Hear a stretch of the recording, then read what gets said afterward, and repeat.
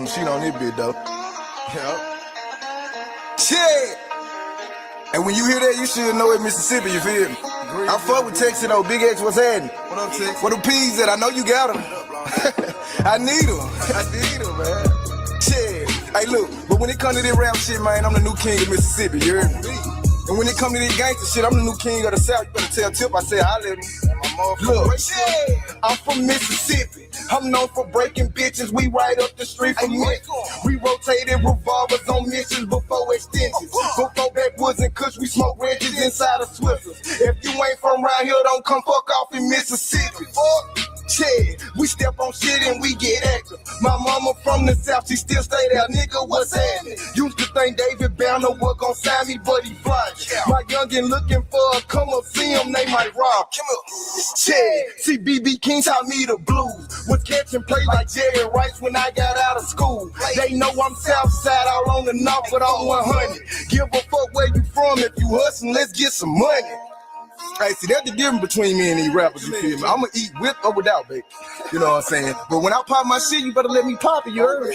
When it come to the gangster shit, I'm the king of the South. Tell Tip, holla at me. This Mississippi, not Texas. Well, we got Oprah Winfrey, Ike Turner, and Monte Ellis. Big shout out to Brett Favre, number 4, that's what I'm repping. I've been feeling like Valley State, cause I run with some devils. I make my music for the streets, ain't trying to break no record.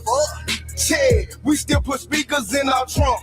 Before I go broke, I get a trap and make it jump. I ain't here to cause no problem, I'm just here to rock my show. Now give me my back end so I can get back to these bulls. Shit, no CDL, but I...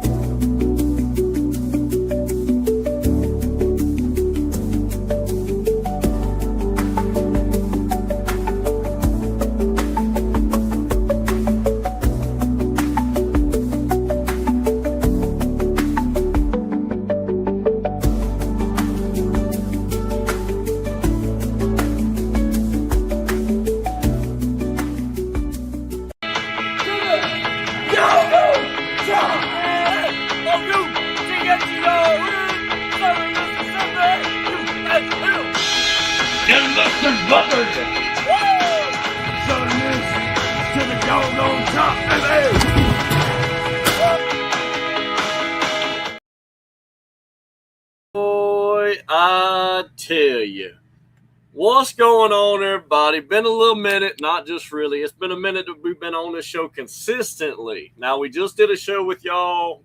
I'll be honest with y'all. I don't know if it was Friday or Saturday. Had a great old time getting on the show. Got, I think, almost every one of the fellas on. And had a great time being able to talk, commiserate, get back into the swing of things. We talked about football. We talked about, I'll be honest, we talked about almost every sport known to man other than doggone golf and tennis. And I'm being honest. We talked a little bit all about everything. We talked about Southern Miss's coaches. We talked about the players.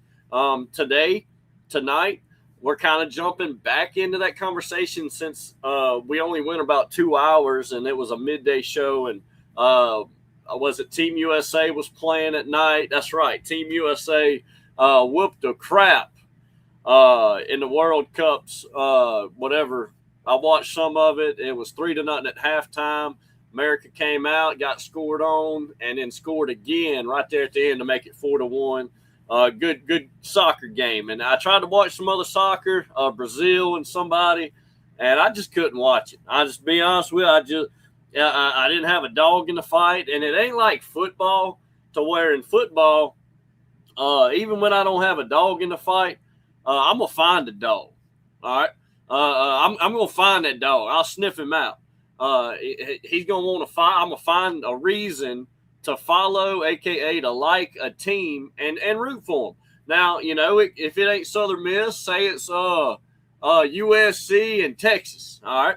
Well, I like Reggie Bush. I like Vince Young. I like Jamal Charles. Matt Leinart was you know what? I'm going with Texas. You see how I did that? Now, I just pick a dog in the fight there. That's what I'm trying to tell you. So, with Southern Miss, if Southern Miss ain't playing with football, it seems like you say, I can always find a dog in a fight. But in soccer, I noticed, like I said, when I watched the World Cup, if I don't have a dog in the fight, like I said, America, I had a good time watching them. I had a good time watching America in that world. They was constantly on the attack or the offense. They was always getting after it. And that other team was bringing it as far as the physicality. They was, aggressive. America was fighting for the doggone life.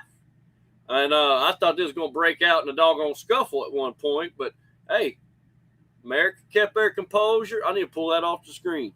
But America kept their composure, got the win, and I was able to enjoy it. I mean, like I said, I had a good dog in the fight. And, like I say, good soccer game because I was into it. But looking forward, I don't know if I can watch this any old soccer game other than, America winning this doggone World Cup, which I'm hoping and I'm thinking it's going to happen. All right, it's going to happen. Let's get back to football. Like I said, we got a lot to talk about. And what they say, a long way to go and a short time to get there, brother. You know that. You tip your hat to that. Listen, we're talking about the new offensive coordinator today and the new defensive coordinator today. Be prepared. They're two young bucks or younger bucks ready to get after it. Coach Anderson's found these guys. He's been coaching with Blake Cephalo. Can't even say his doggone name. But been coaching with Coach over there at Utah State. He was with him at Arkansas State.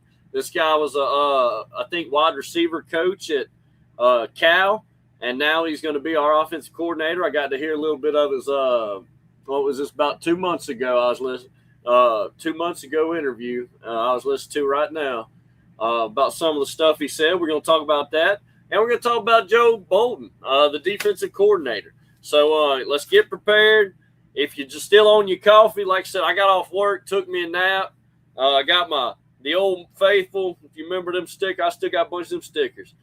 Drink your coffee, finish up your coffee, and when you're done with that, or if you're already past that, you got them bad boys sitting in the back seat. All right, so just be prepared. You never know what you're gonna get into the Sippy Show, and I never even brought that off the doggone screen. I see.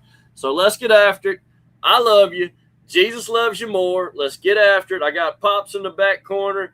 I got this one in the green corner. Who wants it? Who wants it more? Ding, ding, ding. We going to get after it. All right. Let's talk all football, not just Southern Miss. Now, be prepared to open them ears and get after it.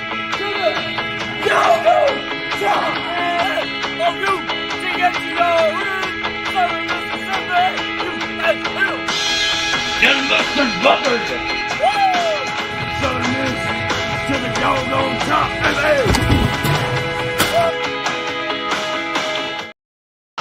Oh, Pop, welcome back to the doggone sports show. Good to have you back. How you been? Good to be anywhere. I know that's right.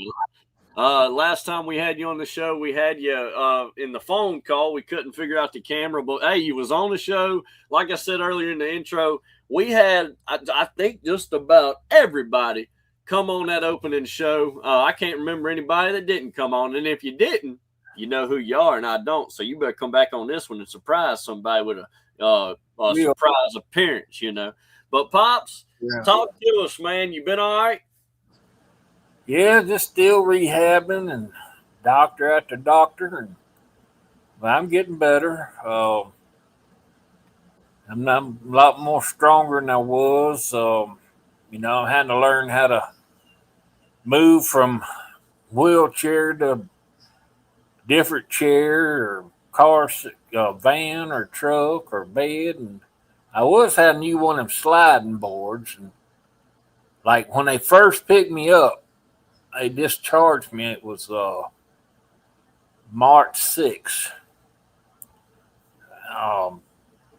I couldn't hardly get in the van. I had Andres pulling me up the board. I was trying to pull up the board. Lily pushing me up the board, and a couple of nurses got in. And you wasn't being a stubborn mule, was you? No. Was you trying? Well, when I first, I was out forever. Mm-hmm. And when I finally got my wits about myself, I was still in pretty bad shape, but I didn't have any strength. I couldn't lift my arms. I could barely turn my head. And I just had lost all my strength. That septus and everything else, man. It just, let me tell you something. That stuff like it got me, and I got to give all thanks and praise to God on that deal. But anyway, man, it's every day get up and push as hard as I can. I just a mindset I've taken from word go. Yeah. The fighting spirit. Get up, put your boots on. Let's go to work. It was frustrating. I hit a frustrating point in January, about mid-January, where it was like, man, listen, I know people go through tough times. Unless you've been there, you don't know maybe what I'm about to say, but it's like I'd get better and then I'd go downhill, and then I'd get better and I'd go downhill. And, they had every tube going here and crap everywhere. And I got had bad bed sores, man, on me and everything. And I guess you good with all that now? All that stuff's out the way as far as the bed sore, all that crap? Oh, yeah. That's healed. I had a bed sore size of a saucer plate on my right there, right on my tailbone there. It covered both cheeks and some of my lower back. It was huge. And I still got like a dent there, Yeah, but like you said, Pop, I mean, the good Lord definitely had his hand over you the whole time, man. Even at times, I'm sure it felt like, you was down and out whenever you conscious and all that. And I remember some of the days we would talk about it. You was kind of down about it. But, I mean, I think now you came a long way emotionally. You're a lot better. You got your swagger back, baby. Well, like I say, about mid-January, I hit maybe closer to the end of January, kind of hit a wall there where I was like, I sided DNR, Mm-hmm. I told them, enough. I just... You'd had your bait. Fought. And it's like, you know what? If it's going to happen, it's going to happen. Ain't nothing I can do with it about it anyway. You know what I mean? Mm-hmm. And, but then I saw the reaction of everybody.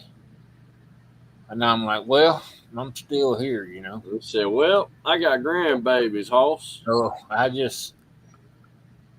it wasn't maybe within a week I reversed it, and I said, well, I come this far. And from that point on, I just, said, listen, it's a long process, still got a long way to go. My wound's almost, man, it's just so close to being healed. And then I got to wait like a month and a half, 2 months after it finally does heal. And then I can start working on that old prosthetic. There you go.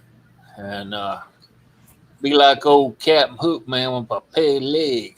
Oh, he ain't going to be getting after it, is he? He ain't gonna guest star on Treasure Island, is he? Oh, boy, man, I tell you, listen. Pops, man, last time we talked, we talked a good bit about that offense. And just to kind of recap, some of the stuff we talked about, with Southern Miss football, we talked about the quarterbacks, old Ethan Hampton, the Northern Illinois transfer. We talked about Landry Liddy, the UAB transfer that was there last year, got a good swing into it already. Knows what to do as far as being a Golden Eagle. But they saying that Ethan Hampton came in swinging. All right.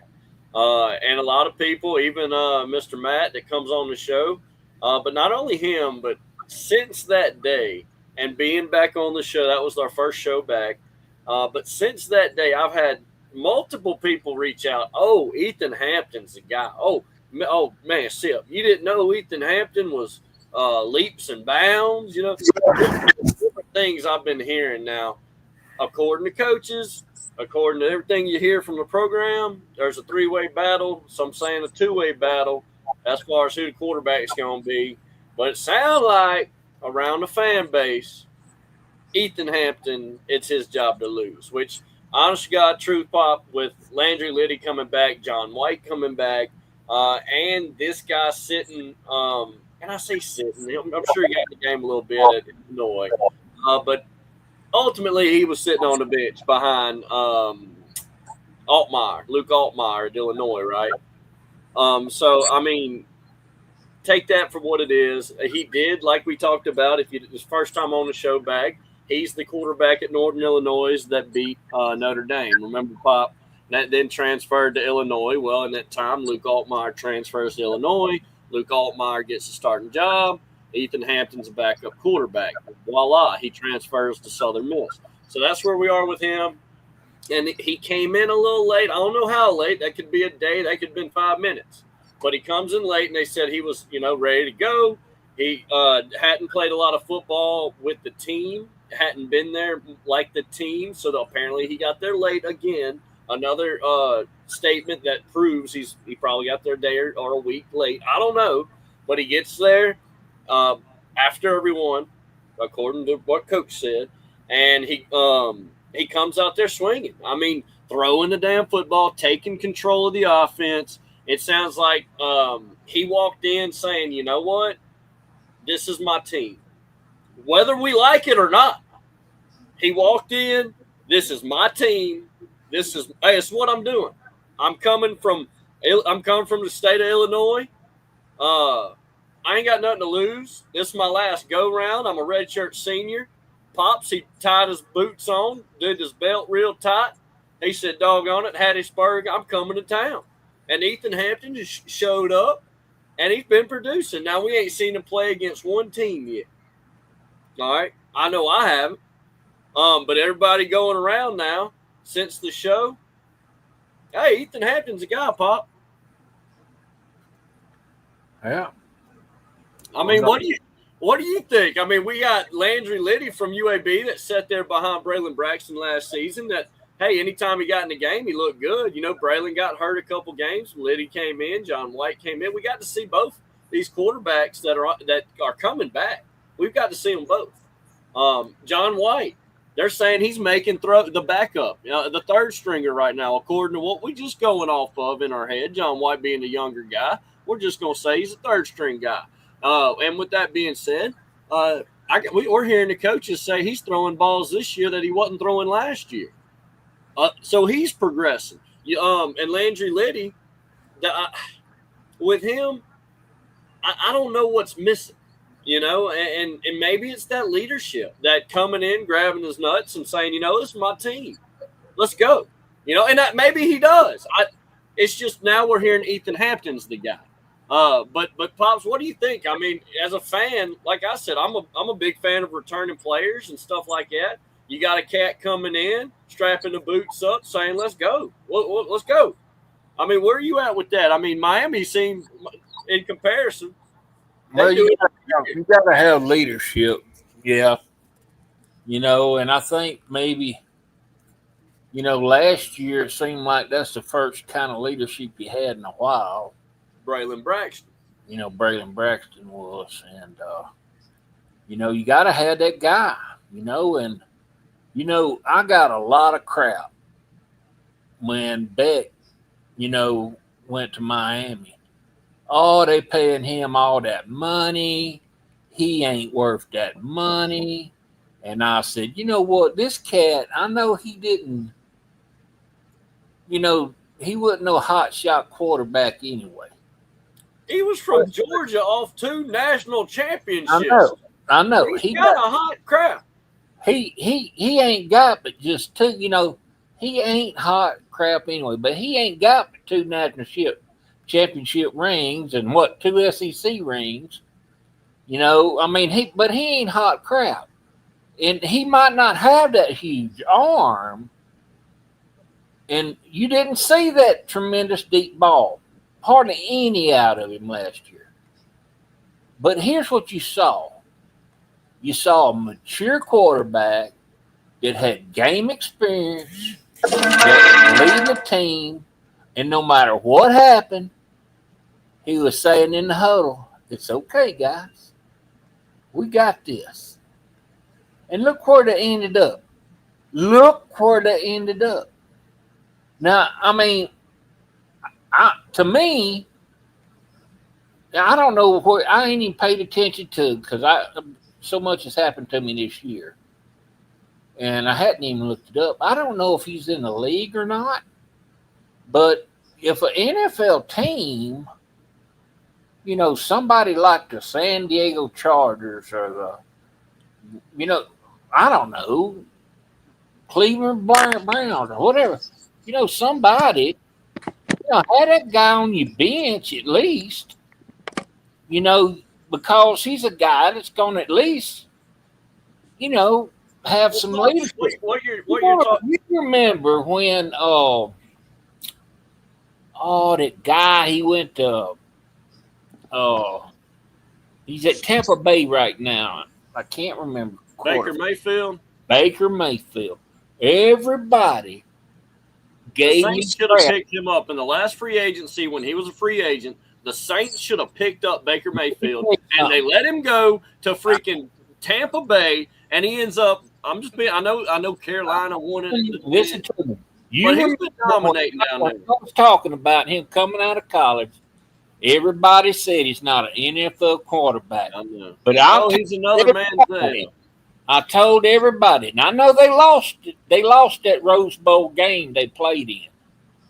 But if you go back and watch that Rose Bowl game and watch him on the sidelines, and that convinced me right there. I mean, you got to have leadership on a team, man, to pull that team through, because it's going to be a tough day. Every game ain't going to be your best game. There's going to be, you could have Miami 2 years in a row, man, by far the most talent in the ACC, by far. I know. And lose 2 games, we're not even, the people we lose to shouldn't even been on the field with us. But we lost. Yeah. Why? We had bad games. And that's going to happen. But you talk about guys that kind of like, hey, I'm a backup guy. I'm a guy that comes in if someone goes down. It reminds me of like a 6-man on a basketball team, right? You got guys in the NBA and now I love that there's an award. I don't know if it's always been an award, but that's 6th man of the year. It's one of my favorite awards in all of basketball. I wish football had something, the bench player of the year. I don't know if they do that crap, but what I'm saying is, Pops, you talk about backup quarterbacks. Pops, you know who Patrick Mahomes is. Everybody knows Patrick Mahomes. Pops, you remember Justin Fields from Ohio State that's went to the NFL? Well, I just want your opinion. Everybody knows I love my Chiefs. I got to put this in this show. Pops is talking about backup quarterbacks and all that. The Kansas City Chiefs, Pop, have went out and got Justin Fields as a backup quarterback to Patrick Mahomes. He's been bouncing around the league to the Bears. If everybody remembers, he was in a great situation in Chicago.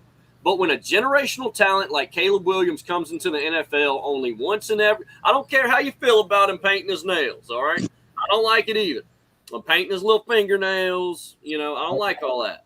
But because little boys watch football. Anyways. But I'm just being honest. Little boys watch football, man, and he put this on the Madden cover right here with his fingernails painted. Anyways, but Caleb Williams shows up, in the draft. Chicago had the number 1 pick.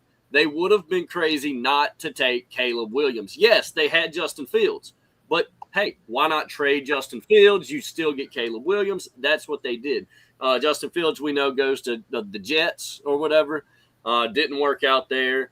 And he becomes a free agent, Pop. Patrick Mahomes is hurt all the way up until 4 games. Now, personally, as a Chiefs fan, I think he's only going to be out 1 game against the opening game against the Broncos. Bo Nix, everybody's scared of the Broncos right now. Bo Nix is supposed to be hurt for that game. Yeah, so, he's out a while too. He got hurt real bad. And this is the opening game for the season. So you got Bo Nix out, you got Patrick Mahomes out, Pops. Andy Reid strikes gold, swooping in. You got the Broncos week 1, trying to make a statement. Patrick Mahomes is hurt. We don't give up easy. Andy Reid goes out and hires Justin Fields. Look back. You remember back when Favre was at Green Bay. Yeah. These guys sit on the bench. These quarterbacks that sit on the bench sometimes have to wait their turn. And if you remember, Aaron Rodgers, he played at Cal. Yeah. And he kept waiting and waiting and waiting. Remember, the camera was on him. Oh, man. I know. I mean, it was dropping and dropping. And then all of a sudden, he lands at Green Bay.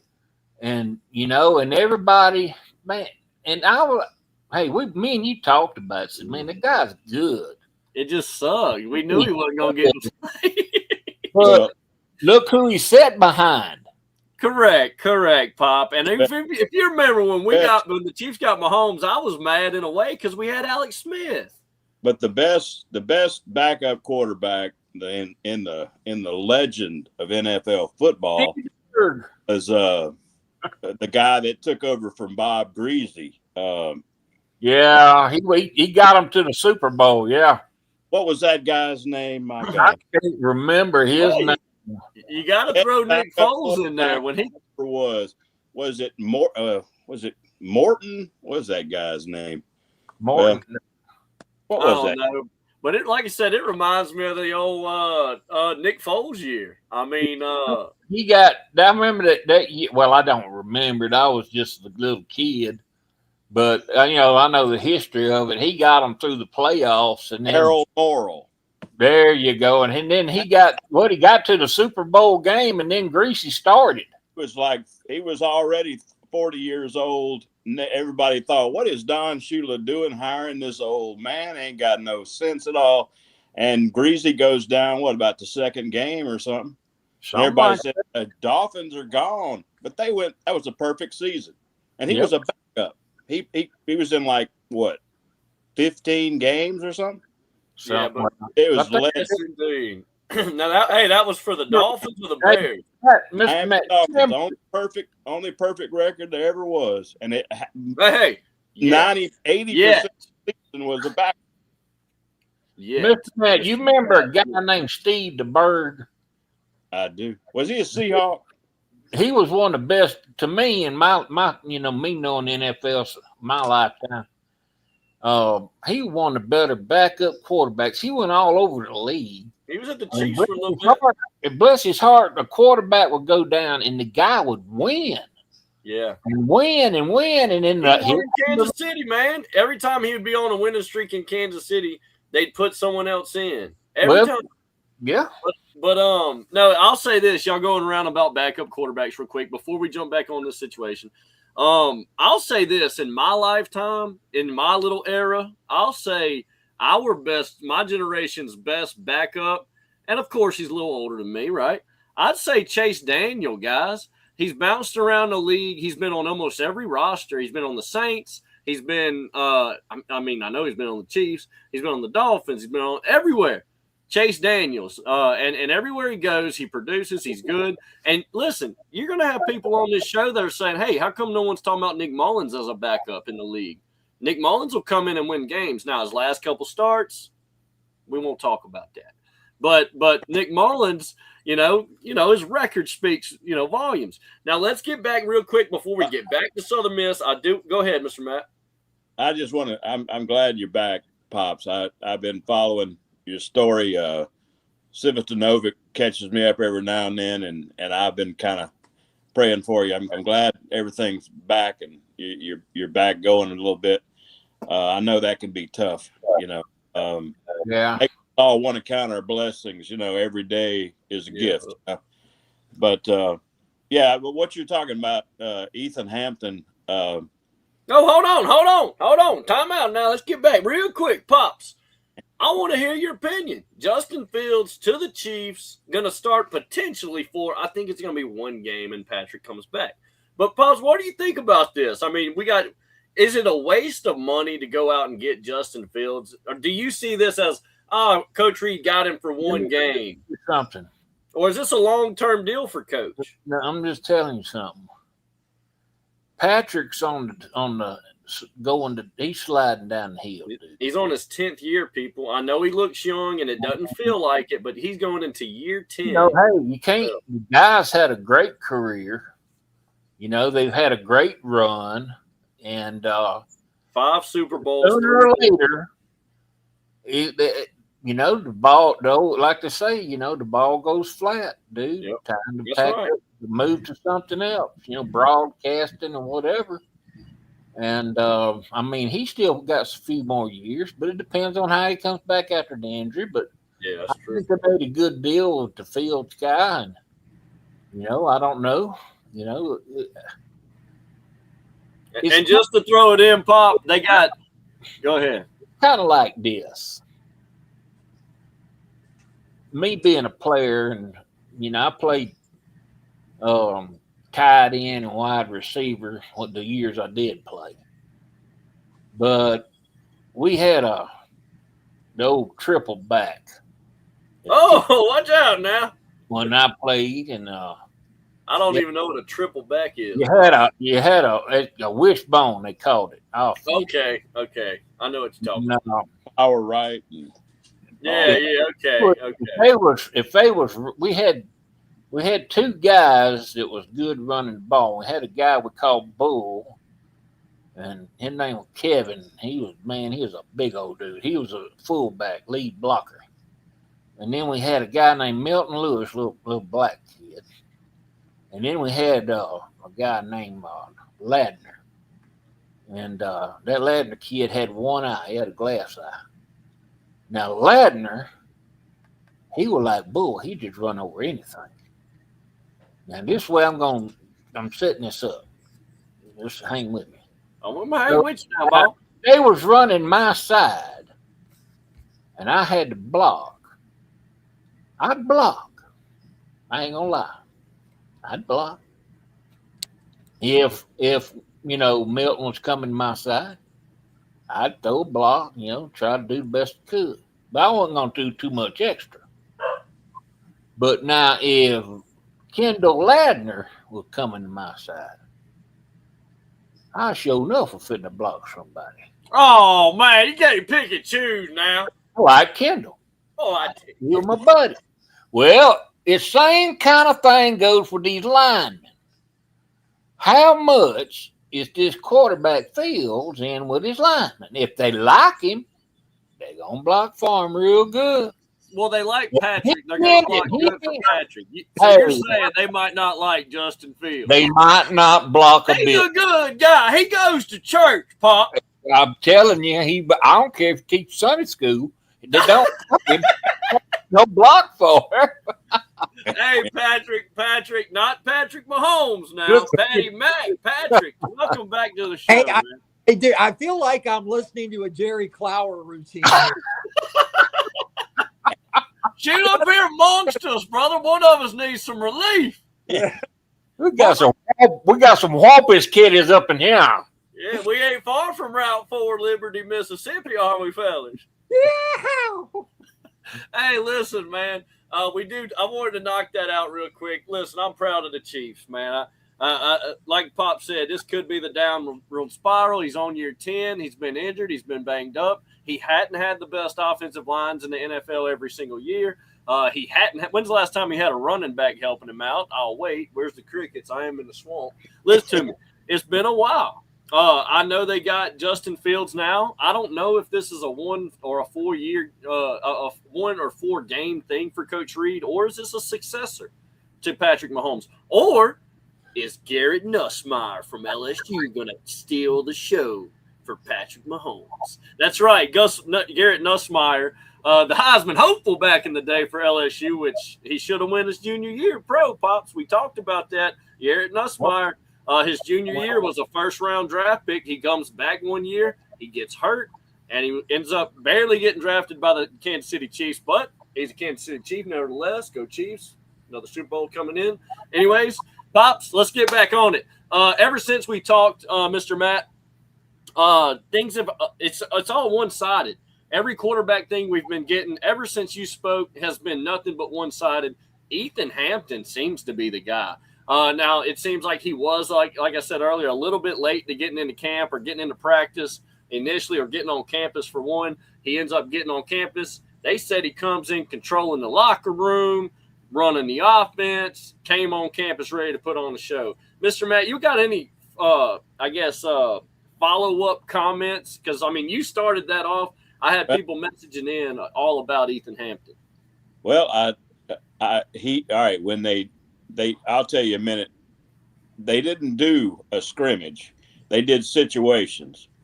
So Coach Anderson had a microphone and he said, all right, I don't know what it was, 3rd and 10. And the offense gets to try 3 times, or it's like a contest. And if he doesn't make it, the defense gets a point. He walks the plank. Oh, very interesting.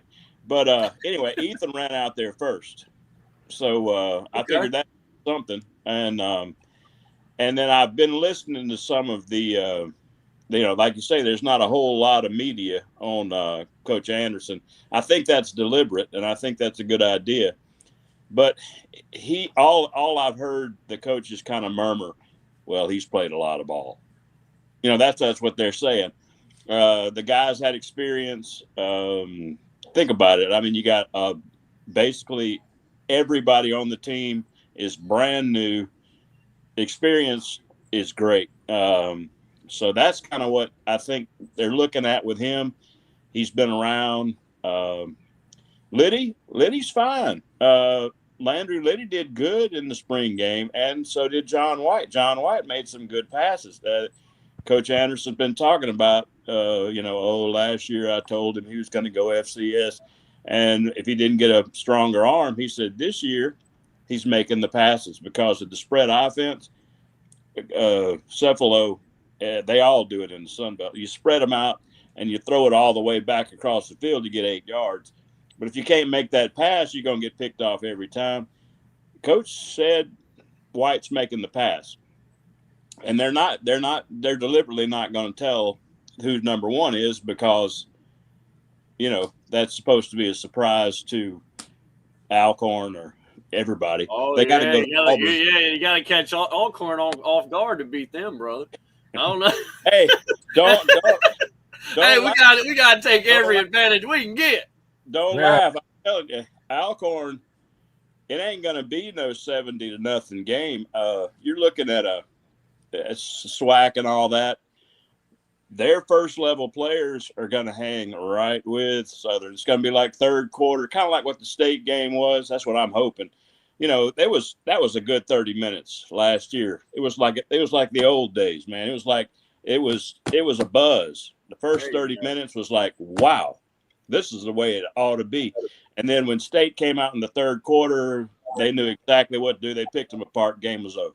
Damn, I'm hoping that's what's going to happen against Alcorn. And then they got to go to Auburn. So they're going to need somebody. That's what they're thinking. The guy's been to Notre Dame. The second week, he's going to be in front of 80,000 fans. Man. It's probably that we're doing a cakewalk, brother. Pat, welcome back, brother. You're hearing all this about Ethan Hampton. Like I said, we talked about how he kind of walked on campus, and he was kind of the guy. And I hate saying that, but we talked about it a little on the show, and ever since then, I get messages about, oh, how did you not know that he's the guy? Oh, Sippy, man, he's the shoe-in, fit-in after Braylon Braxton. I mean, they was using some catchy stuff. Now, let me tell you, I don't know how much, you might not know nothing about him. But like I said, he's the guy that was at Illinois, or Northern Illinois, beats Notre Dame, sits behind Luke Altmaier. Now he's, coming fresh out of Illinois and, redshirt senior. I think he's 6'3", about 220. So he's a little bigger than the other guys. But Patrick, where are you at, Mr. Ethan Hampton? I really feel Blake Anderson knows what he's doing based on his past credentials, right?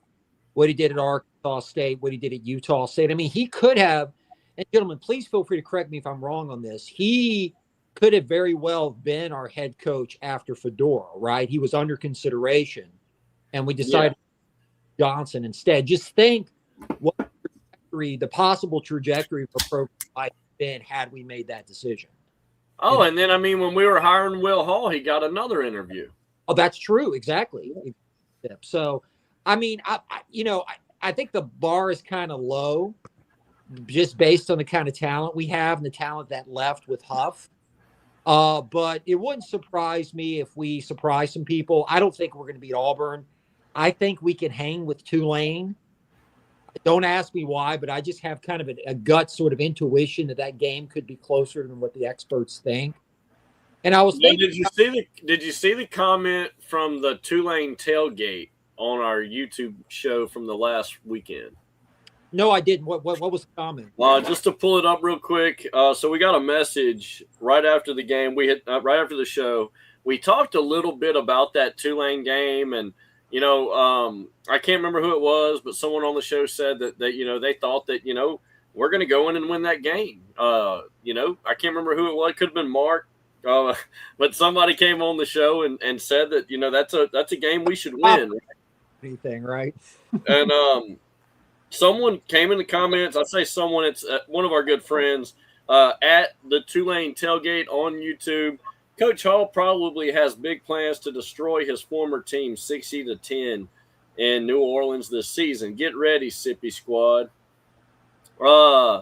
So Patrick, where are you at with this? I mean, we got look, we on the second episode of the Get Back. We already got some trash talking here. Talking about 60-10. My God.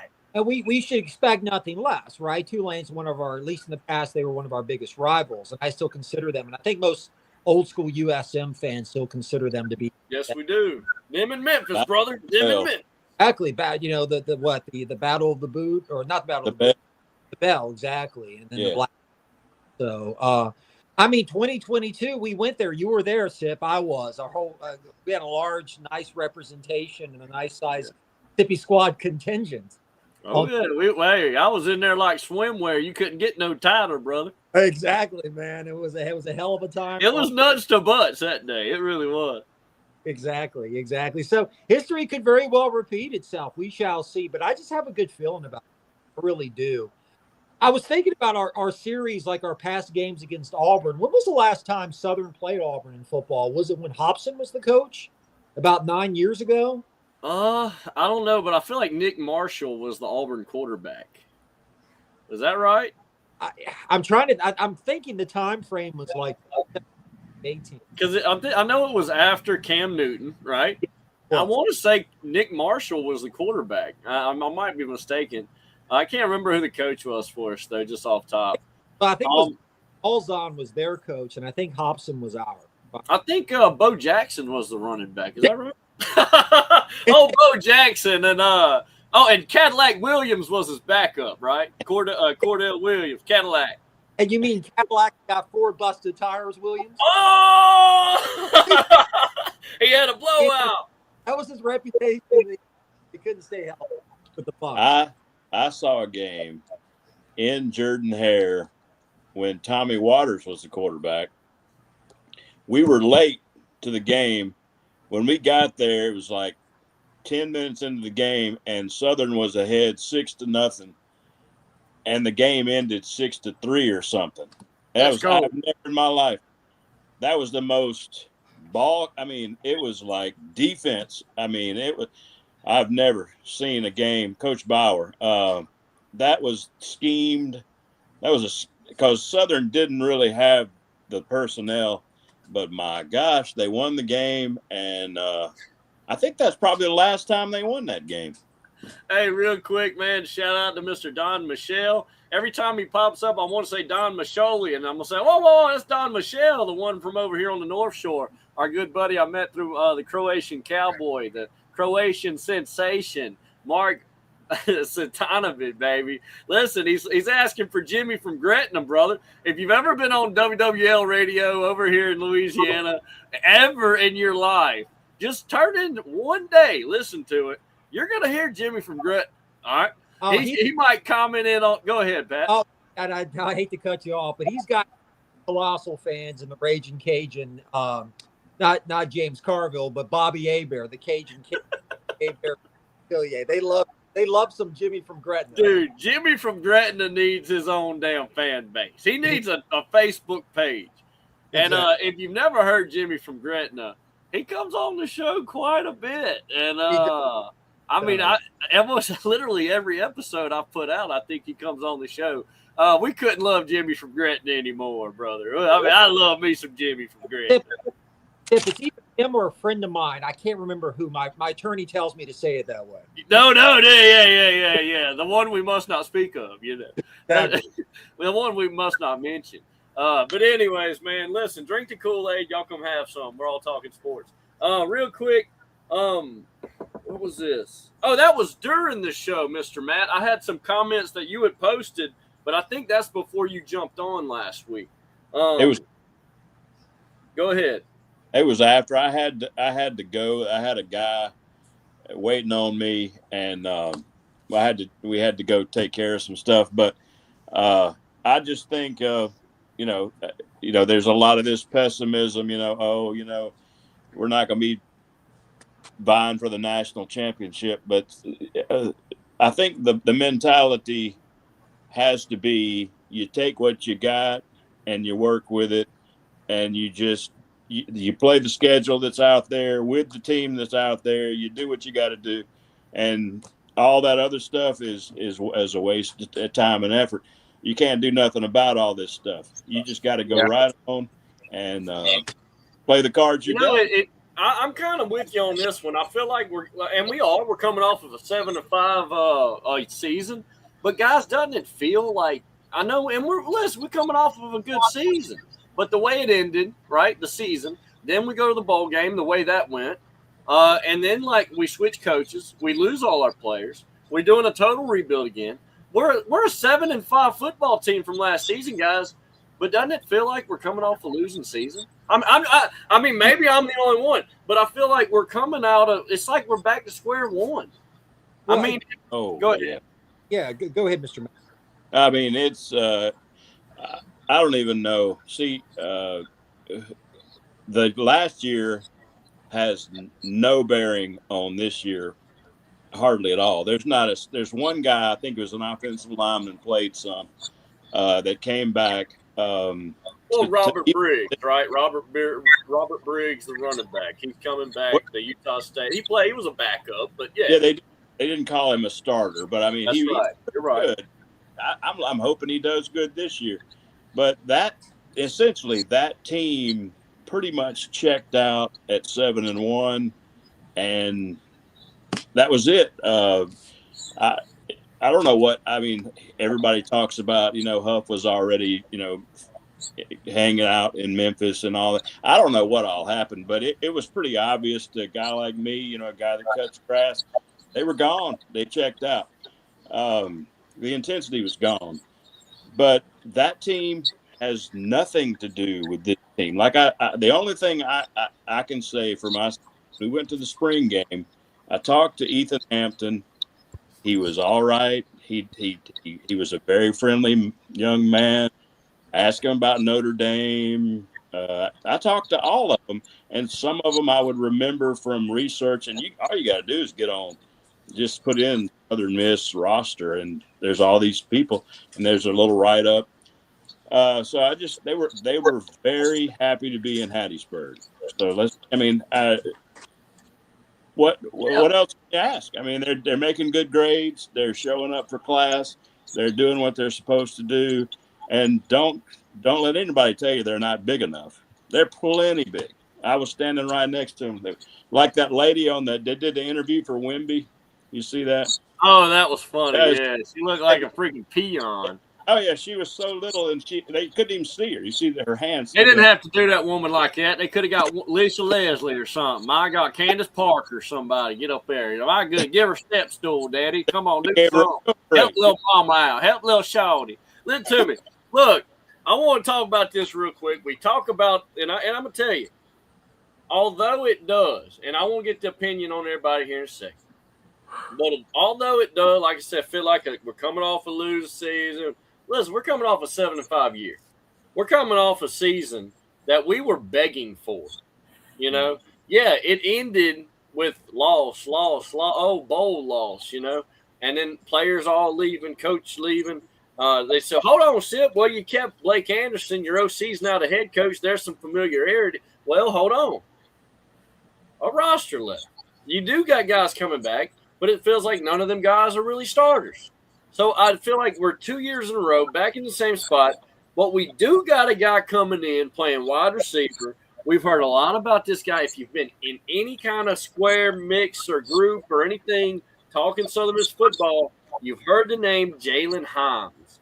Jalen Himes is this wide receiver. He's going to be wearing number 9 this year. First year at Southern Miss. Last year he was a true freshman out of Wingate College, school that if you're, I'm from, me and Pop spent time out in New Mexico, man, and I was at a school called Thoreau High School. Thoreau is named after Henry David Thoreau.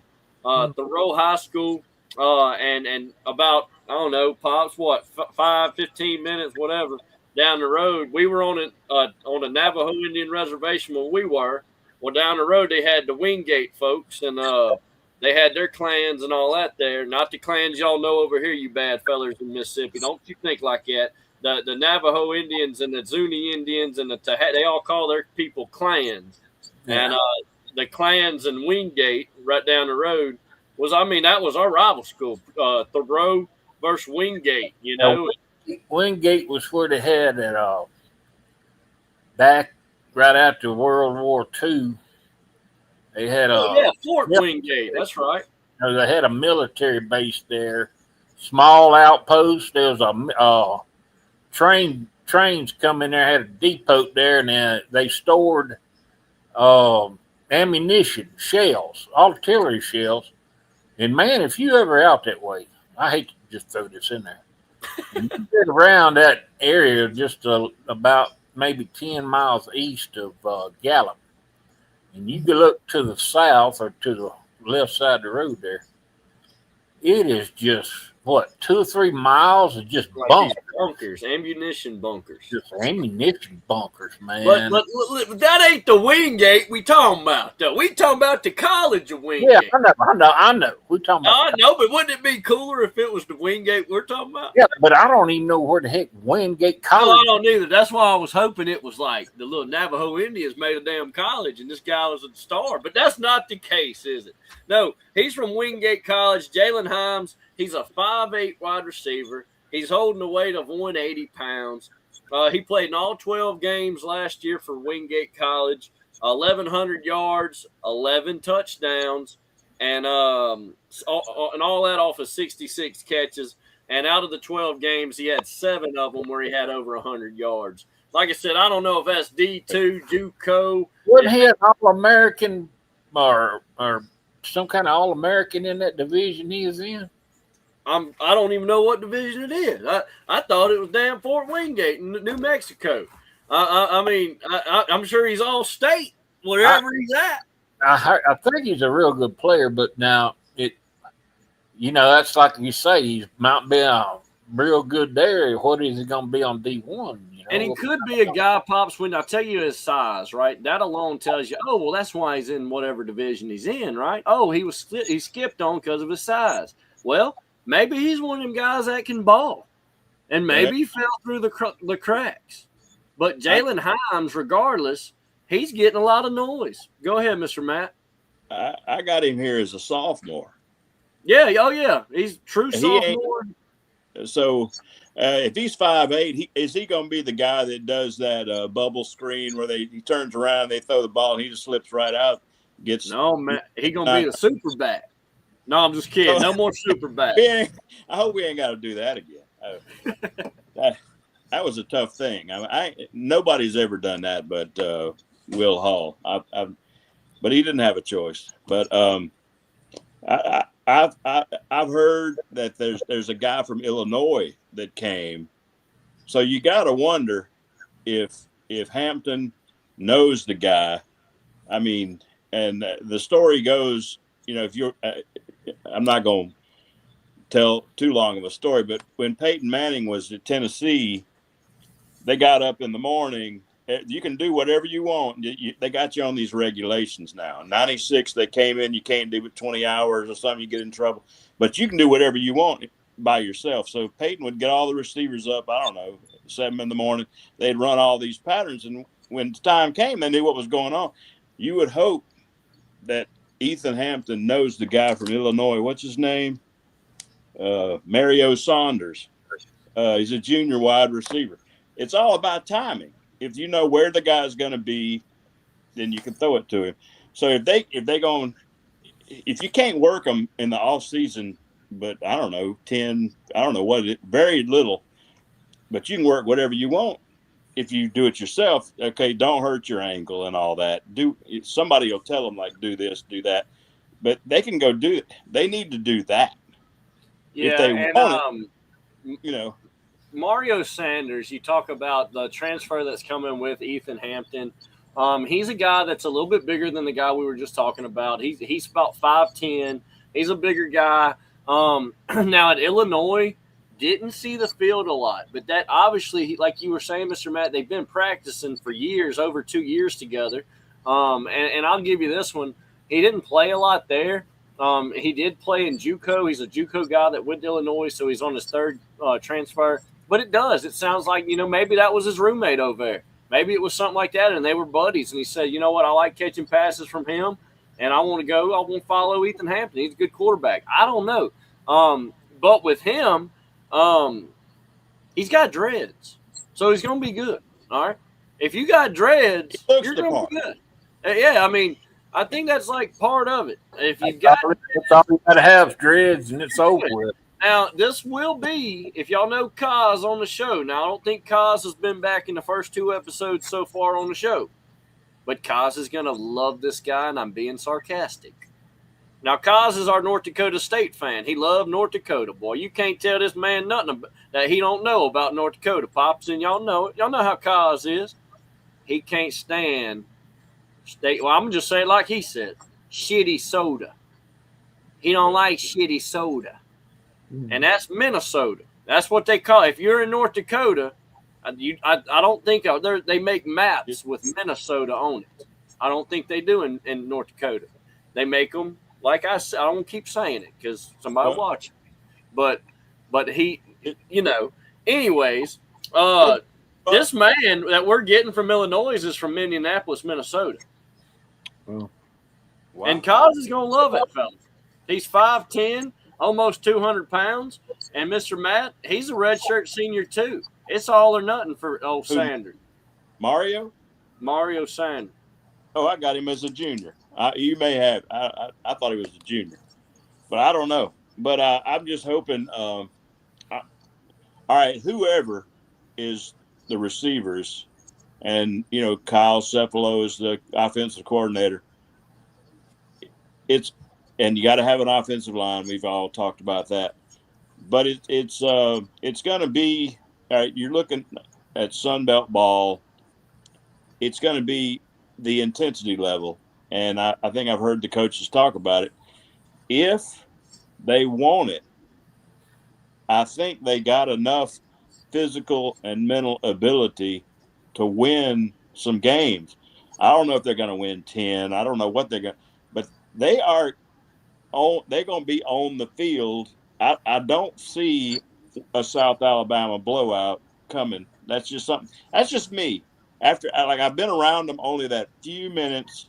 They were very happy, good people. That's all I know. And I watched them play at the spring showcase, and they had the offensive linemen doing the stuff.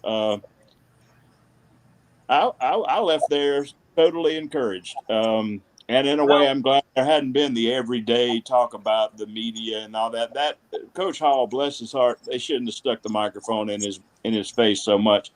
He really had.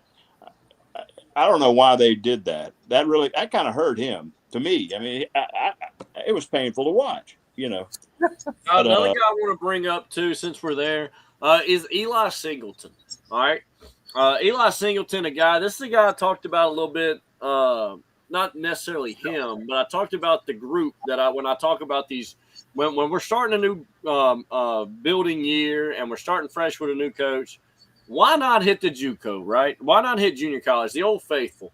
And this guy came from East Central Community College, and he went to a small school, Minot State University, Minot, something like that. And he goes to that. Tips, real quick. You said Minot State? in Correct. North Dakota. Yeah, That's actually where I Yeah, know where it's guys were- at. you guys remember the legendary LSU basketball coach Dale Brown. Yeah. That's where he went to school, Minot State. For Come real. on.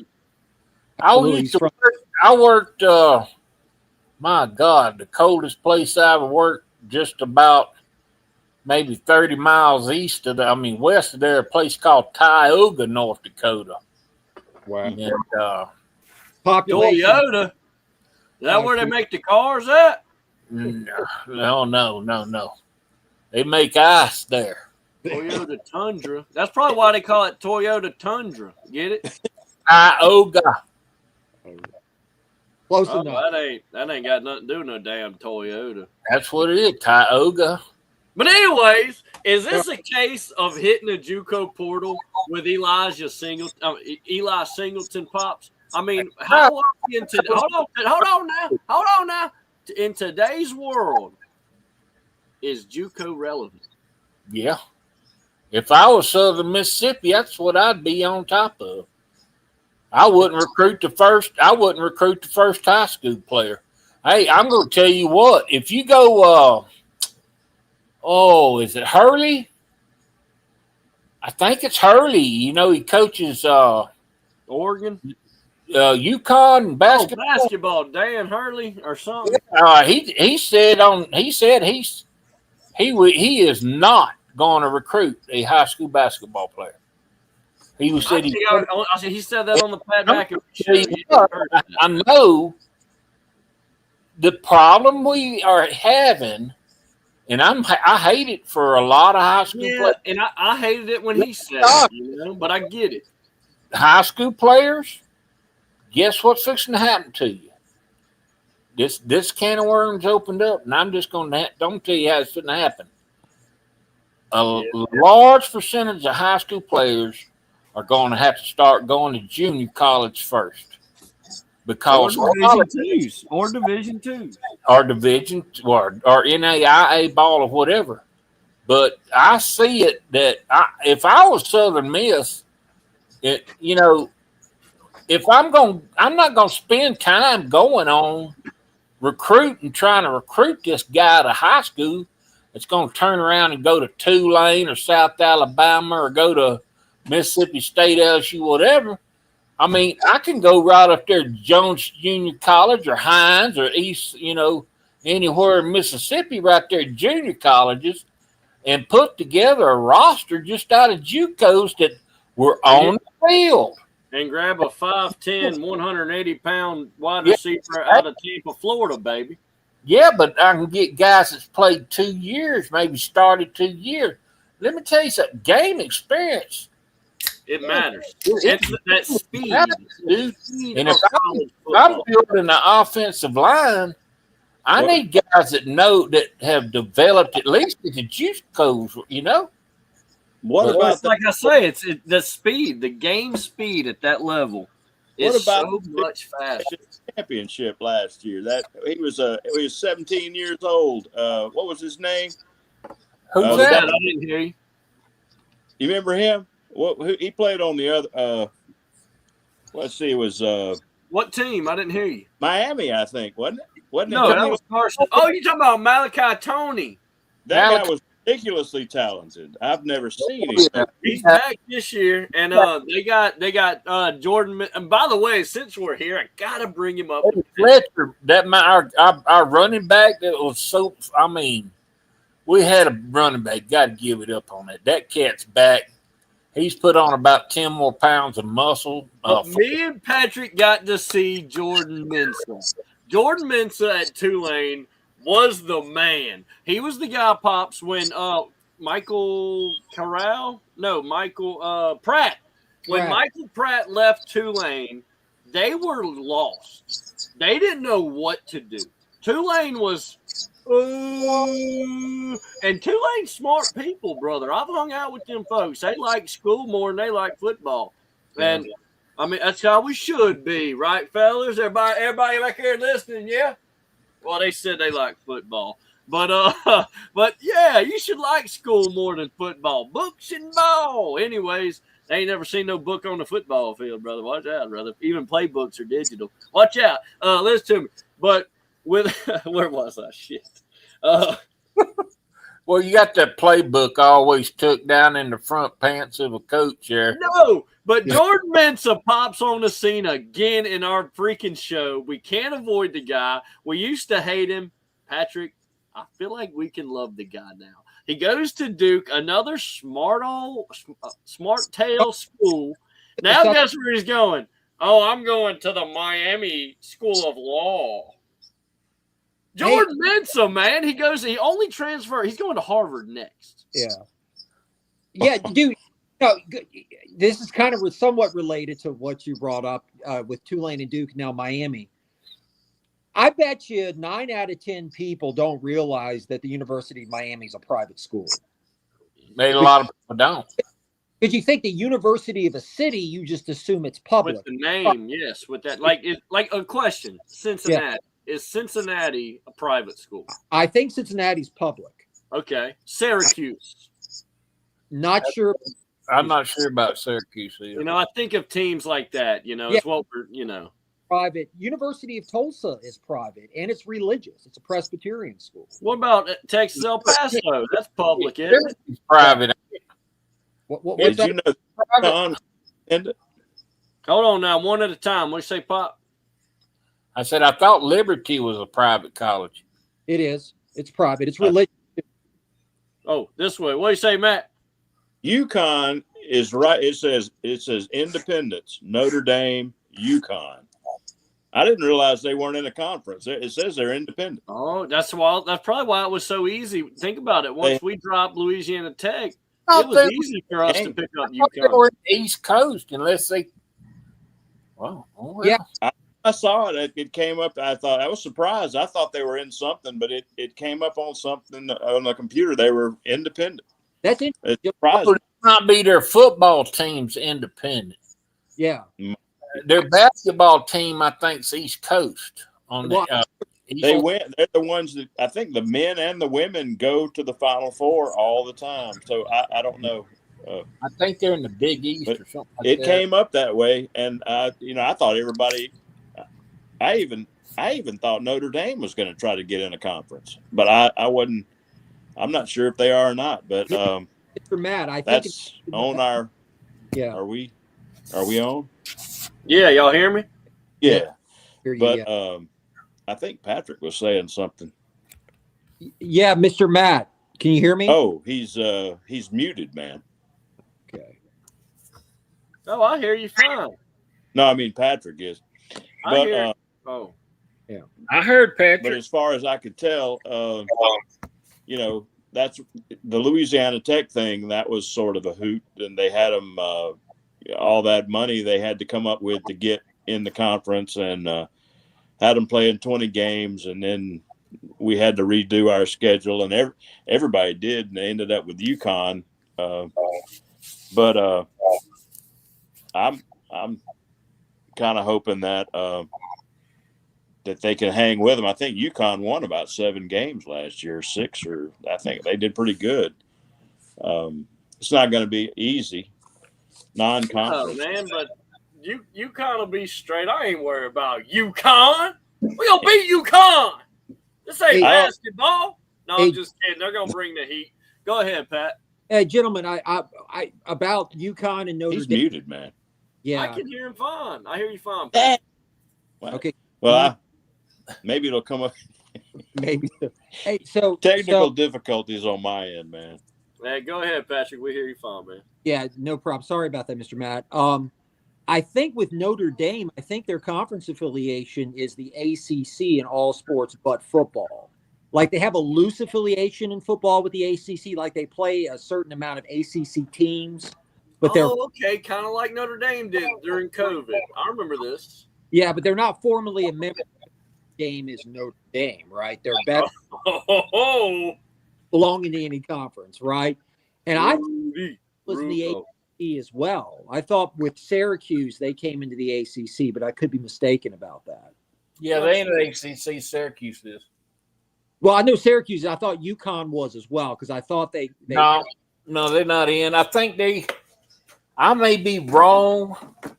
They're either in the something Atlantic or the Big East. Man, I'd have to look it up. and the Big East is no now longer. in basketball, I can vouch for basketball. I know they're in the Big East. They're up in there with Butler. But but understand Big East. In division in football, the Big East is Division 2 or FBS. But I think the Big East exists in football anymore. oh yeah, it does. Yeah, it's FCS. Butler is in the Big East in football. But I know UConn, and like I said, that might be why they're independent in football. You see, because they're in the Big East and all the other sports. I don't know. I'm just saying. Like I said, if y'all remember during the COVID season, and it might have been a couple years after that too, but I know for a fact during COVID season, Notre Dame paired up with the ACC. Y'all remember that? And they actually did almost, 8 games. I don't know how many games they did with them. But they ended up doing the majority of their games like they were in the ACC, but they weren't. Yeah. And it kind of, a lot of ACC fans were really upset over that because it messed up their conference standings. You had teams that probably would have went to that championship game, but Notre Dame beat them. Yeah, And that's then they got hiccup against NC State. yeah. That's correct. Are rivalry games. Go ahead, Pat. Yeah, one of my oldest friends is a huge North Carolina fan. He didn't like the fact. It was almost as though Notre Dame could not decide whether they wanted to be in the conference or not. They wanted their cake and eat it too, so to speak. And Speaking of cake and eating it too, brother, not eating you too, but speaking of cake and eating it too, what's going on, Mr. Paul Chang? Oh, Doobie Paul. How we doing, Mr. Paul Chang? I'm doing good, brother. How are you? Let me tell you something, brother. I want everybody on the doggone Sippy Sports Show to meet Mr. Paul Chang for the first time. Oh, talk to him, brother. I want you to give them a good old Mississippi accent. It's doggone Paul Chang here. Clang Chang talking here to all the brothers here. How are y'all doing here? Let's go, brother. Brother, invite this man to the cookout. Invite him to the cookout. We're cooking gators and doggone beaver tails. I'm going to make this on a Chinese barbecue, Texas Southern style. Not Texas style, sorry. Southern Mississippi style. Yeah, that's what I'm about to say, brother. We ain't in Texas no more, Toto. No. We in doggone Mississippi. Not Wayne Chang style. The Southern style. But Hey, Mr. Paul, I don't know what Wang Chang style even means, brother, but it sounds like, hey, big slung Donkey Kong or something, That sounds sexual, brother. You better watch out, brother. Hey, Paul, how you doing, man? Long time no talk. I'm doing good, man. I'm doing all right. Just I heard that. Living life. Now you ain't over there with old Patty McPatrick no more, are you? Where you at? Well, I graduated, but I constantly visit Patty Mac. Yes, Thomas. indeed. Hey, real quick, Mr. Hey, I want to ask you, Mr. Chang. Yes. What was the best part about Houston? The best part about Houston? Well, we have all kinds of people here. Do you have Mississippi people? Well, we do. We do. Is that where Patrick comes in, even though he's kind of from the place in Louisiana we don't speak of? We don't. The other parish. We have everybody here, but we need more Croatian people here. Uh-oh. I met Mr. Paul through Patrick, man, and ever since then, man, we have 2 peas in a pod, brother, like peas and carrots. I'm gonna tell you, man, good to hear from you, Mr. Paul. Go ahead, Pop. My grandma, my dad's mama was from Ovett, Mississippi. And she married a feller from out there at Bryan, Texas. And that's was my grandpa, and they lived there in Houston for years and years.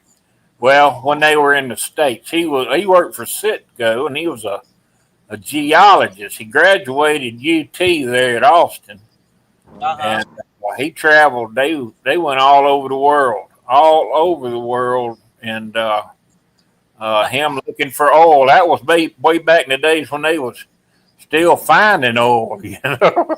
Oh man, he's a vet in the game. So it'd be fair to say he didn't like Oklahoma, brother.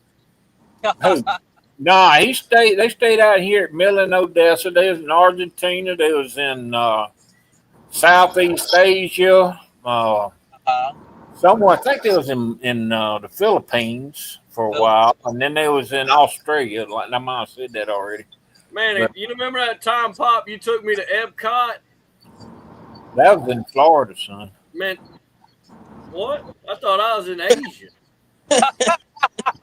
You remember that time we was at Epcot? Oh, that was NASA in Houston, son.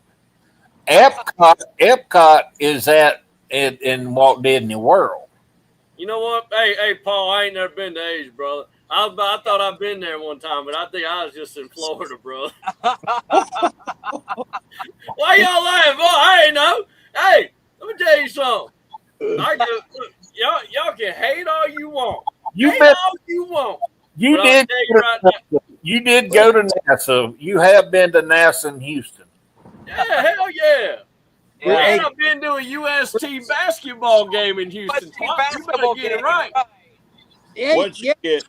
Right. Zippy went to UST basketball, Butler U of H game as well. Yeah, that's right. I'm a vet in the game at the UST basketball game. Them people look for me now. Could you imagine if our pal Jimmy from Gretna were at that game? We would be defense. It would be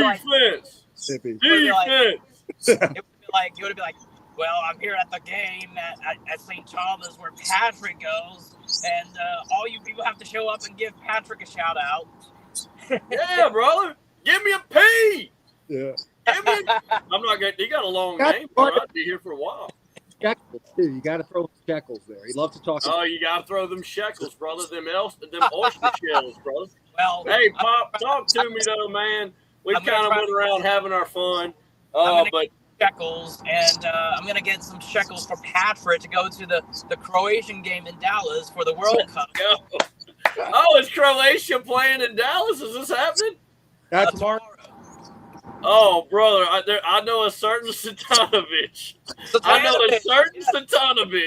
That will not be missing Croatia in Dallas. Don't we all know who that is? Don't we all know which certain Satanovic this is? You know, hey, we don't want to get blocked on YouTube, okay? We like it here. They Mexican, Lily's got some, cousins, of course, down in Mexico City. And they were going to buy tickets, to go. It's been months ago. Try to go watch Mexico play, in Mexico City, yeah.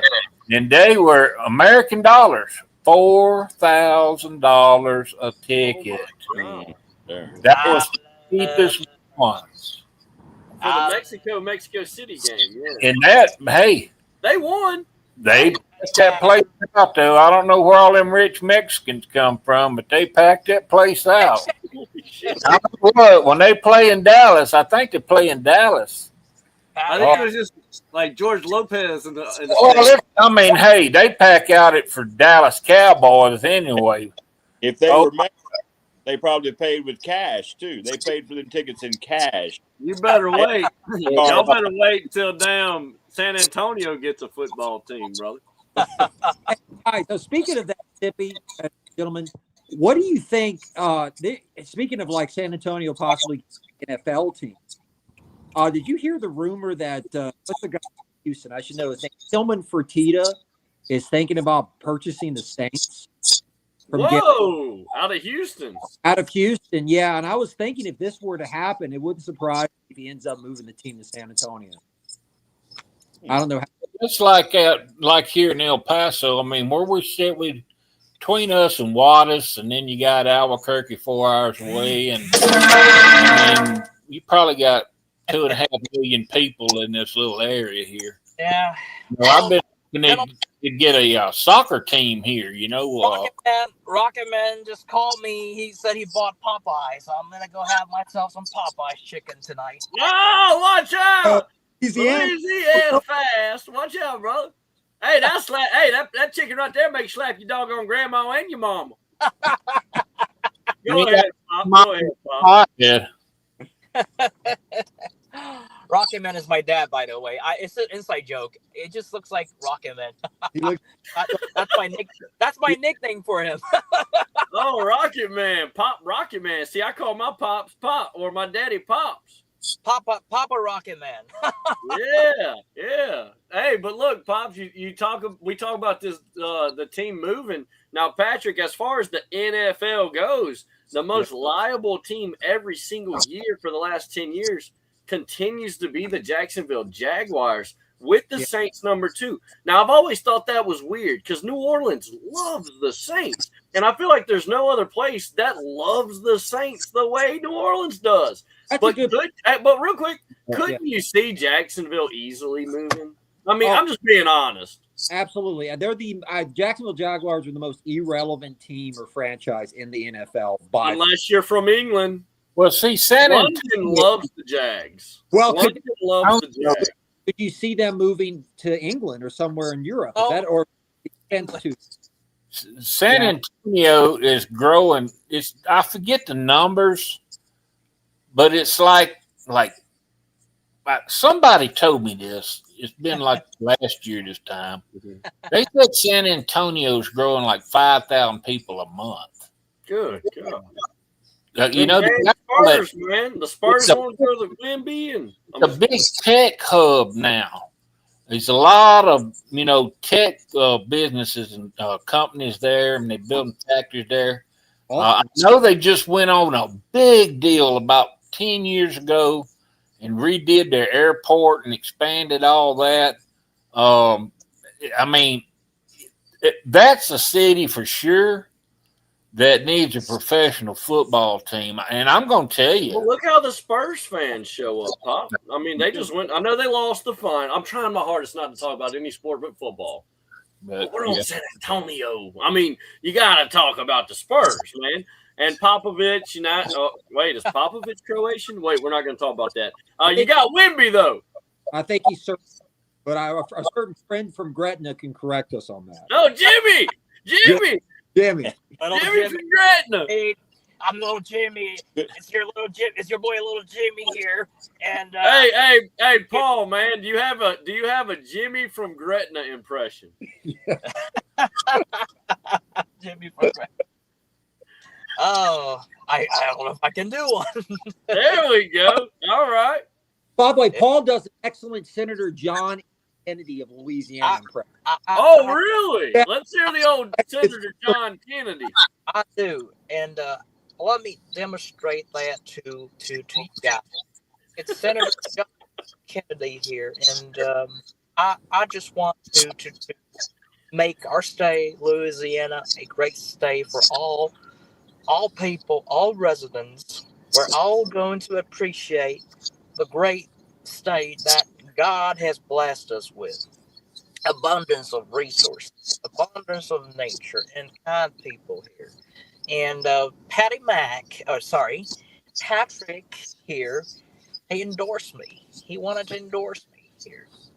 Isn't that right, Patty? I didn't endorse you. Otherwise, had I endorsed you, you clearly would not be senator from Louisiana. There's just there's this one individual from Gretna. His name is Mark Satanovich, who happens to be Croatian American. What a man! What a man! That's right, Sippy. What a man! You know he's loving this publicity, Sippy. A man of the people. Oh, you better know when you come to Texas Bears, you better know we meant business here. We meant business here.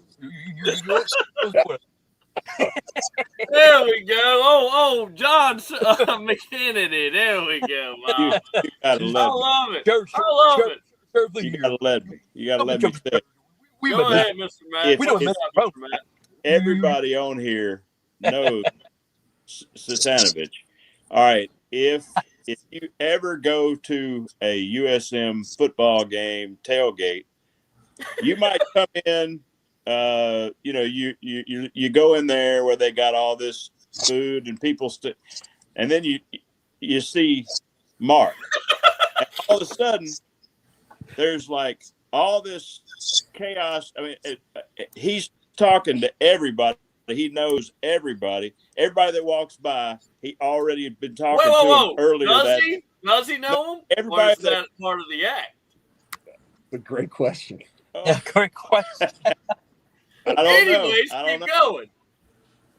But before long, if Mark is there, everybody is in a communal type atmosphere. Everybody's talking about whatever. This guy here is a musician. This guy here has been to every game this year. It's just everybody's family all of a sudden when Mark's around. He is a very great interactor. He's amazing. But you got to hand it to Mark. He's a people person, man. He has superb communication skills. I don't think I've ever been around anyone with that amount of eloquence, right, and charisma. Oh, you go to the F, you go to Section F. There, Mark is in command of Section F. There's everybody is on board with this guy, and he's. Hey, do y'all have any tickets? He's one of you. I mean, he's a very sociable guy, and he's got a gift, man. I mean, why did I get up? I think I lost Mr. Paul, brother. Nah, he's still on. I don't know if he's. I see his image. Well, But I know, anyway. but his phone could have died or something, you know. Last year, the last year of Will Hall was when I first got on Sippy's show. All right, for football, that was the worst football season I think I've ever experienced. I didn't go through the Ellis Johnson, but being on the show and then Mark was there, man, that made the season worthwhile. I tell you, that 1-win season was. What do you mean? What do you mean? Being that was when I first ran into you, and they were struggling, man. You remember sorry, that, man? I'm sorry you found us. I don't think I've ever apologized publicly, and I just want to take this moment. If You you've wrote ever a found song. this show, I want to apologize, man. You wrote the song, man. At Which Fire one? Will. I mean that was like no other. You mean? I know that song. Fire You- Will Ho! It's coming on strong. It was AI, man. Hold on a second. Hold on Oh, a second, everybody. Fire Will Ho! Fire Will Ho! Hey, what's going on, Don? Is Don on? I wanted to answer the phone like that, brother. No, but that Hey, Paul loves Don too. Oh, Mr. Paul's back on the show with us, Don. We got a first-time caller. By the way, real quick, everybody, Don, welcome to the show. How are you doing, Mr. Don? Doing good. Just didn't want to miss out. Catch up. Donnie. Oh, man, we're doing well. We got Mr. Paul Chang. We got Mr. Matt. We got Pops. We got Patty Mack. We got Sip. You know what? We won't mention that guy. He's an outlaw convict, brother. Hey, by the way, I just want to mention, shout out to the guy that jumped the fence at Livingston Parish Jail. And the second one this week that tried to escape, he didn't even get a damn quarter of a mile down the road. So I want to get a shout out to not just the second doggone escapee at Livingston Parish, Mr. Patrick, by the way, your home place. Patty Mac, your But homeboy. anyways, give a shout out to the Livingston Parish Sheriff's Department Are they letting these people go on purpose so they can tackle them and catch them because football season's coming up? What's going on in Livingston Parish, Patrick? You got some explaining to do. Dude, You I'm have to do. here. I have no clue. I'm not. Oh, go ahead. That's what they all say here. We have no clue. We have no clue. I got to speak to my attorney. No, nothing. Don, we got everybody on the show, man. You been doing good, brother? Oh, I'm hanging in there, man. I'm hanging. I'm just trying to make it. So- like everybody else. So since we got all the family here, yes, and we're family, go ahead and get close, hug each other. We're taking a picture. Don, talk to me. Last time we talked about Ethan Hampton. We talked about playing Will Hall and the Tulane Green Waves and all that. We had at Tulane tailgate. Come on to the doggone YouTube, and he gonna comment on there talking about, you don't think Will Hall's got something up his sleeve for when we play each other? You got something twisted. We gonna beat y'all 60-10. Don Musholi, talk to me. Well, I mean, who knows? I mean, I'll tell you one thing I know. We ain't about to get beat by no 60-10. I hope not. Or I'll be walking my happy ass right back to the boot. I hope our FCS transfers can make it interesting. Don, don't you start. Okay. So you ain't sold on Ethan Hampton. I just don't know if we have enough talent with him to make a difference. I just don't know. Speaking of talent, I talked about a transfer. Don, you ever heard about the College of Wingate? No, I heard of the Wingate Hotel. Hey, don't be talking about the Wingate Hotel, brother. Well, I think we've all heard about that hotel, Don. Oh! Damn it, boy. Hey, Don, even Pop stayed a couple nights at the not the Holiday Inn, the damn Wingate Hotel. I've stayed there too in the Iberville. There's a Chili's that used to be called Club Chili's because after Hurricane Katrina, that's the only place you could go to drink, and they had 2 for $1 draft beer all the time.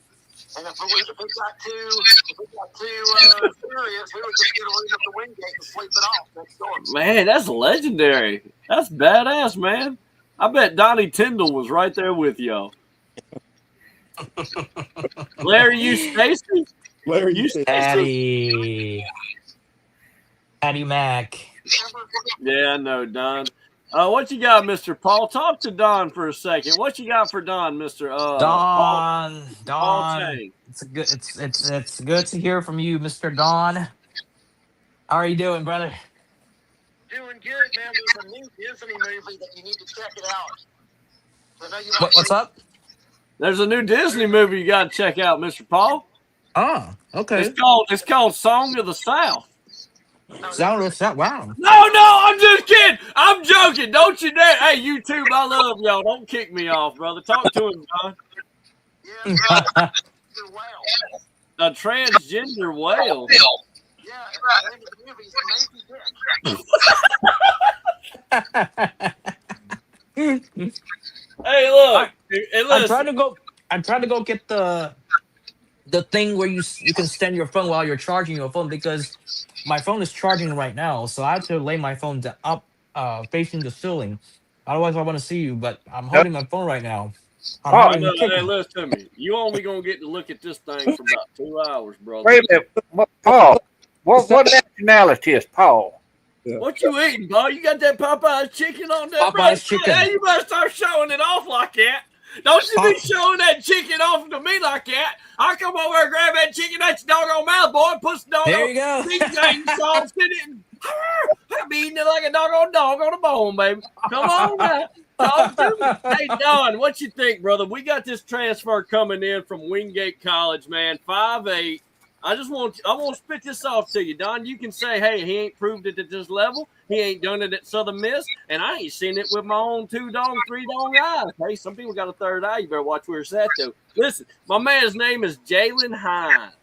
I'm sorry, not Hines, like Hines Community College, but he puts a big old in it. Not a Hines, but a Himes. And Jalen Himes, he's going to be number 9 on the doggone football team. I've heard Mr. Matt talk about him a little bit. Jalen Himes, 5'8", he's only 5'8", 180 pounds. He's only going to be he's a true sophomore. Last season, he was at the University or College of Wingate, whatever they want to call themselves. They could have been a junior college. I'm serious. I don't know. But he played in 12 games, all 12 games for that university, 1,100 receiving yards, 11 touchdowns, and he had 66 catches. And out of 12 games, 7 of those games, he had over 100 yards, Don.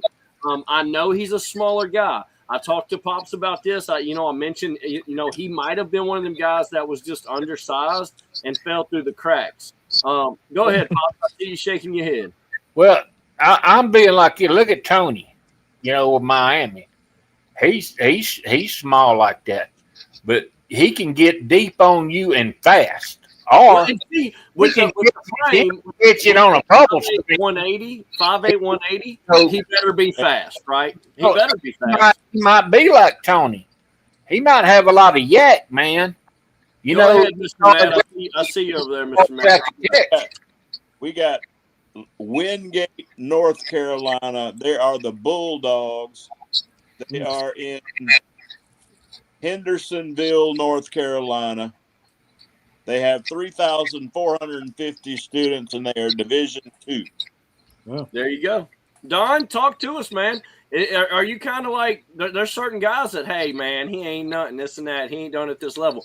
Don, talk to us a little bit about Mr. Jalen Himes, the 5'8", 180 wide receiver transfer from Wingate. Well, maybe he'll be like Sunbelt David Palmer. A good, speedy back. Donnie, initially, when I heard all of this, when I first heard of him, and I heard, Southern Miss got a transfer from Wingate. I'm going to be honest with everybody in the chat.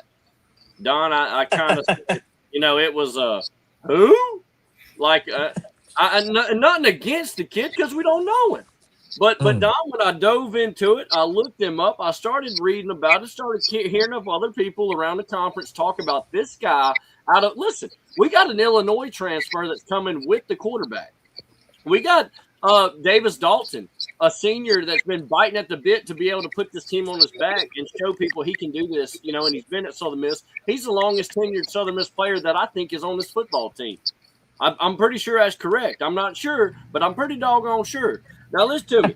You got Jalen Himes, 1,100 yards, 11 touchdowns on 7 of them games out of 12 were 100-yard games. Maybe, like Pop said, even too, about the quarterback. Maybe he had a good quarterback where he was and was just tossing the ball, right, Pop? I don't know. But I'm going to tell you this.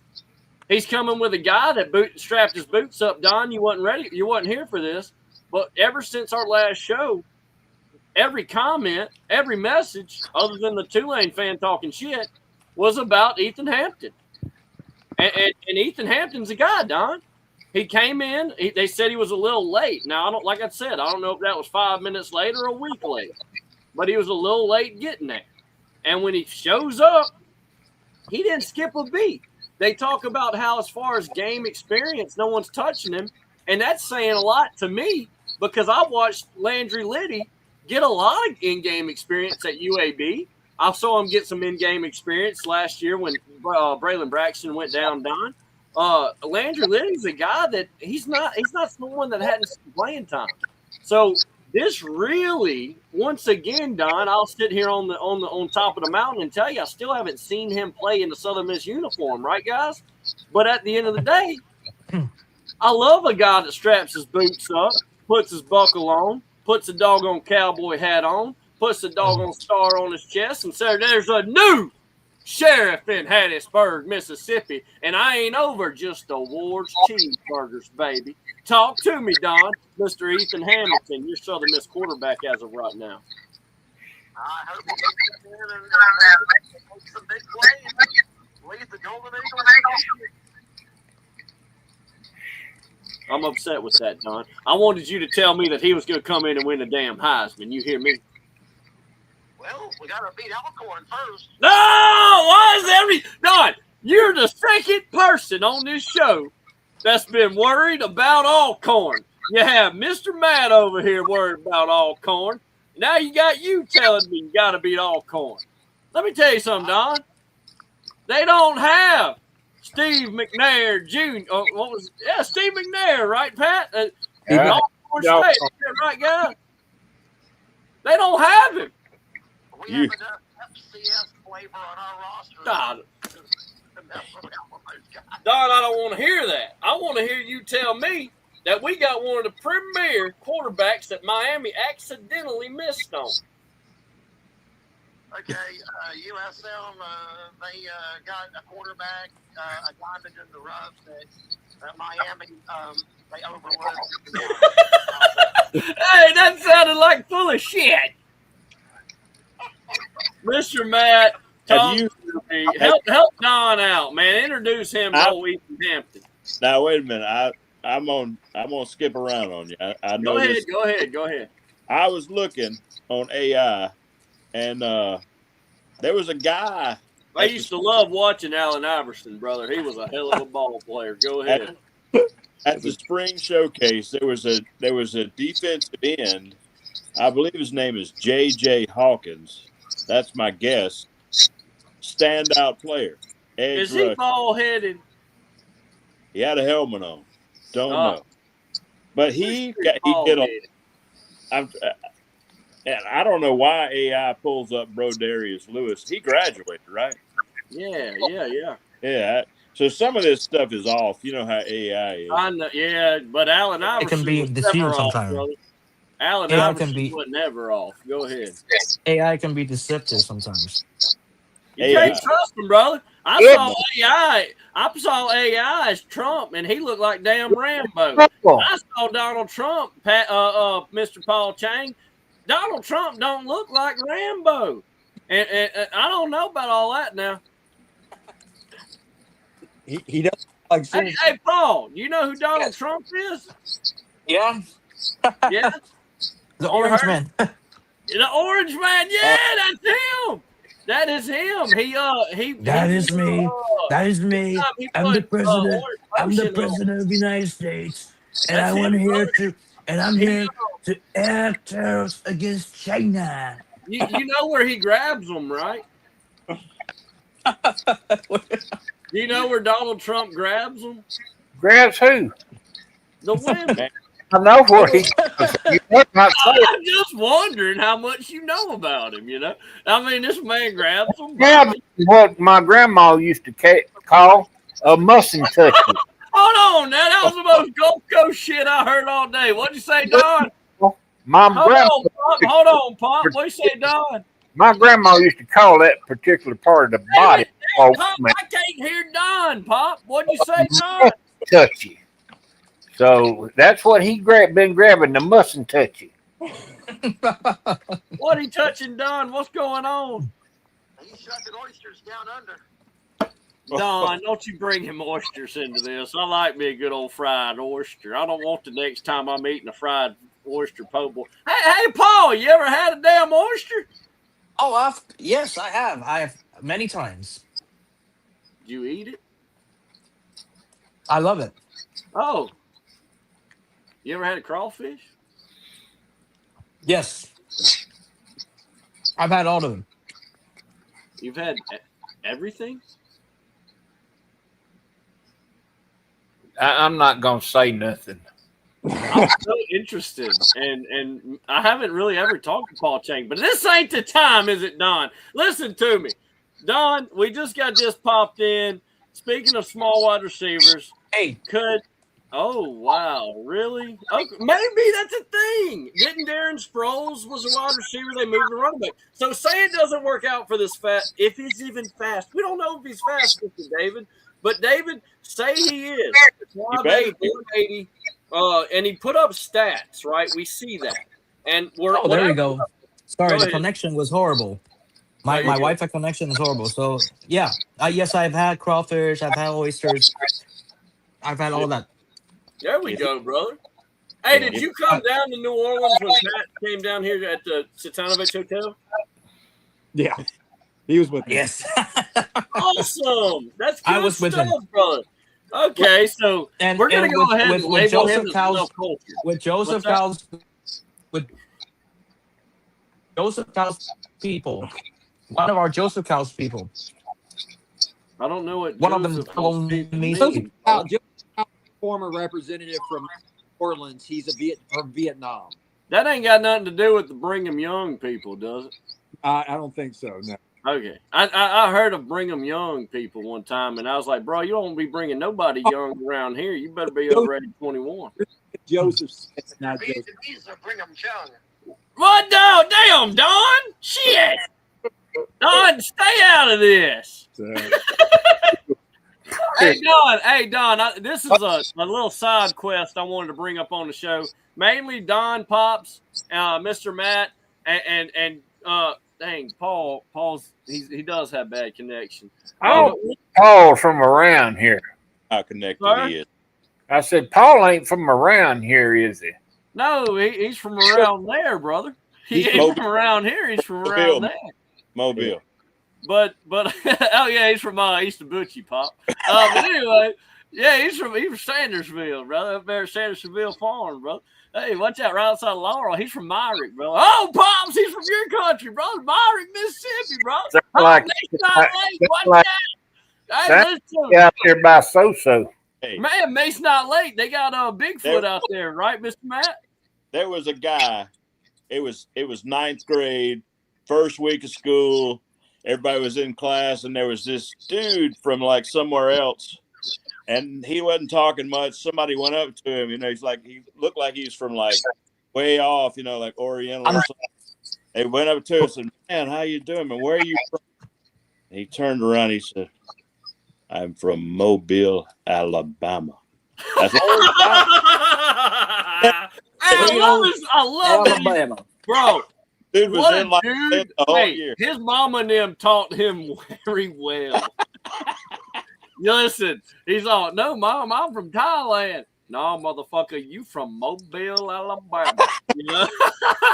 Yeah, hell yeah, I like that. Hey, Don, talk to me real quick, though, Bill brother. Mo. Go ahead, Don. You got me? What's going on? Yeah, I was going to ask Oh, you man, real man. quick. Go real quick. And I wanted to bounce around. I want to start with Don. And Don, I had a question, and I'll pull it back up on the screen. Jared Law's been you know what, on the show over the past years. He's a troll. Every team I like, look at his right now. He's on the Southern Miss show, and look at his picture. Kansas City. All right, yeah, and that's because I like the Chiefs. All right, and he's a troll. But anyways, I think this is a solid question, so I'll give him the stage for a bit. Even the enemies, if you got a good question, dude, come on with it. And I think this is solid. Jared Law, don't go follow him. But anyway, will SEC and the Big Ten ever join forces and make a super conference in the future? Don, I know it's not Southern Miss related, but we've seen nothing but super conferences kind of diminish us. And it brings me back to the last show. Now, we're going to get to the answer of this, but it brings me back to the last show, what Pop said about us kind of being left in the dust. And there's kind of no money that can save us and all that stuff. Don, do you see even a bigger mega conference, Big Ten and the SEC joining, or are these guys going to continue to fight it out? They're going to fight it out because it would make more sense for the SEC and the ACC to come together because they've been in each other's conferences in the past. Like Georgia Tech, I used to be in the SEC. Oh, so you're saying take the SEC and merge with the ACC?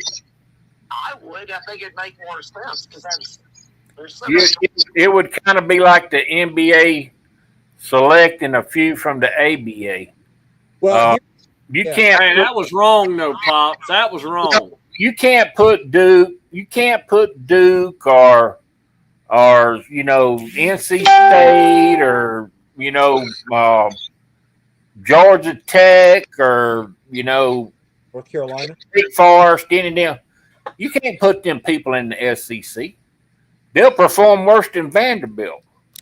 Hey, Don't you dare talk about old Vanderbilt, Diego Pavia. Well, he's not there no more. I know that's right. But Don, what you say, man? I mean, I heard you. So with the Big Ten and SEC merge, you're like, no. Sorry, folks. My Wi-Fi has just been effing up, so I keep getting disconnected. No, I'm about to make a call, brother. I'm gonna call my tech company, and they're gonna fix it. All right. Cheers. I'm drinking. Yeah, hey guys, I told you about that shit once. Do it again, I'll have you swimming with the fishies. That was my phone call right there. You better watch out. YouTube, I love you. Don, and not the Don like the mafia, but Don Masholi. Talk to me. You got the ACC and the SEC, and you said I just don't think the Big Ten and the SEC they're just so different. Well, you already see the ACC going to Cal, right? Cal is part of the ACC now. You see them, and I'm gonna tell y'all guys. I see almost everybody on this screen just now shook their head. Almost, I wish I had. Well, I do have it on camera. Everybody just kind of shook their head when I said even the ACC is playing teams from Cal. Don, me and you are gonna take a timeout. Pops, why are we shaking our head that the ACC? Well, I mean, stay on your side of the. It's a territorial deal. We're female alligators, brother. We're gonna protect our young. So they sucking hind tit. They 3.5. Oh, he's sucking hind tit. So I mean, I like to call it hind. I mean, we gotta.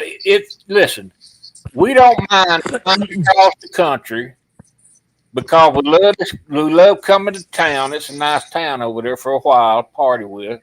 It's Berkeley, man. Berkeley, California.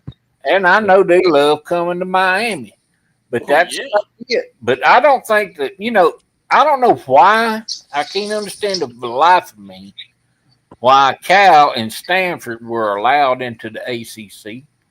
I really don't. I mean. You must not have met Benjamin Franklin.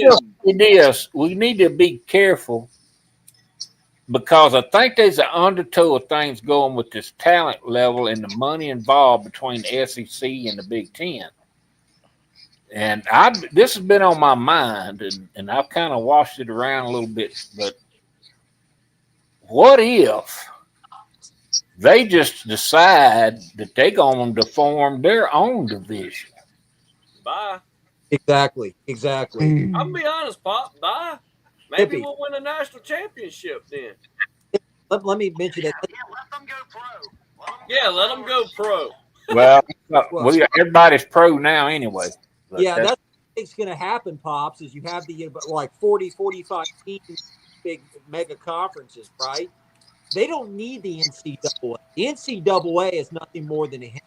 Well, Patrick, I've heard it the exact opposite, right? NCAA needs the SEC. Right. Well, that's true. Without the SEC, what kind of power? You take the Big Ten and the SEC away from the NCAA right now in football. NCAA football's dead. ESPN will roll up the sidewalks in the NCAA. Well, Pops, I want to ask you a question. We talk about conferences like this, and I want to hit Don second, and then I'm going to Mr. Matt. But Pops, if you're in a room and you're the NCAA commissioner, right? I know it don't work like that, but say you're the NCAA commissioner, and you're in a room with the Sun Belt Conference commissioner and the SEC and the Pac-12, and you're in a room with all them. Pops, you ain't about to listen to the Sun Belt Conference. You know what I'm saying? And the guy that's running the show is the SEC commissioner, is it not? I mean, whatever he chooses to do, if he has a problem with anything, I feel like it's his way or the highway. Where y'all at on this, Pop? Started off. I think you I don't know if he's actually the guy, because I don't know, but I will say that those two conferences, however they want it to be, that's the way it's going to be, and because that's where the money's at. Mm-hmm. And I mean, look at the playoffs. Let's just look at out of 12 teams that's in the playoffs. All right, look how many teams come out of the Big Ten and out of the SEC. What, 9 teams? I mean, Miami. Oh, combined. I mean, yeah, they ruled the playoffs. I mean, we got in, but the year before, I mean, I mean, heck, it was wishy-washy. Even I felt like this year if we was going to get in. Well, they are talking. Go ahead, about, Mr. Matt. They're talking about changing to at least 15 or maybe even more teams and basing it solely on national ranking, which would eliminate the G5. So because they wouldn't rank us in the top. That's right. There's no even way. if we were undefeated. That whole thing is a can of worms. As far as JMU got ranked and Tulane got ranked, but if Duke wouldn't have won, there wouldn't have been but one G5 in there, right? So hey, real quick, since we're on that, Mr. Matt, now that we're looking back on it, not at the time, we're looking back. Is it still justified that they both were in it? That Tulane and James Madison. Rules are rules. Okay. That's all I'm asking. Don, talk to me, man. Where are you at with all this? Well, I mean, I'm glad that, some group of five got a little taste of the pie. But, Tulane got waxed at Ole Miss. It wasn't even a good game. Mm-mm. It wasn't good.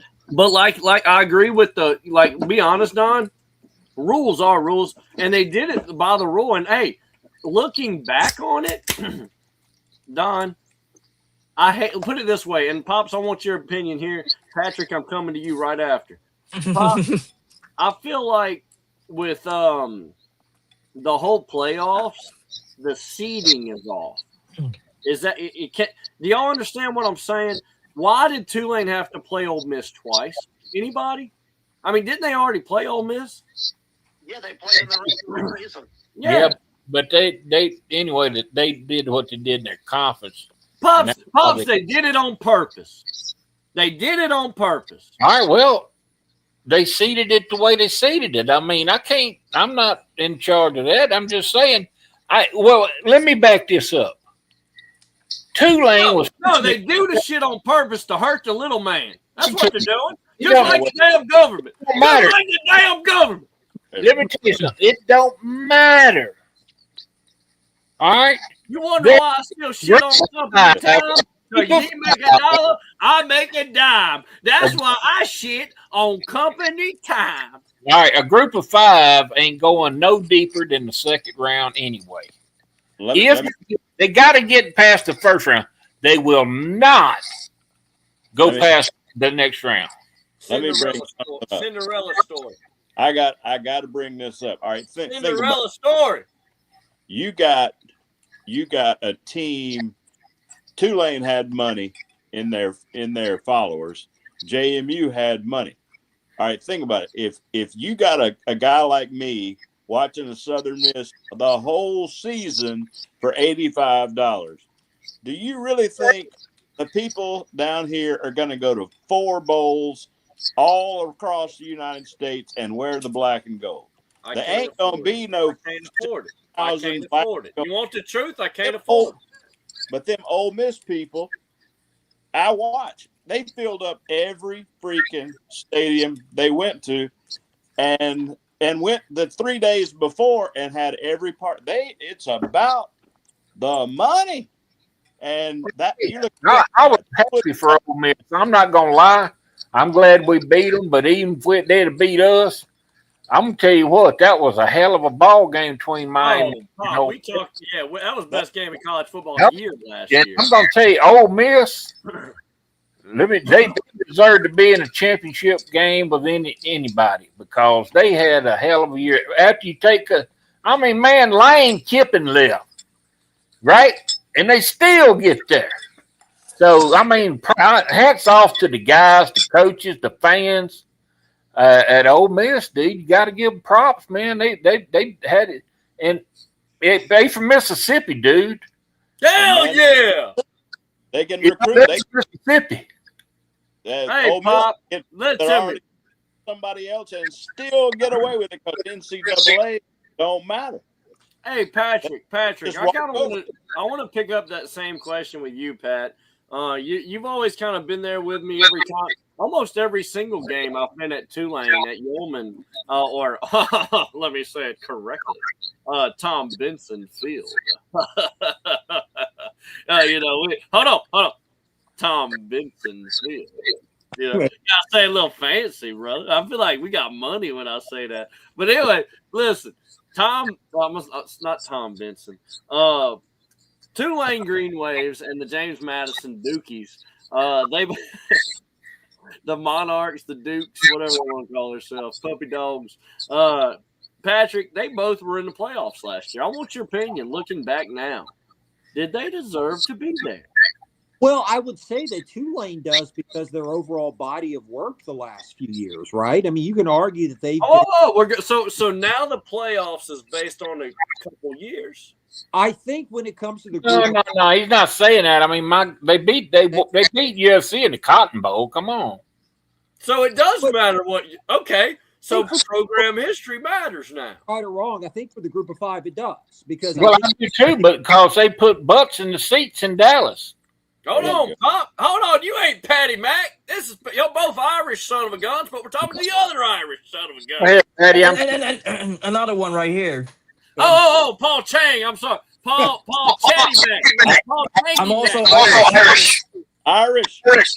Yeah, Paul. I mean, Paul. What's the Irish equivalent of Paul? Here's to Irish. Oh, that's a damn Heineken, Kang. That ain't Irish. You goddamn Heineken. Here's the Irish. How about drink a Heineken? I guess my other Asian side pops up now. Boy, you better put a Guinness on them lips, brother. Put a Guinness on them lips. So the Asian appearing too much. So I drink the Heineken to get the Triple J honey. Bro, I need some damn subtitles. What the hell? Hey, I needed subtitles on that, Hoss. Oh man, Okay, hold on. so Go ahead. the last year, me and Patrick go to Louisiana. We have a Vietnamese friend with me, and he go meet Joseph Cao, governor. No, sorry, not governor. What the hell he is? I forgot. He Louisiana. He run Louisiana. He runs. Joseph Cao, congressman, right? Patrick, you tell me. I forgot. He's the what the hell? He runs Louisiana. David Duke. He runs Louisiana. David Duke, brother. You're talking about David Duke. I'm joking. Hey, please, once again, YouTube, we love you. Don't kick me off. We're not talking about David Duke here. Don't worry. Ain't gonna happen. Go ahead, Patrick. What you got? Patty Mac, tell us the Irishman. Getting back to the topic, I think for a team like Tulane or any Group of Five team, right, in order to qualify for a playoff seed, I do think like body of work over the last 2 or 3 years matters, right? Okay. Because they're probably not going to start off in the top 25. They're going to have to work their way up the field and gain more and more credibility.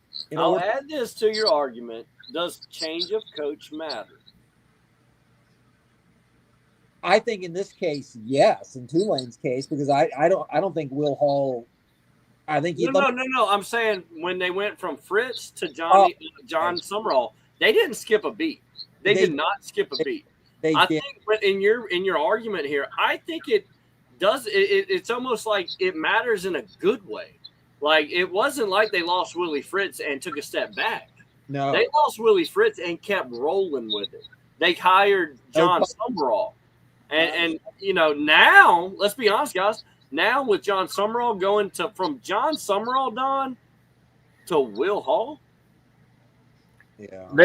They just miles. I heard the toilet flush. When I said that, huh? But Don, I want to get on out of the bathroom. I don't know. Oh, but listen, Don, I still have you on the show. Yeah, I'm right here. Oh, I thought I lost you. Okay, I couldn't see my phone. I didn't know if it was dead or not. But I wanted to ask you, Don. You seen all this going around, and I'm gonna ask you again. did Tulane and James Madison deserve to be there? Yes, because they did what they had to do, and the path was cleared for them. Okay. Okay. Teams, Oh, go ahead. I'm sorry. the teams that were in the driver's seat, they laid an egg and they got beat. And James Madison and Tulane, they got those shots. And rules are rules, right? Yeah, I mean, there's ones that, All right. Anybody else got anything to say about the I do.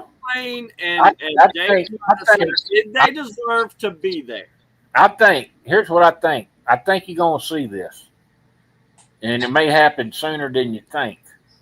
Because there is a little fuss about this. Now, don't change the subject. Not. I'm going somewhere. About changing, throwing the sheep to the wolves. Okay. But I think you may see pretty quickly a 16-man field with 4 group of 5s hitting it and doing a playoff or play-in.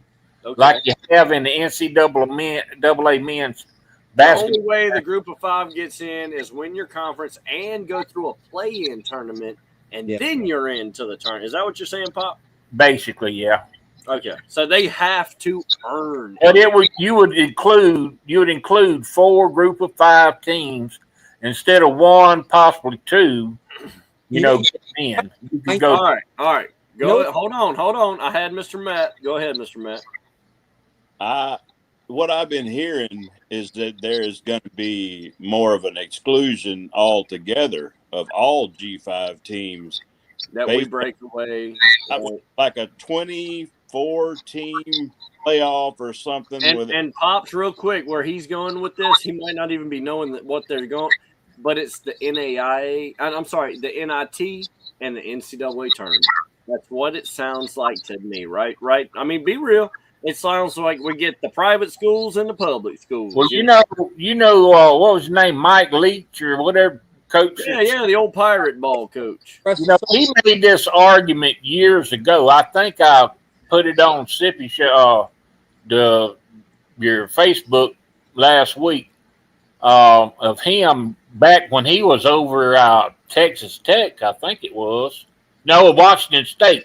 Okay. When he was at Washington State making this argument before we even got to where we are now about, the NCAA not having a playoff system like everybody else has. And this, it's never going to be what everybody wants.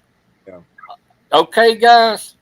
But if it never grows from now, listen to it. I really enjoyed the 12-team tournament way better than I did the 4. Gotcha. Patty Mac, where you at? No, you're exactly right, Tom. Made that argument for quite some time. Even suggested, and I believe this is correct, that he'd like to see a more expansive field, a more expansive bracket to incorporate all the teams that would qualify for a bowl. And real quick, Patrick, you do know at every other level, it's a 16-team playoff, and there's no problem. Exactly. Right? All right. Now, real quick, I'll let you guys talk. Right? Can we agree? Well, hold on, Don. You got anything? So everybody's good, and I want to add. Oh, I didn't hear you. Don, did you have something? I didn't hear you. Okay. So I'll let everybody talk. And I want to add in that I agree with every single one of you. Every single one of you. That Tulane and James Madison deserved to be in that playoff. They did we all agree that whether they sucked in the playoffs or not, they did what they had to do. Correct? Nobody got beat as bad as Alabama did. You just had to turn that knife at old Alabama fans. Let me tell you, I might have had about more people walking around on this show than anywhere else, and I just lost all the damn Bama fans because of you. You hear me? No, I'm just kidding. Start walking around like that old Gong Show guy that had that paper sack on his head everywhere he went. Hey, let me tell you. Go ahead, Don. That that guy on the gong that Pops was talking about, he was the unknown comic. The unknown comet, wasn't it? Was it the unknown comet? That's it. Yes. I love that show. I did too. They ought to bring that back. Funny. I've never even heard of that, Pop. You don't open a can of whoop ass It over was there. silly. It was silly as it could be, but it was hilarious. Is it like the shakiest gun in the West type shit? You remember old Don Knotts? Anybody know Don Knotts and the shakiest gun in the West? Yeah. Everybody know Don Knotts. Hey, Gene, the dancing machine. Hold on, Mr. Matt. Hold on, Mr. Matt. 1 second. What you say, Don? Knotts was also in a Disney movie called Hot Lead and Cold Feet, another Western. Hot Lead and Cold Feet. That's right. It's a Western? I love Western. Yeah. I'm going to check. I love Don Knotts. I'm going to have to check that out. For Duff and James. Mr. Matt? What? That was you. If y'all can remember, Gene, the dancing machine was on that show as well. You know, I ain't heard from him in years. Now, who is that? Hold on now. Gene the Dance Machine. Watch out, bro. Hide your wife. You had to have a sense of humor to catch that show because it had more audience participation. It had no script. It was just totally This is totally before my wide time open. in Destin, right? It was Back in the pre 70s. Saturday Night Live. Okay. See, I didn't know what the heck. Everything was totally improv, man.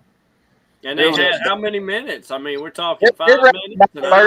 minutes, something like that. I think it was 30 minutes. And or they something. just had to go like charades. Was Oh, this it had a frame. The celebrity guests that were on the show. Wait, Don, you know this show? Oh.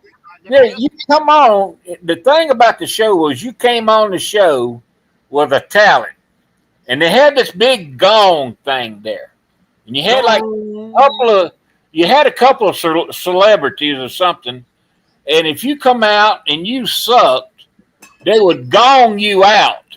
Oh, America's Got Talent. And didn't they have like a big hook that would yank you off the stage or something? Damn! well, that's old school. He said a gorilla hand. Yeah, that's what it was. What the hell? Get slapped by Bigfoot. It's probably on the internet. You need to I'm Google gonna have to that. look that shit up, man. Paul Chang, what the hell they got going on over here? Talking about big hand, slap you with Bigfoot, big old fish rod, slap you up, grab you by the chin. Man, you hear this shit? And being a Buddha, know all about that gonging. My God Almighty. Dang. Tell you. But Oh, listen God. here. That I man's I mentioned all this with the Tulane and James Madison. I let Tulane James Matt. y'all all was and you know what, Paul? Why the hell they named the whole university James not James. What's his name? George, not George. James. Damn it. George Washington. University. Watch Yeah. this. Watch George. this. I got you another one, Mr. Chang. James Madison University. Chainovich. They got all they naming them after presidents. You see what you see? I think there's a thing. And when I heard that, I started looking around the country, and there's Obama. Brigham Young. There's go ahead. I didn't hear you. There's George Mason right outside of D.C. George Mason, the old b-ball school. Yeah. I mean, And there's St. Pronovich. Francis. Is St. Francis the next president? I think in Mound Bayou, Mississippi, they have Obama State.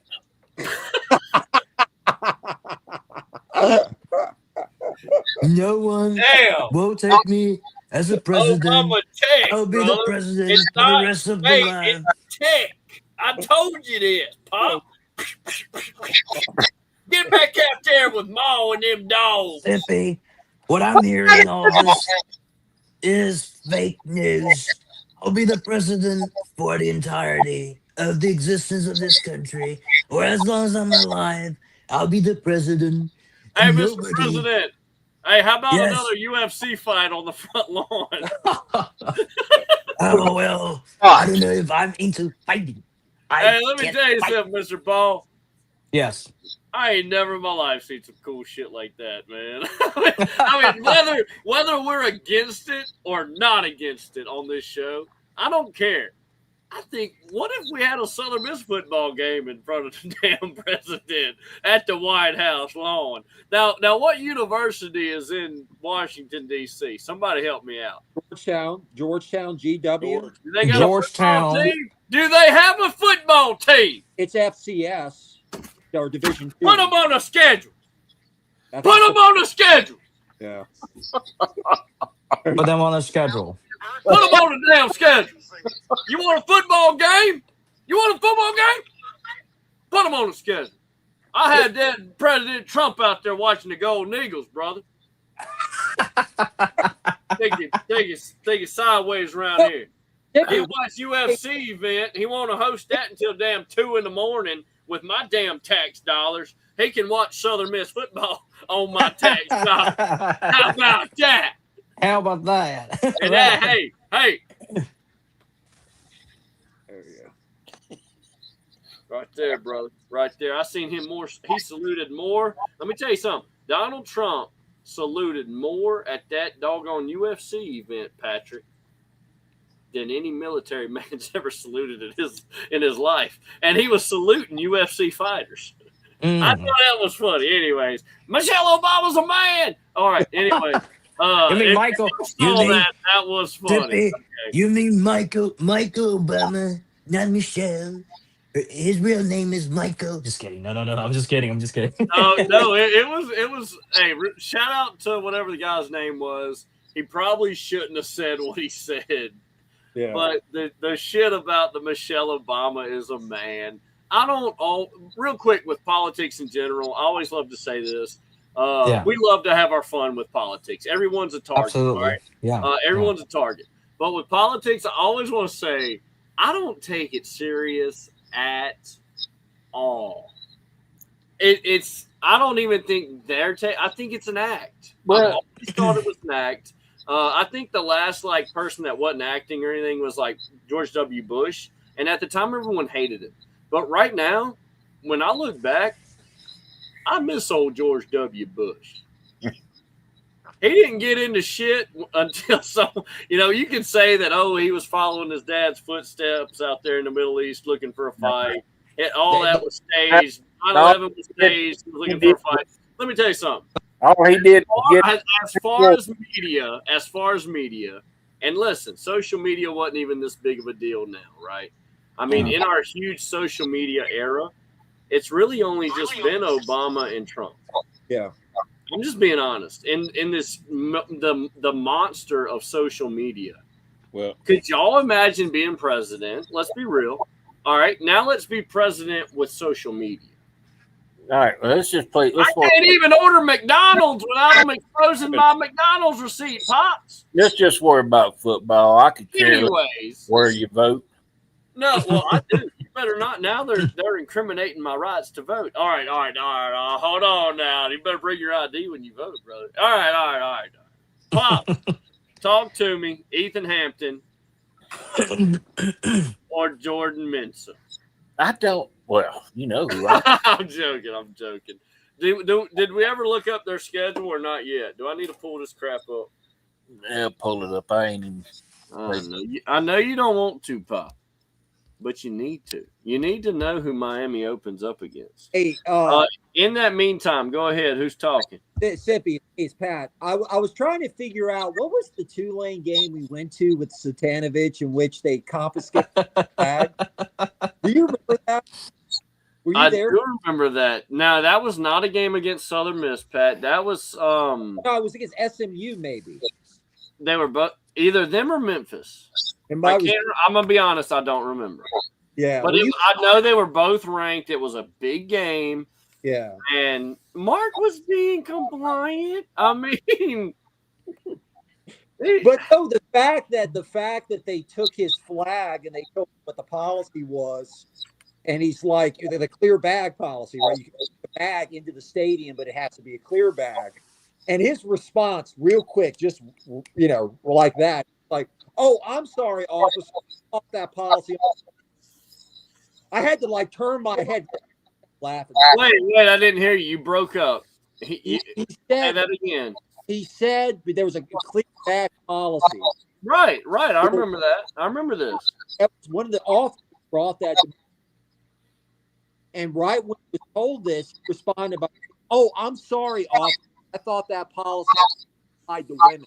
Yes. And Yes. I'm I will never laughing forget that. my No, head. he said that only applied to women. Yeah. Yeah, That didn't apply to him. That the clear bag policy was for purses. exactly. Pops, help us out. What do you think about this? Do the clear bag policies at sporting events only apply to women? Oh, no. I mean, I didn't have bags back when I was in college. I had cowboy boots, and I could slip 4 pints, 2 in each boot to get in. Holy, That's all was your name Pops Von Eric? Oh! No. Talk to us, man. Mr. Matt, help us out. Hey, They called me Mr. Man. I hadn't seen any. They sell beer at the game now. It's like at $8. Used to years and years ago, they would bring in those airline bottles, and I used to watch them. First quarter, they were in the game. After the half, man, had to wake them up. But no, Wow. I mean, they sell beer now. Beer. So they search you. They search everybody that goes in these games. I guess because of the terrorism. But Yeah. They just everything's so high. I don't think it. I hadn't seen any actual liquor in the game in a while. You know. Hey, Don, I still have you with me? Yeah. Don? I'm here, yeah. Ah! I thought you left. You know what, Don? You always surprise me, brother, at the least times I expect. Mm-hmm. No, where was I? Damn it. I had to get up and go get more beer and drain the main vein. And I lost sight of time. Hey, There get Don. your urinal. That's what I got. Is Don still here? Yes, Don's still with us. Yes, I'm here. Don, didn't you go to the Blue Field? Boise. Yes, I did. In 1998, I did go. What is the Blue Field? Inventarium Bowl, Boise. Why are we calling it the Blue Field? Oh, the Blue Field, the blue turf thing. Mhm. Yeah, that was something right there. That Idaho, right? 42-35 in that game. they lost.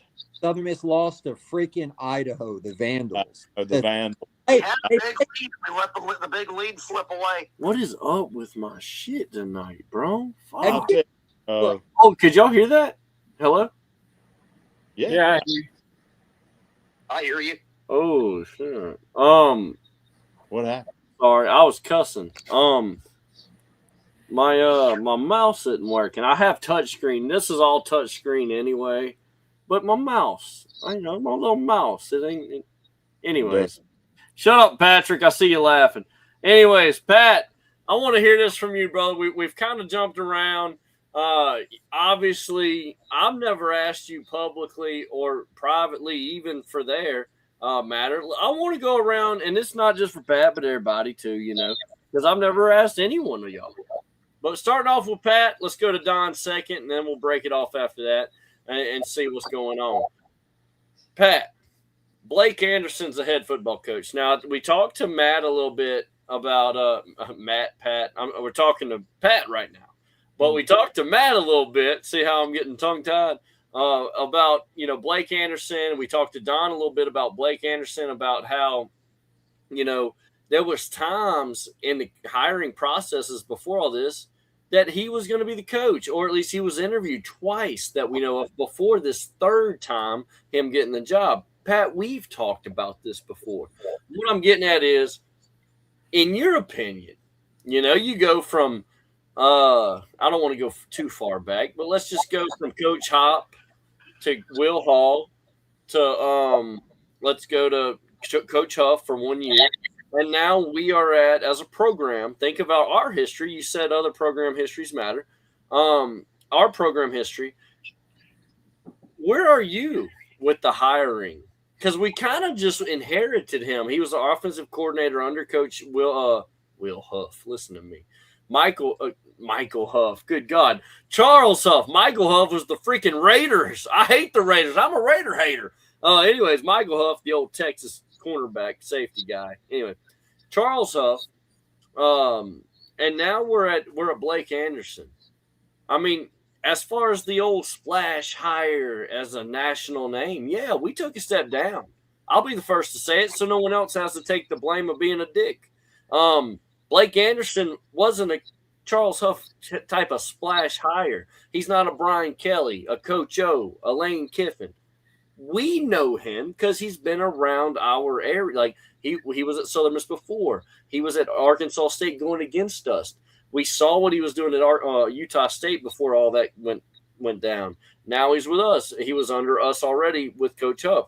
Where are you at, Patrick? I mean, where are we as a program, in your opinion, with the hiring of Blake Anderson?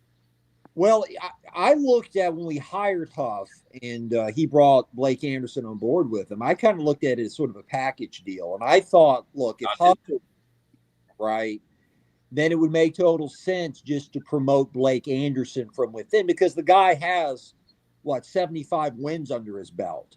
Right. And hey, time out. Right where you're at. I agree fully. We all felt the same way. I feel like we had shows about, hey, when Coach Huff leaves, we all know he's not going to be here long. Y'all remember these conversations? Sure. We feel like this is a shoe-in hire for when he leaves. All right, that's cool. We all can agree on that. Now we're here.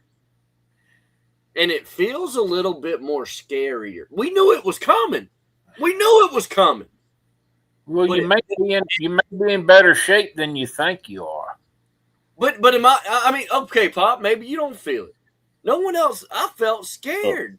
I'll be honest with you, because I've looked at some of y'all's roster and looked at some of your coaches and stuff like that.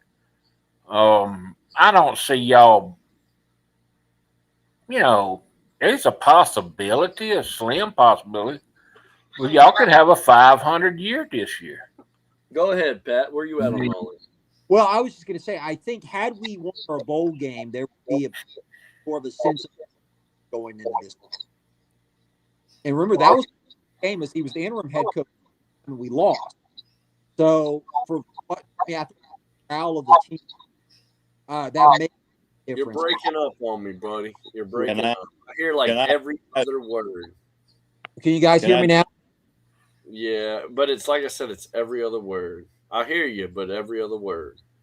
Maybe speaking every other word language. There we go. You try doing it. Oh, we're on to something. Let me say something. If you're scared now, just think about this. I know this is not the best and optimistic thing. All right, what happens in 2 or 3 years when Coach Anderson leaves? Where is that going to leave the program? Okay, that's and see, for me, that's easy. That's the easy part. Oh, we go on the search and hire. But this time we had the shoe in, and that's what I'm kind of saying. It's like, okay, now you got what you asked for. What you asked for. You're missing my point. Look at the program. This program is basically ranked about 125 out of 138. You're looking at a program that had a coach from, I don't know what happened in Marshall, checked out after 7 games and left a mess. It looks like to me. There was no players on the roster. Yeah. If you were a up and coming coach, you ain't coming here. I'm just hate to say it. You want to go to a power conference. Who is going to come next? Just ask yourself that question. Coach Anderson, has won at Arkansas State. He's won at Utah State. Yep, that's right. He's a great hire. No, I agree. But Considering I the mean, position. Mr. Matt, I'm not going to sit here and I'm not I going to don't sit know here. how they're going to do over the like Pop said. The roster is an unknown. Everybody knows that. Okay, they got a team. If they work hard, they'll do pretty good. But if you are in the coaching profession, there's not that much money. Coach Anderson's not getting paid what Coach Huff got paid. Yeah, that's true. That's true. So how long are we going to keep Coach Anderson is an interesting question. So that's just something I would like to bring up. I mean, if anybody thinks that there's a future, is he going to stay here 17 years like Coach Bauer? I doubt it. So I don't know. It just doesn't look that promising in the future. Let me say this. Can you hear me? Question mark. Sure. You hear me, Mr. Matt? Can anybody hear me? Yeah. Okay. So I'm the guy that always feels like when there's a fresh hire. But anyway, that's my point. I don't think Mr. And as Matt far can as this year. Yeah, I don't know if you can hear me, Mr. Matt. You hear me, brother? Many teams in the Sun Belt Let them go, man. have Listen to him. pretty much You hear me? been rebuilding. So it could be a toss-up on every Sun Belt game. Auburn, I don't think they're going to do that great. It's going to be tough. Hell yeah, it's going to be So tough. that's my point of You hear view. I me don't yet? know if anybody's got anything to add on that. I mean, You can't hear me, can you? Hold on. Let me put my camera on. Hey, you can't hear me, can you? You can't hear me. Yeah. I don't are think you can out? hear me. Yeah, you can't hear us, bro. Me? You hear me, Me? Pop? Yeah, I hear you. Yeah, we can't hear you, bro. I can't hear you. You can't. We hear you. No, yeah. We hear you. I can hear Pops, but I can't hear Sippy. Oh, well, damn. Tell him I can't. Tell him. Why I'm gonna can't go back you hear around. me? He said that I can hear Sippy, but you can't hear Sippy. So I don't know what's going on. You hear both of us, don't you, Pop? I hear both of y'all. I can translate what Hey, Don, you with me? you say to Hey, this is some funny shit. Talk to me, Don. You've been listening to us for a second here. Where you at with our conversation? Well, back to the hire of Blake Anderson. He is a good coach, but we have to accept he can't recruit the players that we used to get under Fedora. We don't have the money to get that kind of talent anymore, and that's hard for me to have to accept. And we'll probably never be better than Mississippi State and Ole Miss ever again in football. So it's just not a lot to play for anymore. Don, do we drop the D2? No. We just don't realize it. Do we go already to have. Do we go to the Southland Conference and play Southeastern? No. No, I'm sure we have the John Paul says we've got the best athletic director in the country. Bullshit. So I think that we could get Southeastern Louisiana to the Sun Belt. We might. Hey, we'd be lucky just to get them to come to Hattiesburg for an out of conference game. Man, we could call it the Strawberry Festival Classic. Hey, I'm with it, brother. Let's go to Hammond, America. Man, the metropolis. Anyways, Mr. Matt, talk to me, brother. Did anybody hear anything I said? We did all. Hey, we all heard you. The only person you couldn't hear was me answer everything you were saying. I was like answering you back.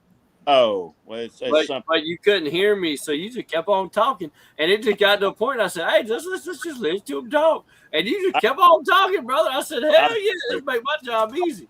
I have some technical difficulties, but I mean, the Sun Belt has potential. Okay, I agree with that. Now we got understand real quick, and I'm not trying to cut you off. I just want to add to it. We also have, we talked about these other rivalries, Pops and Don. We also have the rivalry in Dixie back now. We have that every year, no matter what we do. Louisiana Tech versus Southern Miss, the old rivalry in Dixie. We have that every year, Pop. I'm excited Matt, I'm excited. Don, I'm excited to have the rivalry in Dixie back. They might change the name of it, but we Okay. got a rivalry From now. the Sun Belt, I don't think you need to change conference. I really, Lord God, I don't know what to tell people. No, change the name of the rivalry in Dixie, Pop. I'm talking about your recruiting and all that. I mean, Sunbelt's hang on to the Sun Belt. I mean, the Sun Belt did put a team last year in the playoff. Correct. Amen. So, Come on Now, now. let me throw this in there. The Sun Belt. All right, if you recall back in the day when everybody was talking about Southern Miss beating Ole Miss, beating State, you know it. They had to. They were independent. They had to go on the road to pay the bills. They had to play Georgia. They had to play Alabama. Now they have a conference. They can say, well, we're going to play for the conference title, and we're going to have a game at South Alabama. And it's easier in a conference because if James Madison goes to the playoffs, some money comes to Hattiesburg. So they don't. It's not the same. They're not forced to go on the road to Tennessee and lose. They're not forced to go to Penn State and lose. They can just say, look, we're in the Sun Belt Conference. We got Treating us 10 good. games to play. We're going to play. How many times did they make that trip up to play up in Lincoln? Ain't that Lincoln, Nebraska? Where do you Oh, huh? Three, I feel four like we did that a lot. Yeah, they don't have to do that anymore.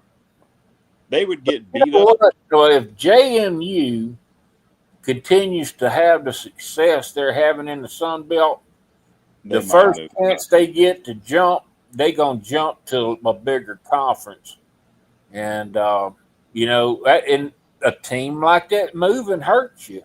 I mean, look what happened to the. You look at the Southland Conference and Old Conference USA, all those places. Hey, look at the Big East. I Other mean, than basketball. Yeah, I mean, when those teams leave, the conferences become ghost towns, man. I mean, the Pac-12. If the Pac-12 realignment's what they talking about, That's a whole. it's just a group of five, really. You know, Well, you get look at Texas State. All right, the state of Texas is rich. The money is they're gonna go where they can make more money. James Madison has money, so they're gonna gravitate towards a big money type atmosphere. Yeah. And then And to be honest with you, Mr. Matt, if you look at their facilities, they've invested so much money that they need the payback. Like if you look at James Madison's facilities, it's almost like hey, we're going to build it so they'll come, like the old Field of Dreams. Well, you see where Signetti came from, right? I mean, the man with the plan didn't he come from James Madison? Am I right? Yeah, that's right. And then they put another guy, and he went to UCLA or something. Now they put the man from Florida. What's his name? He's up there now, right? The guy that had trouble in Florida and was it? Shit. What's his Don, name? help me out. The damn Florida coach. One was at he was at Lafayette, right?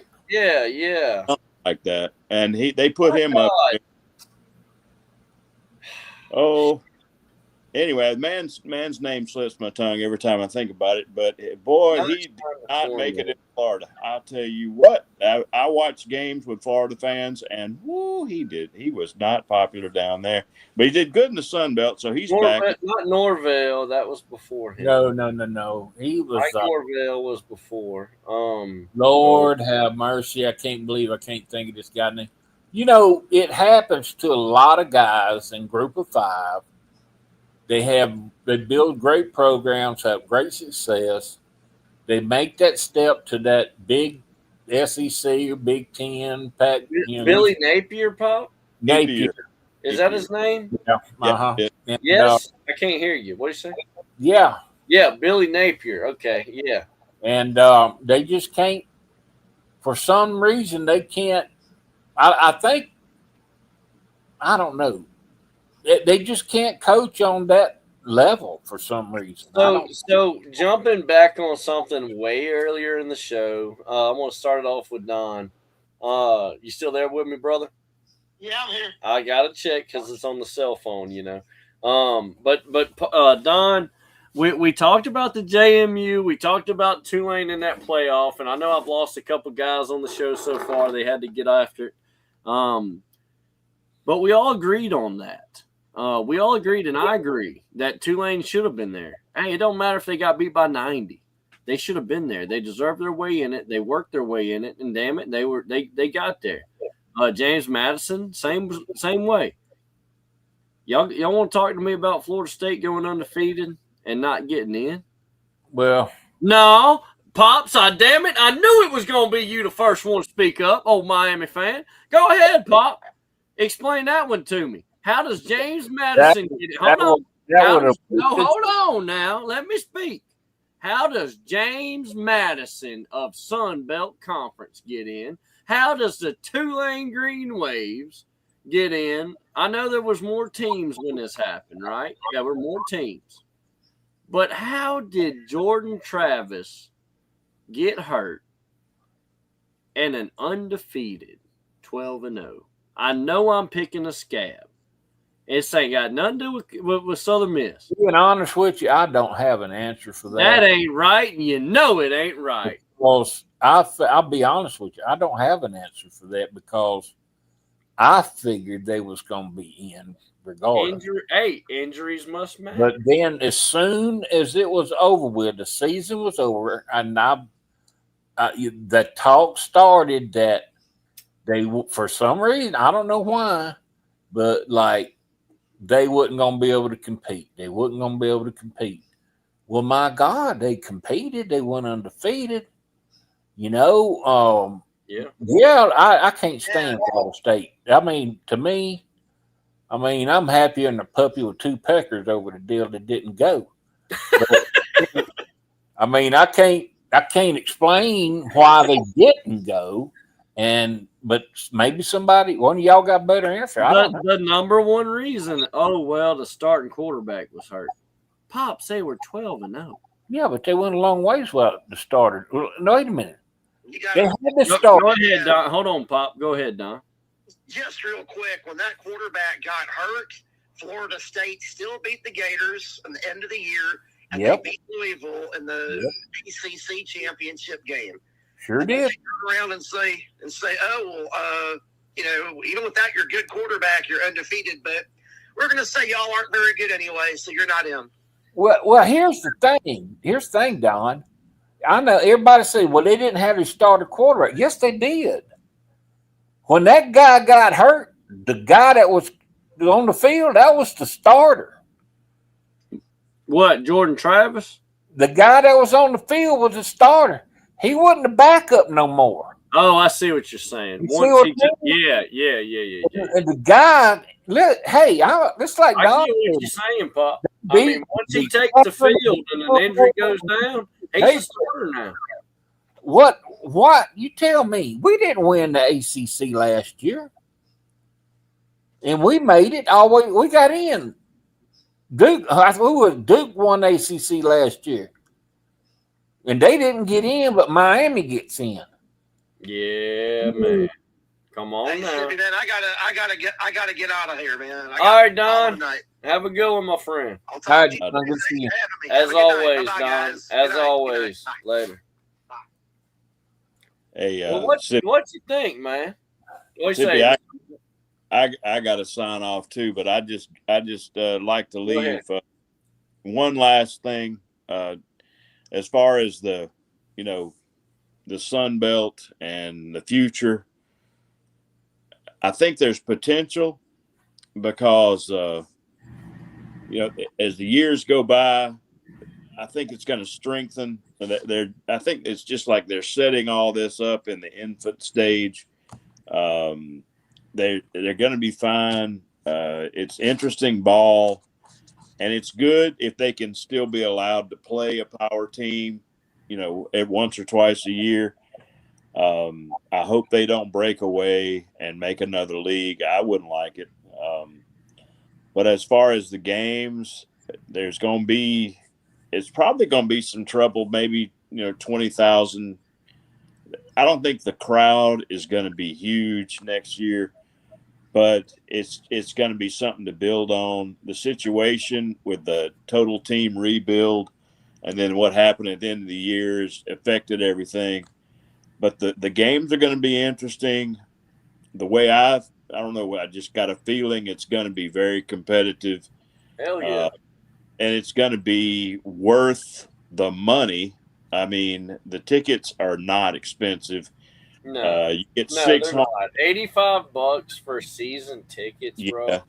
Come And on, guys. Man, that's cheaper than what I used to pay for.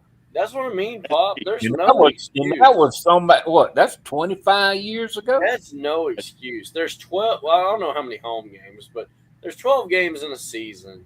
The way I see it, and I know people break it down. They really break it down. But I don't. There's 12 games in a year, and I get to be a season ticket. A season ticket. A season is 12 games. I know I'm not going to all, guys. Come on, I'm not stupid. Now I'm going to be in Tulane. That's going to be, if there's 6 games in Hattiesburg, that'll be my 7th, right?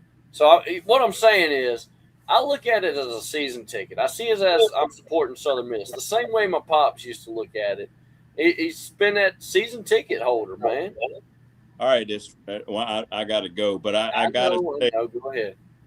I got to say that as far as bandwagon jumpers, people who want to go to the game because everybody's talking about it and everybody's got to go and they all got to wear their certain color or something like that.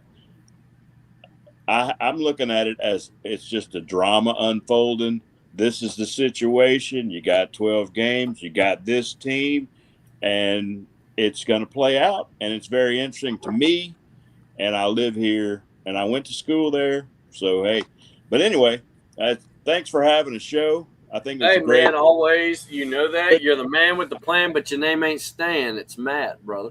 So you have a good one. Hey, always glad to have you on the show. You always give good insight, and you always got a good positive attitude, man. I love you, man. But guess who loves you more? Jesus loves you more. The good Lord loves you more, man. Have a good night. I'll holler at you, man. And until next time, man. Listen to me, Pop.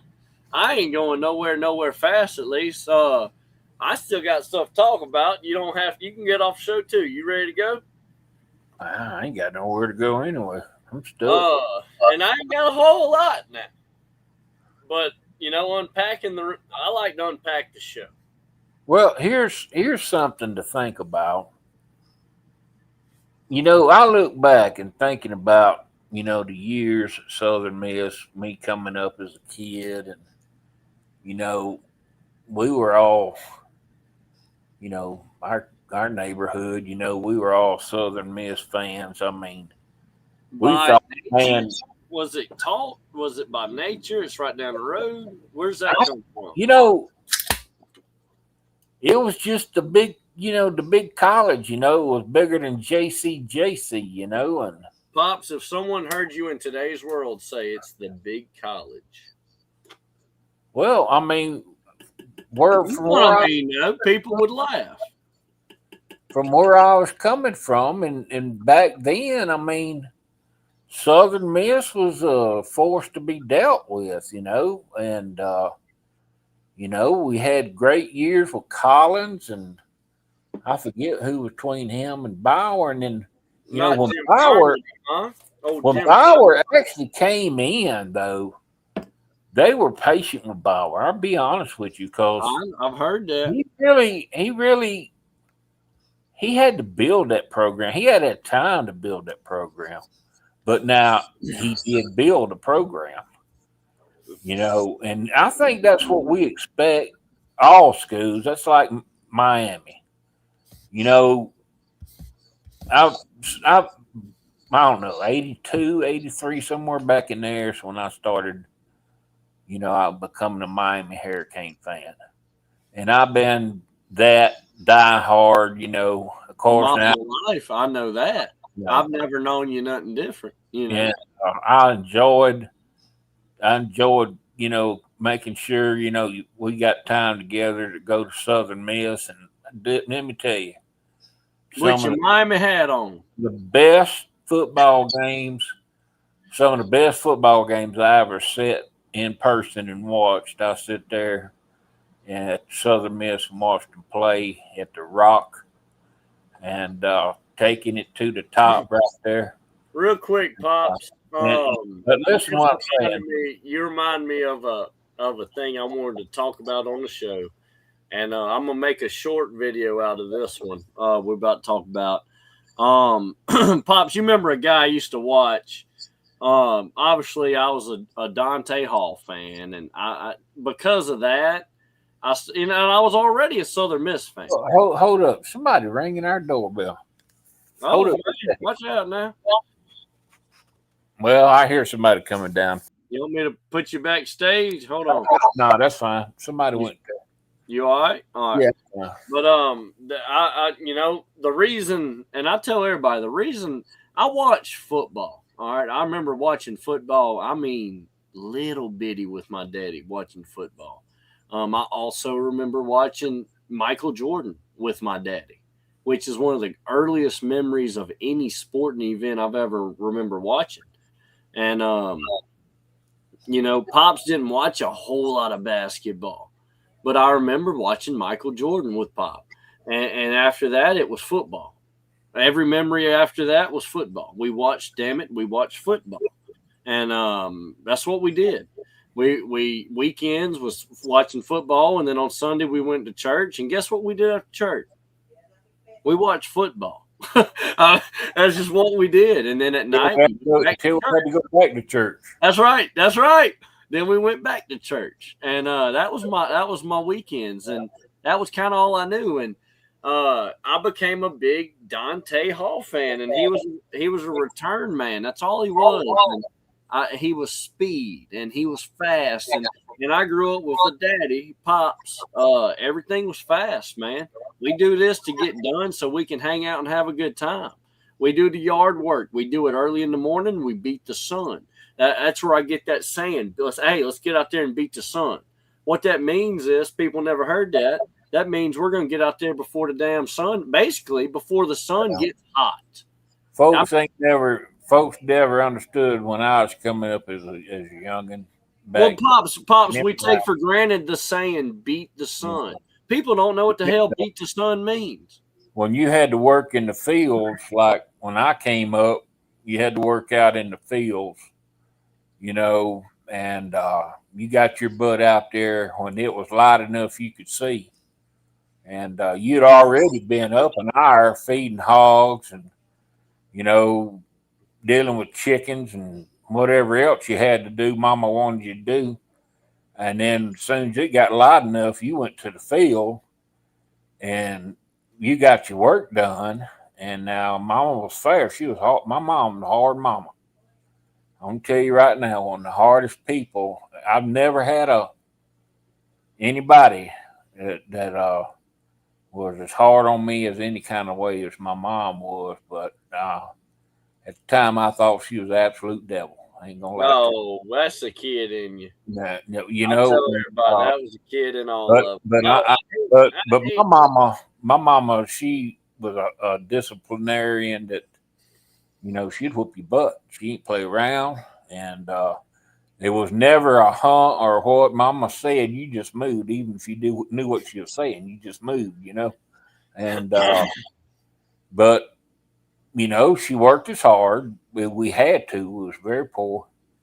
And, if we hadn't, I don't know how we would have survived. We had to raise our own food, and then we had to do what jobs we could do to help pitch in. And, and I worked on ranches and picked up chicken houses. Man, I can tell you how many chicken houses I worked in and milking cows and baling. They say working in chicken houses like that, Pop, you got to be a snake handler. Is that true? Well, you got to be a jack of all trades. You got to deal with it. That's all I know. Hey, seriously now, is it that many snakes get up in there? I mean, you hear. It depends on what kind of chicken house it is. And You where you're at. I mean, if you're in the damn Florida Everglades, expect to have a damn It's snake. not too much worrying about them inside the chicken house. It's on And the outside. yeah. You I have to watched that. I've been watching that shit down in Florida, man, and they can't have chicken safe shit, man. But They you know, can't times have it. have changed, and you know, I came up in an era where you know you could go to sleep, and you know you didn't have to lock the doors, you know, and Yeah. you know nobody had air, Now we got bars on our windows, man. you know nobody had air conditioning no in the house or the vehicle, you know, and you know, and a lot of folks wore hand-me-down clothes or their moms made their clothes, and you know, good people. I can say this: I was blessed to come up with around good youngins. We all had our things, you know, but we all had parents, you know, we was, you know, kept us in line. And but I can remember back when I was a kid, you know, Southern Mississippi was the place to be. We couldn't stand Ole Miss. No. We couldn't stand Mississippi State. Now I can remember, you know, kind of liking Tulane somewhat back then. And, Yeah. you know, because they had a few good ball teams, but Southern Miss, you know, they had, you know, they were independent and they had made their way. Uh, you know, baseball, basketball, football.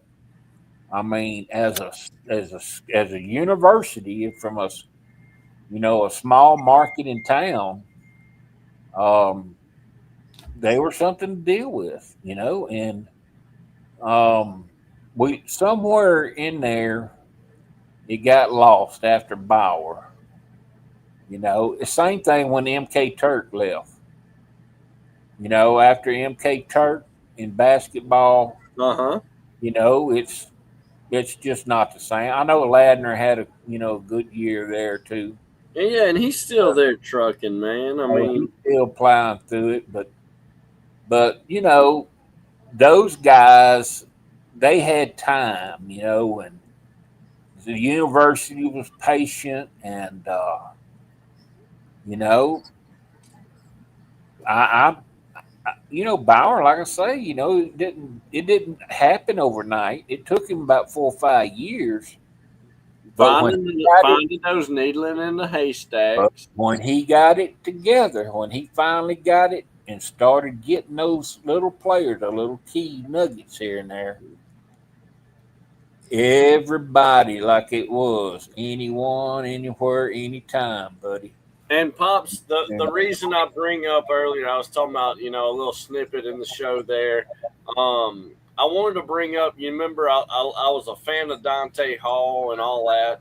Well, a season later, maybe 2 years after that, Southern Miss gets this cornerback safety. Well, you know, mainly cornerback.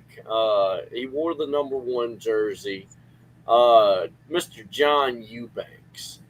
never And we always made the joke about how Jerry Clower used to talk about the Eubanks, and there actually was a guy he called old John Eubanks, you know, and he wasn't talking about the Southern Miss football player John Eubanks, people. If you know, if you know Jerry Clower and you know Southern Miss, they're not. Don't put them together. Jerry Clower, that was before. And who knows, old John Eubank might have been named after old John Eubank, you know?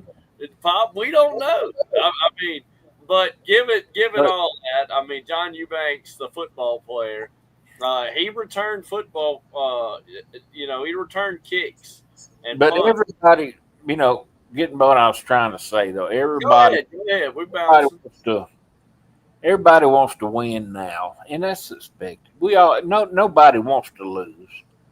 Nobody, but if you allow the right coach time, and it's gonna be hard to ever have a Bauer again. It's gonna be there 17 years, and I don't know how long Turk was there. in basketball. There's just so much more money involved. You know, There's you know, easier Turk, ways I'm, for you players know, to leave and come and you know, go. Turk, MK Turk come sit in my living room, you know, out there on top of that old hill and that old piece of thing, a house we lived in, and you know, and I respected him. I really did. And if I had played in the state of Mississippi, I'd have played for Turk.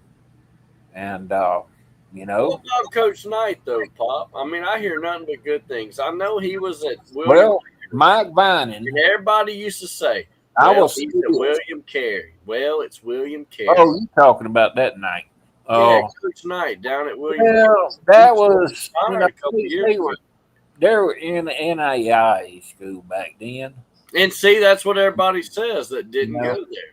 But everyone that did go there talks nothing but, man, it was awesome, you know? Yeah, he was a great coach. I mean, he had great ball teams. I don't know, but I'm going to tell you this, Pop. I don't know of a coach in any sport that stayed as long as he stayed, man. He Well. just retired. He might have retired and passed on, you know, that quick. I don't know. I'll say this, though. Southern Miss from, let's see, the 90s. Well, you have to go back into the 80s with Turk. But just say the 80s, 90s, and early, you know, the very early 2000s. Yeah. Southern Miss, as far as multiple sports, could play. I mean, everybody's talking about the football team. Anywhere, Right. And Pops, another thing. anyone, anywhere, anytime. But Southern Miss has fielded a baseball team been the same way. And when Turk coached, hey, Well, that's the thing. Turk- I always want to tell Turk- people. Turk and them can go. I mean, you can see them behind Coach Turk. They could play against anybody in the country. I mean, But Pops, all right, let's go there. But what they won the NIT with Turk. man, let me tell you something. That is something. Listen to me. I know. don't care what people say about the NIT. No, I know, Pop. But when listen to me. We ended up going to the NIT one time. We in our conference. I'll tell you what. I think we were 25-7 that year. Pops, you're And- missing the and point. we played It's nothing about. I'm gonna let you talk about it, but I want it. This is a good history on the show. But listen, it's nothing about the NIT, Pop. It's everything to do with Southern Miss never going on a run ever in the NCAA tournament. You understand? Well, I mean, and I'm not taking nothing away from. Look, it could be the NIT or any other tournament. Well, I mean, I don't get me wrong. I'm proud as shit. Let me tell you that something. We won an NIT tournament because, my God, man, They we got. went up Let me that tell you year. something. They, Damn it, Coach Ladner was on the team. yeah, and I would have been on that team if I'd have went to the USM. I'd have been on that team. You see what? I'm sitting here thinking. I'm like, hold a second. The year they went to the NIT, we was in the NCAA tournament. But look, before that, But we was one and done. We was one and done, and they won the NIT. I won't be honest with you as a player. I would have rather won the NIT and then been one and done in the NCAA. hell yeah. Don't get me wrong. Me too. I've been to 2 NCAA tournaments. You know, I've won 2 conference championships, regular season and tournament. I've been to an NIT tournament. I mean, God has blessed me. Badass, Daddy. I'm God serious. has That's blessed awesome. I had a great coach. You know, Let me ask you this. my high school coach, Keith Robinson, one of the finest men, him and his family. Now, I got it. I got it right now. Let me tell you something. Coach Robinson, Northeast Jones was the bottom feeder in basketball when Keith Robinson got there. The year he got there. I hate when you say that because they're not. Well, let me tell you They're something. not. My God, they're not. Well, they were when he got there. I'm You telling say you. that as they're like Well, they're listen really to me. good. Good The year basketball. before he got there, I think they won 2 games. And then we was the next year, the year he got there, the year he did get there. All right. I was me and Kenny Payne. Hold on I'm now. just Ears, gonna, I'm they just said the gonna ears name, are perking up, Pop. You say I'm Kenny just gonna Payne. name I'm just gonna name the guys. It was me, Kenny Payne, Larry Durr, Timothy Keys, Oh, Kim Stewart. All right. His brother was Tyrone Stewart, the chief of police there in Laurel.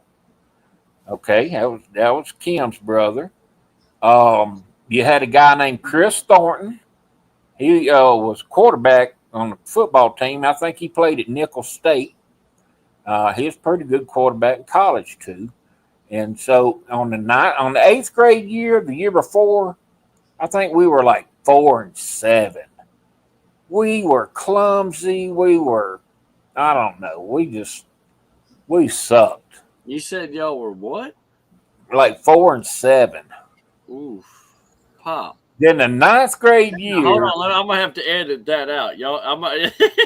I gotta edit that part No, out, Pop. that Hold was on, man. Let me edit that part that out. was my He said 74-0, I think. no, Right, no, Pop? You said no. no. But the He next said no. year is when Keith Robinson came, Pop, and y'all had a through season. they he worked our tail off. He got us coordinated. He got us organized good. I mean, he did. He worked the crap out of us. All right, we went 14-0, won our championship in the 9th grade division. They had a conference. Now they got like junior varsity, but it wasn't junior varsity. Freshmen, we had our own conference. Wait, for the freshman team? Yep, it was freshman That's team. cool. Okay. All right, but the high school, They had both. they had not won a ball game.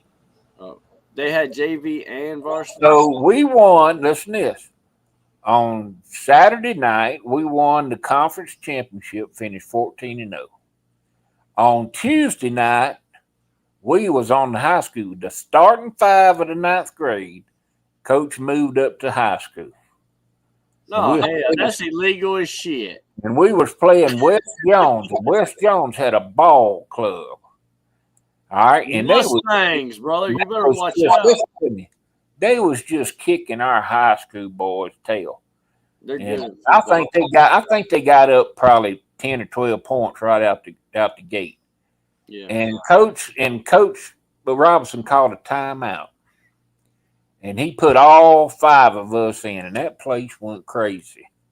Come on. That place was nobody in it until we come. But he moved us up, and everybody showed up to that game for us to be there. And he put us in, and we went ahead probably within 3 minutes. We were ahead of West Jones. I was the leading scorer in that ball game. First high school ball game I ever started, I was the leading scorer. Hell yeah. Now West Jones won. Heck, they had seniors, Yeah. but they ended up winning. But we gave them a scare, and when we got to the conference tournament, we won the first round. Hell yeah. That's We a we got- badass. Hey, we got Bob, let first me round. ask you this. Next year, Back the then, next year, go ahead. the next year's 10th graders, we won our conference championship. But hold on. So when you was in high school at Northeast Jones, all right, and they're in Laurel for people who need to know where that's at. Yeah. Pops, tell the truth now. What was West Jones? What were they known for? If you were to say a sport, Football. and still are. So they've never fallen off. They've always been good. I don't know. I hadn't kept Now up. let me tell you this now. Daddy, they win in every Now doggone. their girls They basketball, win in every state championship every year now. their girls basketball team, was Good. pretty good. Yeah. Okay. I'm telling you, man, West Jones Mustangs, man, their football team is good. Every year they're I tell you playing. what, back when Look, listen, people. I don't know. I don't keep up with Mississippi State championships. Who's winning it? I do keep up with who's going. Every year I look up, and I don't know why I do it, but every year I just look it up and say, hey, who's winning? Not who's playing in the state championship. I look it up. I don't ask who's winning. I just want to see who's going to be in it. But with Louisiana, oh God knows I keep up with it, boy. I think it's it's a more speed state. I think Louisiana's a more speed state when it comes to football. Listen, I think Mississippi's got the power. You know, they're a power state. Them and Alabama, Arkansas. When I was in high school, West Jones had this old fella named Ronnie Ducksworth. All right. And back then, during the pros at the same time. What'd you call him? Ducky? No, I'm just kidding. You had this guy named Earl Campbell played for Houston, the Houston Oilers back in the day. Well, Ronnie. Oh, you ain't got to explain that one, Pop. Ronnie Ducksworth was built like a Earl Campbell or Marcus Dupree type guy. Thunder thighs. Big thighs, big broad show, strong as a freaking ox, man. And he just tore South Mississippi up. Come on. Go up there and play. I think they play. Wait, football? You talking about football? Yeah, football. And West Jones gets to the state championship up there, and they're playing, I think, in Jackson at that Memorial Stadium back then. And they play North Natchez.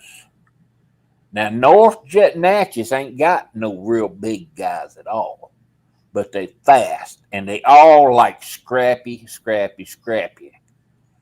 And I didn't get to go. What school, Pop? Hold on. I didn't get to go. Listen to me. I didn't get to go, but I listened to it on the radio. Back then, people, we didn't have cable TV and satellite and all that, and streaming and all that. You had your local channel. If you got one or two, you was lucky. And if you wanted to hear a ball game, I listened to on AM radio. I was a Lakers fan. I listened to the Lakers all the time and the Celtics and Dr. J and the 76ers and all that. It was on AM radio. And you listened to games, basketball, football games on the radio back in the day. And I was listening to the game. And I mean, I talked with an uncle. One of my uncles went up there. Uncle John Bird went up there and watched this game. And he said every time Ronnie got that ball, they was 11. He said he looked like Yellow Jackets. He said they would hit him from every which way at one time. And he said, yeah, he'd try to drag them. And they wore him out by halftime. He was absolutely wore out by halftime. And heck yeah, Pop. Mr. David here. He's been a long time listener, Pop. My God, back when we started the show, he'd been listening. He put here, and he's been commenting about the whole show, different stuff. But he put on here, what awesome story I see where he put. Sorry, he meant to say awesome story your pops is telling. This is why I enjoy your show. All right. And that's cool, right? Hey, I like that. But then he put this, Pop. He meant to put story, right? What I was talking about. But my family's from Jones County is from the South Jones area, Pop. Talk to me, Bob. Do y'all got a rivalry about what's up with South Jones, Northeast Jones? You got South Jones we rocking with, bro. I thought it was just South Jones. South Jones had this guy came We can't just pick on the Jones. Can we not just listen to me? South Why Jones. you got so many Joneses? Because it was West Jones, South is Jones County. Y'all just couldn't get along. You just couldn't get along. That's what it was. That's what it is. No, No, go ahead. no. Talk to us. South Jones had Why is there? Is there a reason there is so many? yeah, because Ellisville High School. Why isn't there just a Listen to me, and I'll tell you. Laurel High? All right, if you listen, I'll tell you. All right, you gonna shut up? No, Quiet? we gonna listen this time. You had your schools in Laurel that combined to make what is Watkins High School. Okay. All right, in the county at that time, before all this happened, you had Ellisville High School, Moselle, Glade, Ovett, Sandersville, Pyre, So-So, Hebron. I mean, you had, I don't know how many. Sandersville, you had probably 10 or 12 county schools. So Jones County, Myrick had a high school. So they built in each one of the sections in 30 the county, and they made West Jones, South Jones, and Northeast Jones. And they combined all them schools. We still went to our elementaries where the old high schools were. But then when we went to middle school, we would move up to the Northeast, South Jones, whatever, where we went. You understand now? Yeah. All right. I'm going to get over here to get over there, though. But now South Jones had some good ball players. That's the Indians? No, they were called the Braves. What are they called? Braves. The Braves. Okay. Now they're good in baseball. Well, they were good in basketball. They had Marcus Dukes was their coach. Marcus Dupree. No, I'm just kidding. No, him. I'm gonna tell you what we did one time. I guess it was my juniors, maybe sophomore, junior year. Coach Marcus Dukes there at South Jones and Keith Robinson there at Northeast Jones. They took our two, best players from both teams and a boy from one guy from West Jones. Any And good? we made a AAU basketball team. Hell yeah. And we won the state championship in AAU ball and went and played in Oklahoma City. And now we had to have car washes to go out there because nobody had money, Oh. And so we didn't have a bus, but somebody had a big Winnebago. So all of us, you should have seen that ride now. Oh, All of us is piled in. y'all had fun. It was a blast. I bet you did. It was a blast. We enjoyed every bit of it. Those man. are always the funnest trips, man. You know, You got no damn money. You ain't we- got no damn money, but you don't care. Here's the killer thing, This is really the killer thing, Before this team came together, we literally hated each other's guts. And then we came together Why? and we were rivals, And that mattered. It really mattered. And you got kids in middle school transferring school. And now we Ain't that crazy? we'll just listen. And we get on this team and we play like a couple months together. And we all become like the best of friends. And it's like as soon as the ball went up and the season started that coming year, it was like, I hate your freaking guts. Oh, for the Yeah, it's like it's on, dude. Yeah, but this is now, dude. That's good. That's so good. Y'all learn that at that age. And when the competitive. And I thought it was kind of cool because when I was at Northeast Louisiana and Roger Boyd, he played at South Jones and went to and played at Southern. Yep. And me and him got to play against each other in college, and that was good. That was good. I kind of liked it because I scored the first 2 points of that ball game, Green Coliseum. Oh! Top old Roger. It couldn't have worked out any better for me. But the fact that Pop scored and Reed Green 1 point. My God, son, what? It doesn't matter. It doesn't matter whether it was a high school game. Well, you gotta understand. Yeah, I scored 8 points. I scored 8 points at Reed Green. The only time I played there in college. Hey, But well, Kenny, it's Kenny like I look at it, man. Pop scored and Reed. Logan was in the Metro Conference, and Kenny Payne went. My teammate in high school. Pops did he went to that layup, and in his head he said, "Should have paid me NIL, bitches." Oh, they wouldn't know NIL. Hey, Pops, in the NIL era, if Coach Knight down in what's he called, William Carey, man, come on, you was looking for competition. You wasn't looking for money. I had things. Tell the truth, man. I mean, if a coach was well, on, you want to know the truth. You want to know the truth, and I still had people asking me at the end of my career if I was going to still go or try to go. My aspirations was to play in the league, and yeah, I had a shot, but my body wouldn't, participate. I had a bad ankle all the way through high school. It only got worse in college, and then my knees.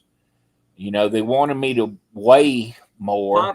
Pops 90% of big men have to just stay healthy. And it's just that's what sounds. It doesn't sound right, but that's in college. I just couldn't, for some reason. It was either my ankles or it was my knees, and I would work my butt off on the all season. And I think get so strong and everything. When you break down that saying though for basketball players, Pops, 90%. Listen to this: 90% of big men only have to stay healthy. Okay, break that down. In high school, you say that. All right, you get to college. There are a lot of big men around the country. There are. All right, break it down. Keep saying it in your head. Keep saying, all you got to do is stay healthy. By the time they go pro, a lot of big men aren't healthy no more. Why is that? Why can't big men stay healthy? I forget. You get what I'm saying. Well, you do. If all they got to do is stay healthy. Yeah, but if you're doing what you're supposed to be doing, you can't. It's hard. It's like being a lineman in football. And it's hard for them to stay healthy. It's hard. I mean, we see high school professional athlete. When I graduated high school at 6'9", I was 185 pounds, and I tell people when I walked in front of a light, you could see my organs. I was tremendously skinny. Damn. When I got to college, unrecruitable, huh? I was recruitable. Everybody wanted me. I'm just saying, it sounds like when you hear that, No. Damn. But no, yeah, you can ask anybody that I have a letter. Listen to me. Every recruiting letter I ever got, I stapled it on my wall. And when you walked into my room the day before I left to go to college, because Mama made me take them down that day. If you went in there that morning, the whole wall from ceiling to floor, all the way around in the ceiling, had letters from colleges. Badass. So that's how many. Pops, what did you think? I think I've asked you this before privately, and I know the answer. But when you got like a letter from like Pearl River Junior College, I mean, did you throw the shit in the dumpster? I mean, I respected it. Were you disrespectful? No. Don't just say you were nice now that it's over with. No. I'm being on. Think back and be real. I'm telling you the truth. Because I know you had offers from all over the damn country. Enough. Or no, hold on. I'll tell you something about life. County, because Jones County was 15 minutes down the road. Let me tell you something about that, Mr. Cocky Man. Jones County was 15 minutes down the road. Don't ever burn a bridge that one day you might have to cross back over. I never thought that way about anybody. No. I'm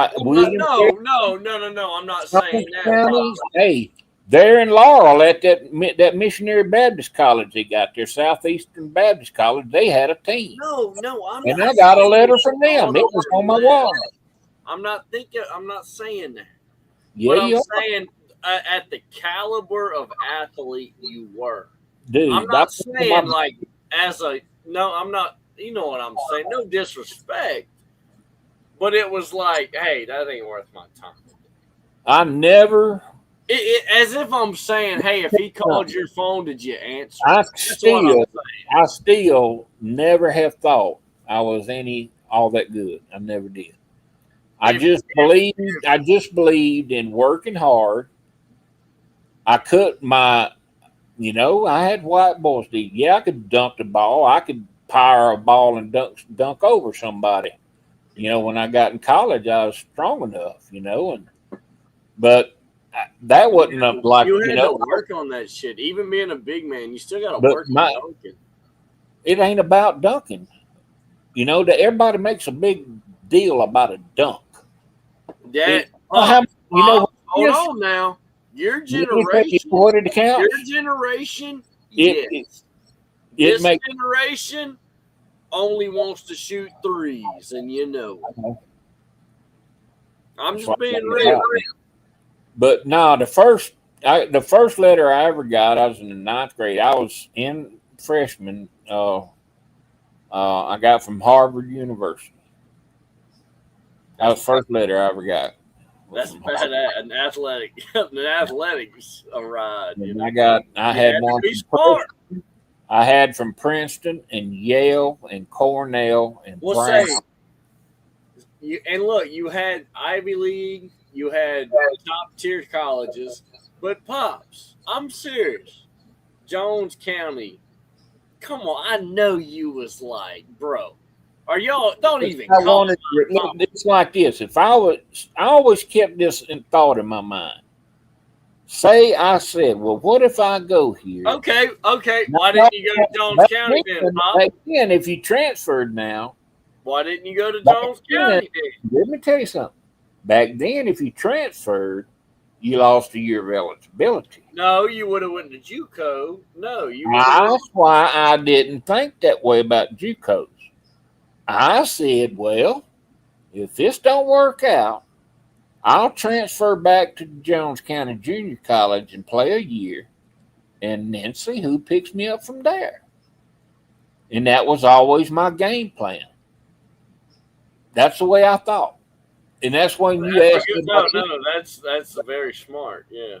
It was always, and because it's not like today. I was fortunate. No, it ain't. 5 years.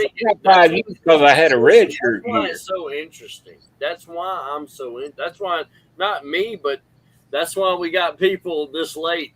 3.5 hours in. Well, there's a guy. I sent it to you. I have to look up. There's a guy. Montana State. That's the thing. We like hearing your story. There's a guy at Montana State that just got approved this week to play his 9th season. No, bullshit. Okay, I'm telling you, I sent it to you. All right, well, damn it. All right, you want to play that game? So you got eligibility left. Well, it would no, bullshit. Yeah, you do. Come on, Pops, 9 seasons. It's outrageous. That means you got eligibility. I'm like this. Give the guys 5 years to do what they're gonna do. If they can't do it in 5, so Shaq can come back. Yeah, well, no, he's been pro already. So we're putting rules on it. Okay, we're gonna put some rules on it. Can't go pro, and you see what I'm saying? You can go 9 years. I had an opportunity to play professional ball in Germany, and I turned it down. You could go for 9 years in college, but you can't go pro after 2 years and go back to college. Well, they letting these daggum guys. You see what I'm saying? That don't make sense. If you're from a foreign country, and you go play in them pro leagues over there out of college here, they're letting them come back and play in college again. That's bullshit. Yeah. Well, no, they're stopping it. They're stopping it. I've been keeping up with that too, Daddy. They're stopping that shit. But no, they have been letting it go on. And you know how we know that's been going on as a society? The NBA right now is filled with foreign players. I'm just being honest.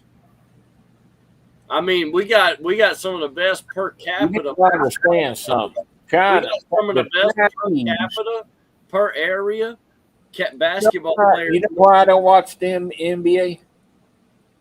You know why now? I don't Why? Because it's a 3-point league. Is that no, what it is? because it's owned by China. That's why. Come on, Pop. That's right. It ain't owned by China.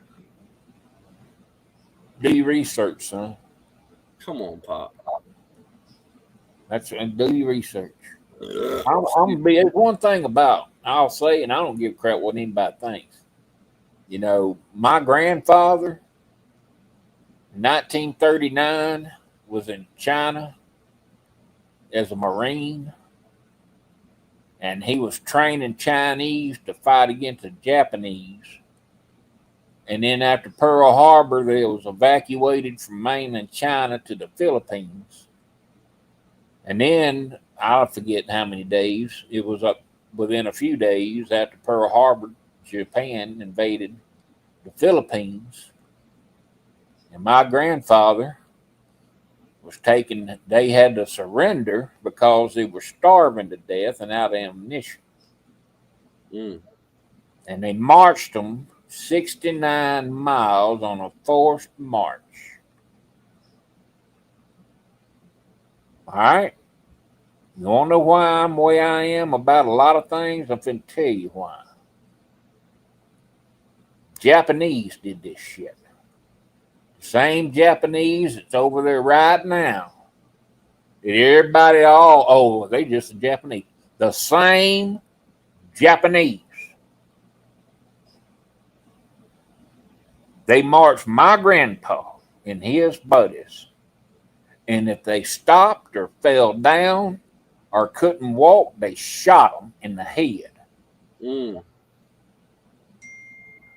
They didn't allow them to carry nobody. They didn't give them no water. They didn't feed them. They put them on barges. Talking about the Americans. Yeah, they put my grandpa and them after they got them. I forget right offhand what it was in the Philippines. They put them on barges. That's my damn great grandpa. He sent in mainland Japan. He spent 3.5 years in a POW camp. Pops, that's the one we was looking up. Listen to this. He was 6'4". When he got out of prison camp, he weighed 89 pounds. Listen, that's the one we was looking up a couple months ago. Is that the one? You talking about Doug Jones, my grandpa? Remember the one I tried to help you a little. Look him up. I sent you whatever you need. No, I know, but is that the same one that I had looked up and I said, my God, look, he's all over Google. Is that the same one? Yeah, that's my grandpa. POW, prisoner of war. Yeah. Same. Yeah. Then my daddy went to Vietnam. And he went there and come back, and his life was destroyed. By everything he went through in Vietnam. Listen, man, I wanted to jump on this now. We always veer off, Pops. That's what we do. But we'll try to jump it back in real quick before we jump back off of here, off the record. But since we're still on the record, I got a couple, and I mean literally. You looking at your time? Yeah, you knew that. How you knew I was doing that? Well, watch this. I mean, I'm gonna tell you something, Pops. What's gonna happen? If I don't look at time, we're gonna right now we're gonna keep going. Watch. It's gonna be all threes right now. What's that? It was 3 hours and 33 minutes and 33 seconds. Hey, you wasn't lying, was you? I told you. Boy, hold on now. Watch out. You missed it. You're right on time with that. But listen, we still got folks watching, and I appreciate that. Y'all been, my God, y'all been going. But I think if people would just give this guy, I don't know him. I know he's had a good track record, and don't expect a big thing. Just go support him. Yeah. You know, hey, go watch some football. Get your family out. You know, if you got youngins and grandyoungins, take them to a ball game and spend time with them. Do things. Get them off them phones. That's the thing. Get them away from the screen. Get them away from the screen. And look, hold on now. I give you one more. Hey, don't just get them away from the damn screen. Get them out in the sun. Well, yeah. All right. Let me tell you something. So many people say, "Well, my baby, he go to the trampoline park, or I take him to the movies, or well, hey, I'm kind of like kid, let me tell you something. A kid supposed to get a sunburn. Well, a kid supposed to get ate up by ants. You know, not all the time. Damn it! You when I first started Come going, on, Bob, help me out here. I mean, a kid's supposed to get out there and get mud all over. You know, get whipping because he got damn mud all over his damn shirt. And Daddy said, "Don't go outside and get in that damn mud." And here I am, Pop whipping my ass because what am I doing, Pop? Out there in that damn mud. We all did it. I got mine. Mama get me dressed. We tried to go swimming. We were trying to swim. Mama. Now look, I gotta do another damn load of laundry. Somewhere. Mama'd get me dressed up to go somewhere, and before we get in the car to go, she'd get me dressed and then go try to dress herself or whatever, and or try to get my brother or sister dressed. And get you dressed, and then hey, look, while y'all chilling, I'm gonna go somewhere. I'd come back and I'd be rubbed upside a darn horse or cow or something. I'd be full of hair or Jeff. Damn it, Jeff. Muddy or damn it, Jeff. Pop. You shit. Pop. See, if I went to bed without a whooping, see, that was me being mom. If I went to bed while I get my butt tore up, I couldn't sleep easy because I was expecting Mama to wake up in the middle of the night and remember something. And whoop me in the middle of the night. Hey, and here we are raising that glass, and we love our mamas to death, don't we, Pop? It's one of them things, baby. Hey, it's one of them things. Well, I wish there was more mamas. That's all I'll tell you that. More mamas like we had. Yep. You know, I wish there was, there's folks prioritize their time, right with their families. I ain't no hero, never claimed to be, but my grandpa, Woodrow Walters, he lived there on 10th Street, across from Parkview Baptist Church. There in Laurel forever. And then he moved out into the Glade community when he retired. But that man, he took me every weekend. Me and my brother was either hunting or we was fishing, and he kept us busy. He took us camping and he taught us, everything in the world you could possibly teach a youngin', and right kind of influence, he cussed like a sailor, I ain't gonna lie, but that was my grandpa. It's just the way he was, and I didn't see him no different. He's the greatest man in my life, and I tried to invest in my youngins, and it hurts my heart. I can't invest in my grandyoungins and be around them, and but I hope my kids put the time that I put and put in their kids that I put in them. Yeah. You know, and definitely. because it's very important. And no youngin is perfect. Lord God knows mine ain't, and I wasn't a perfect youngin either. And but you know, and Sippy can tell you, me and him, there's things he's done, and he knows. You know, we've had our run-ins with it, but he's my son, and I love him, and I don't know how to unlove my kid. You know, he'll always be my youngin, and I don't know how to unlove them. And they sometimes I tell them the truth, and they don't like it. You know, but that I'm gonna tell them because I love them. But I hope that they'll, you know, it's like advice. You take what you want, leave what you want, and but I hope they remember like I tried to remember. You know, when I went to discipline them, I tried to remember when I was their age and what I was thinking. Yeah. And that's the way I discipline.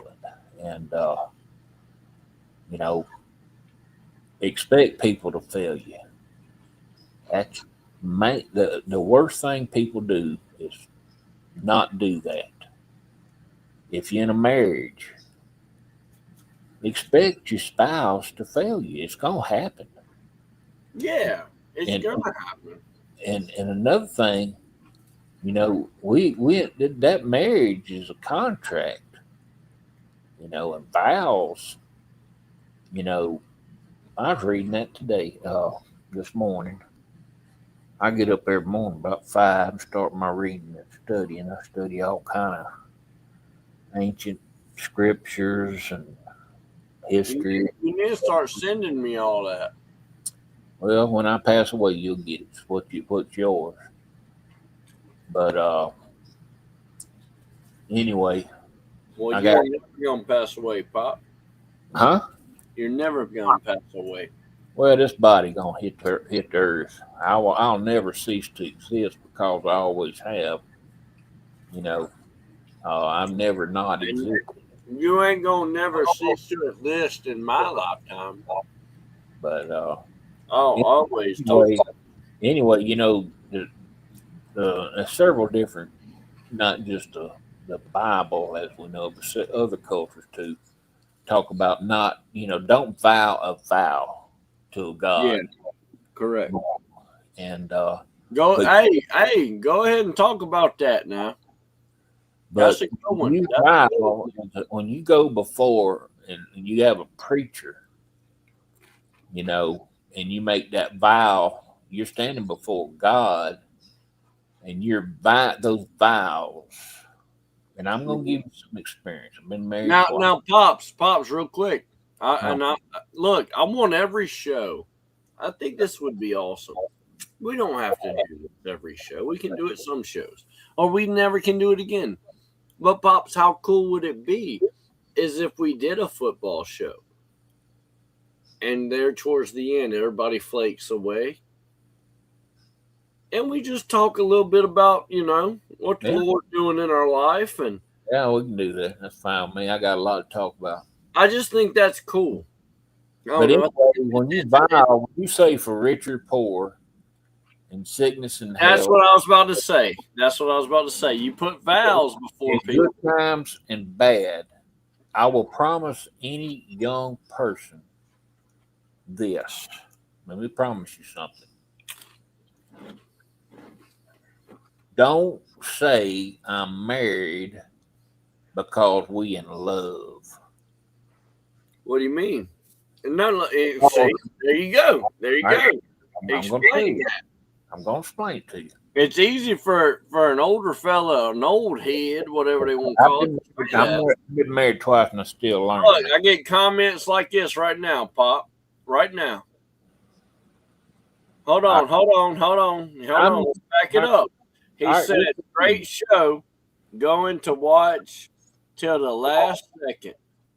Just want to wish you and Pops happy Father's Day. Thank you, man. Thank you a lot. Seriously. And happy Father's Day to you. I appreciate you, man. Hey, we got to be here for our babies, man. He said, "I'm But- a sponge." Being Dude, love, that's me. And listen to me. Don't think you the only one or me the only one. Our kids. yeah. But now Pops listen to tell me what I'm trying to tell you. Pops used to tell me, Right. them kids ain't nothing but sponges. That's So right. there it is. Monkey see, monkey do, buddy. Yeah, Look at go you, ahead, look at Pop. you. Learn behavior. We're on Pops' point right Yeah. now, man.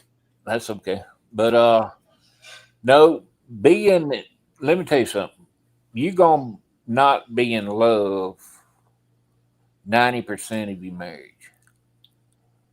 There'll be times that you're in love that you got that burning heart's desire. You ask a married man. You Okay. ask a married man, are you But in love? there's a difference between being in love Mm-hmm. and loving somebody. Loving somebody means that I don't have to get anything from you. I love you because of who you are, good, the bad, and the ugly. Yeah. And I'm here with you. And there's gonna be some bad time. They time I'm gonna hate your guts. So And to a married man, I There's ain't married anymore, there's right? times you gonna hate me, and these times it's gonna be weeks. All we do is yell at each other. But let me give you some advice. That's true. You can have this perfect Christian home people talk about, and people want to talk about and preach about on TV and all that. I'm gonna got 2 words for it: bullshit. All right. People are people. People piss other people off. Hey, real quick, Pop, I'm gonna ask you a question. All right. I'm gonna ask you a question. Hold on. Were biblical marriages always happy? I get to that. Well, let's think about it. In biblical terms, when people were married, Marriages had nothing to do in the old time. were they in love? A lot of times people say they was all No. arranged marriage. No, if I want a marriage, I'd pay this guy 3 sheets. time I was marrying somebody I didn't even know, because my parents made some kind of agreement or There bargain. you go. And There that's you what I go. ended up with. Marriage is marriage about love? And then there was a lot of marriage where the men bought the women. Pops, think about All right. this So- now. Is marriage about love? No. Marriage is about your word, your character as a person. Do you see how society is? Like, do you get it? It ain't society. Listen, don't worry about society. It's just crazy when you Quit looking at look society. into it all. When you break No. it down like we just did. People need to quit looking at society. I don't look at society. I could care less about society. Society's going to hell. I'm not. I'm worried about me and this woman I live with right now. You know what? Today we got up loving each other and kissing each other. Yeah, we bumped head a few times, and when we go to sleep here, That's right. and when we go to sleep here in a minute, I'm gonna be rubbing her back like I rub her back every night, and we're gonna say I love you to each other, and we're gonna go to sleep. And tomorrow we're gonna start all over again. Listen, David, we love that though, man. He said, I'm a sponge. I'm listening. That's how I feel every time I talk. I made a contract. I'm just a sponge listening. That's how. Hey, and that's how. Listen to it, David. That's Contract. how our kids are. That's how our kids are when we listen. I'm just gonna say this. I've had 2 marriages, and I have not yet to break my contract. There you have it. That's all I'll say about that. I've held my contract up.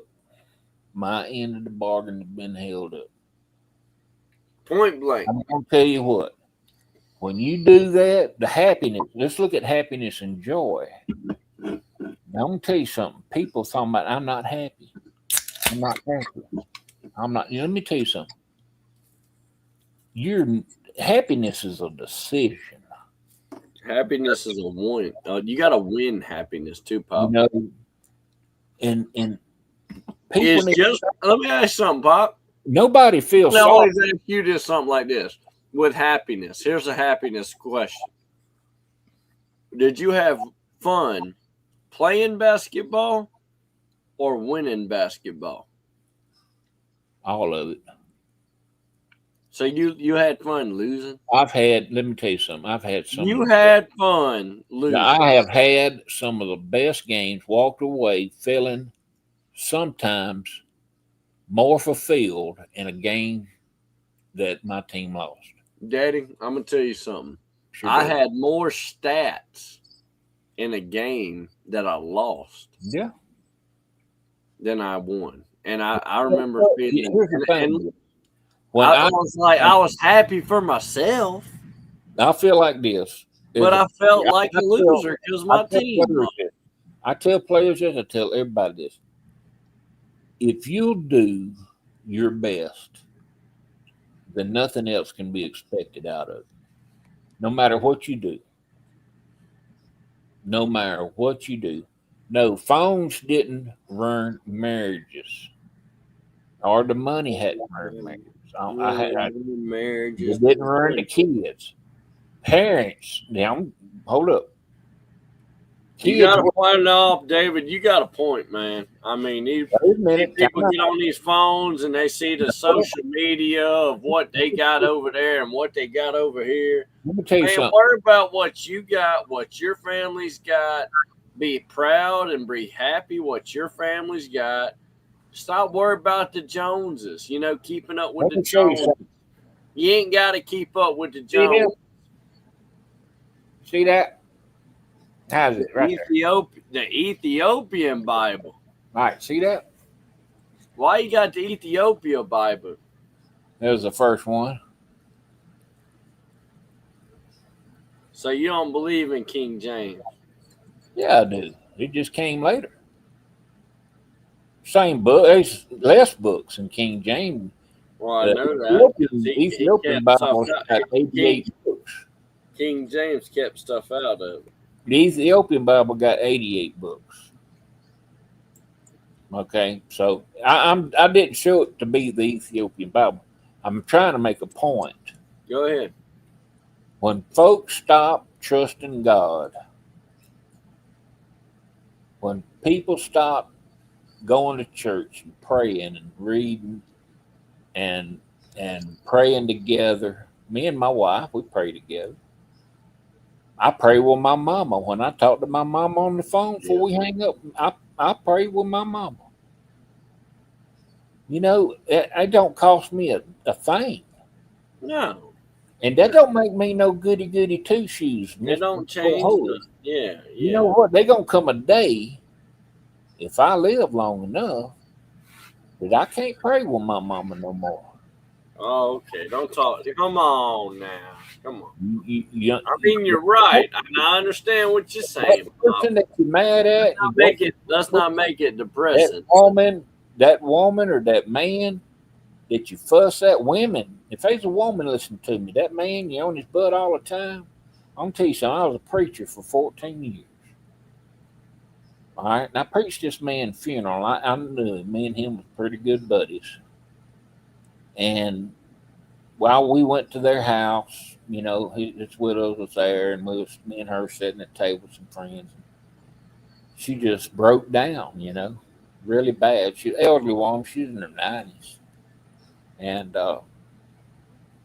she just bad broke down. It was unexpected, you know, to be as bad as it was. And everybody, oh, it's okay, you know. One of them things he died a week ago, and she's acting like he died. We're here for you and all that. And she said, it's not that. She said, he was such a good man. And she said, he did so much for me. He was so loving and patient with me every day.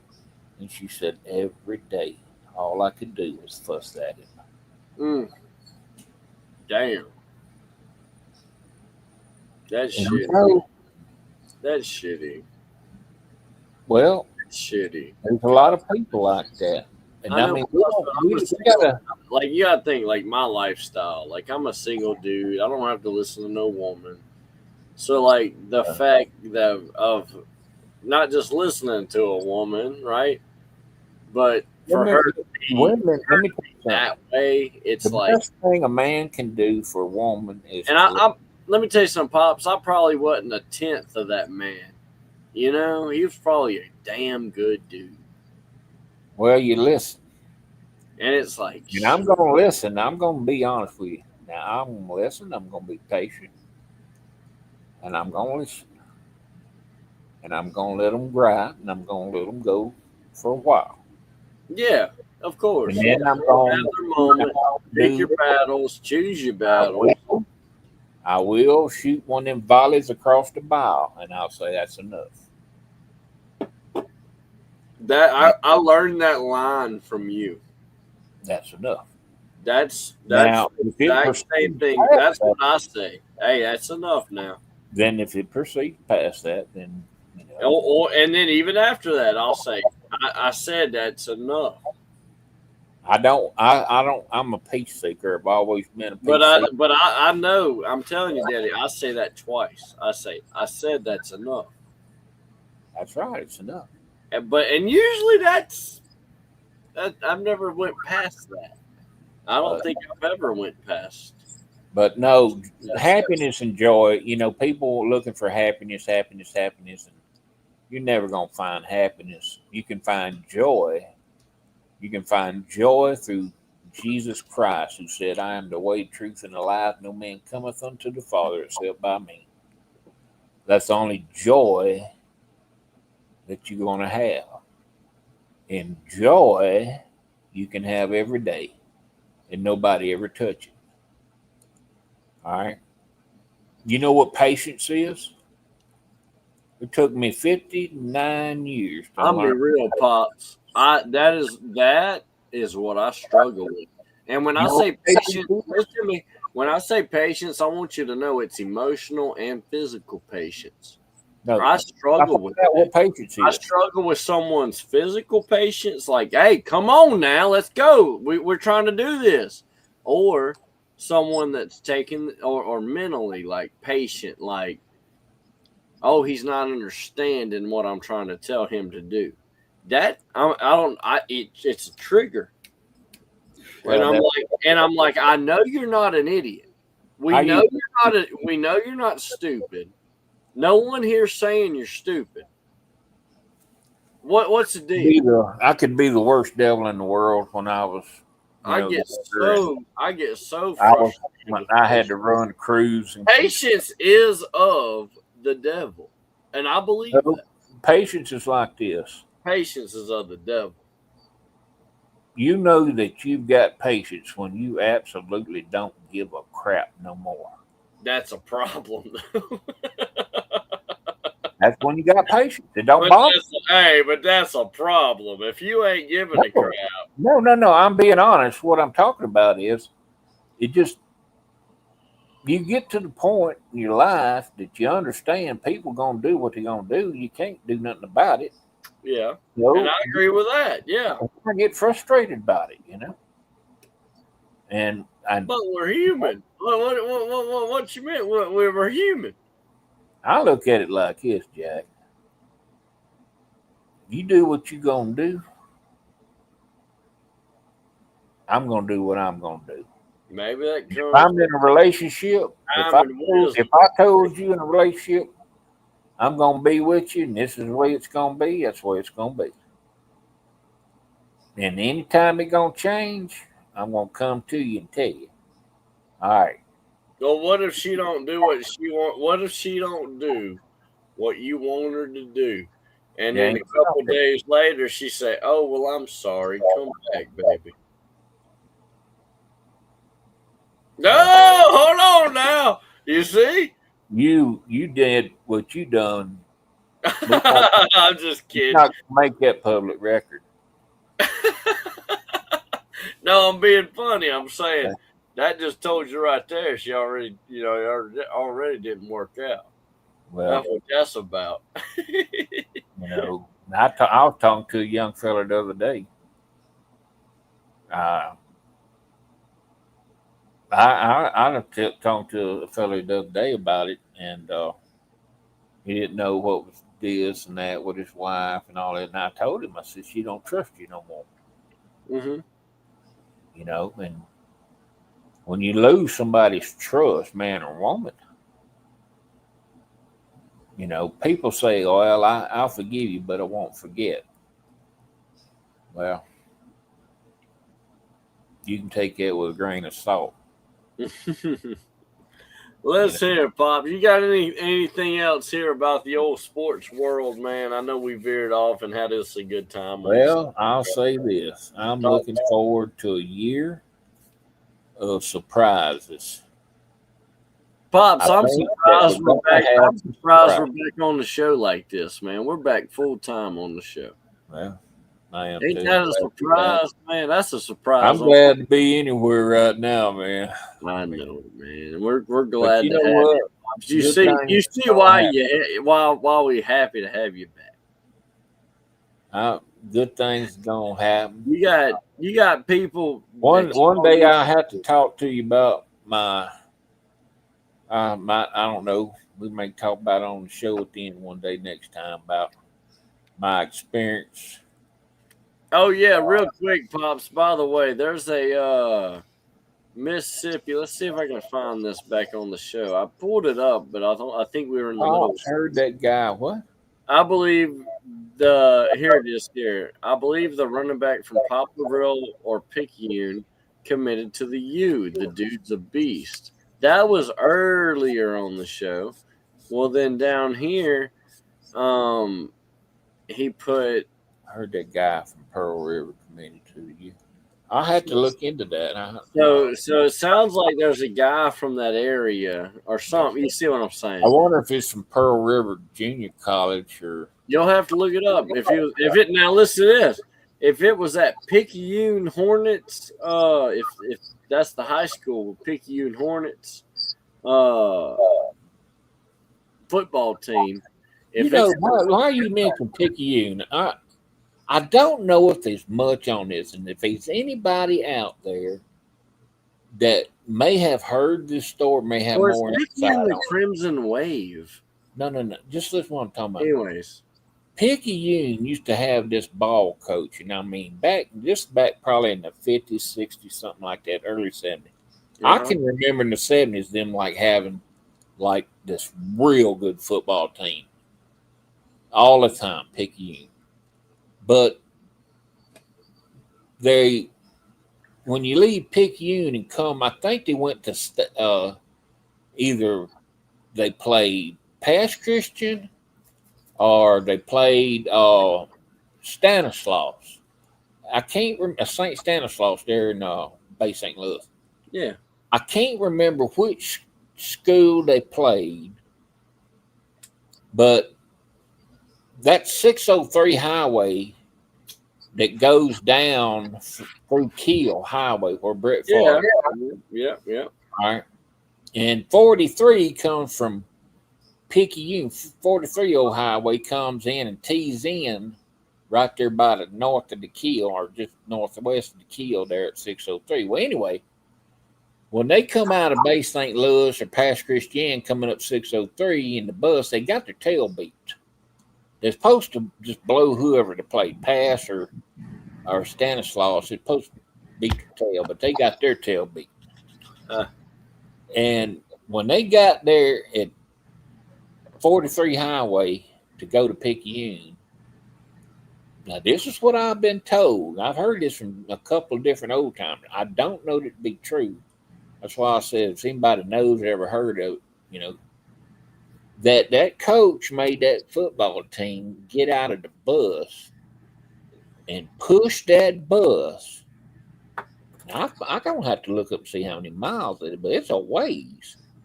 But he made them push that bus from 603 up 43 up all the way back to Picayune High School. What? Yes. Holy shit.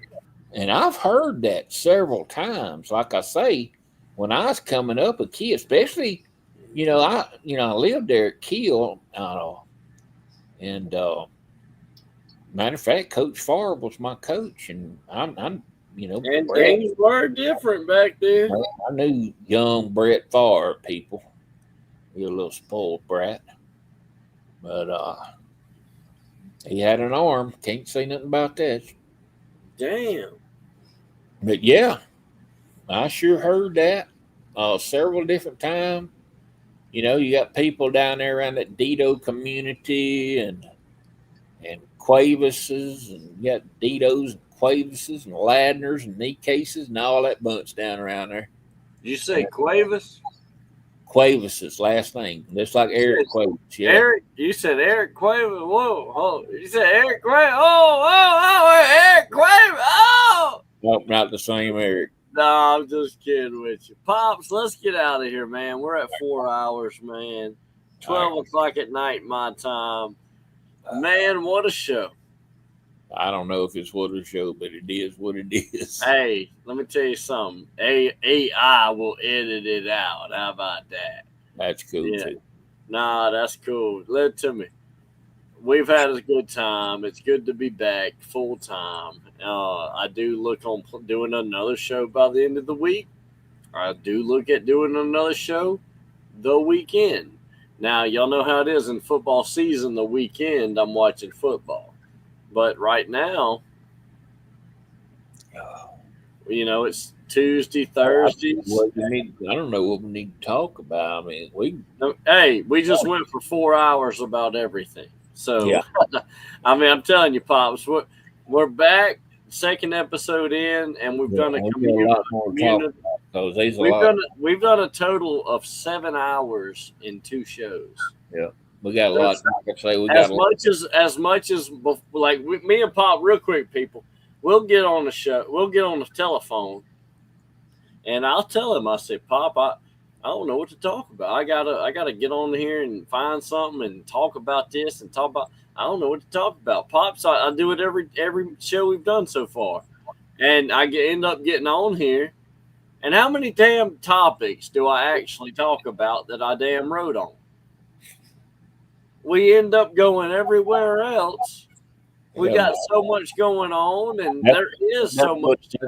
That's what it's good. Let it go where it goes. You know, That's the truth, because there's so much to catch up on. There's so much going on in the sports world, and we are so far behind. You know, well, we're a year behind. What's that? Well, a year behind. Yeah, we are. You know, I haven't been on the show. I've been, trying to take care of my own business and family problems and family business. And well, truth be told, motherfucker just been busy. Well, I've been. And then Pops, I'll get medical emergency. How about that? We'll go with that. That's lighthearted. The truth is, Pops was fighting for his damn life. We was kind of preoccupied, people. Well, God was fighting that battle for me. He did, Pops, and he showed everybody, man. Not just you. You got 10 minutes. You got 10 minutes. Let's talk about that a second. All time in the world. All right, don't interrupt me, please. Well, that all happened December 10th. I had a infection come in my foot and had to have an amputation, and sepsis went all over my body, and my lungs had an adverse effect to the anesthesia. I wasn't saturating hardly anything, so they kept me sedated. I don't know, it was a long time, forever, 2 weeks right in. Everybody said, a lot, I was there, eyes open most of the time. But I wasn't there. It's everybody to their own, what you believe. I can just believe my own reality of the situation, but I don't know where I was, but I knew who was with me. And everywhere I looked was darkness. and but the darkness was being. It was physical being. It was intelligent. Um, it started telling me lies about my family. That my family had I wasn't gonna be worth anything to my family. That I was gonna be a burden on my family. I didn't even know at the time, even my circumstance. I don't guess. Heck, it happened so quick, but that you know my family was gonna sell me. This is crazy. My family had at first when it was happening, it seemed it was so real, even though it was dark. But it was like I was somewhere being forced to work, but I wouldn't work. I was refusing. I wouldn't do it, and it was commanding me, and I wouldn't do it. And it told me that my family. It told me that my family had sold me to a cartel in Juarez, and I was working in a yeah, and that I was working in a sweatshop. Come on, Pop. And, that's at first. We And then, wouldn't do you that, man. Come on. and then it started. It asked this question.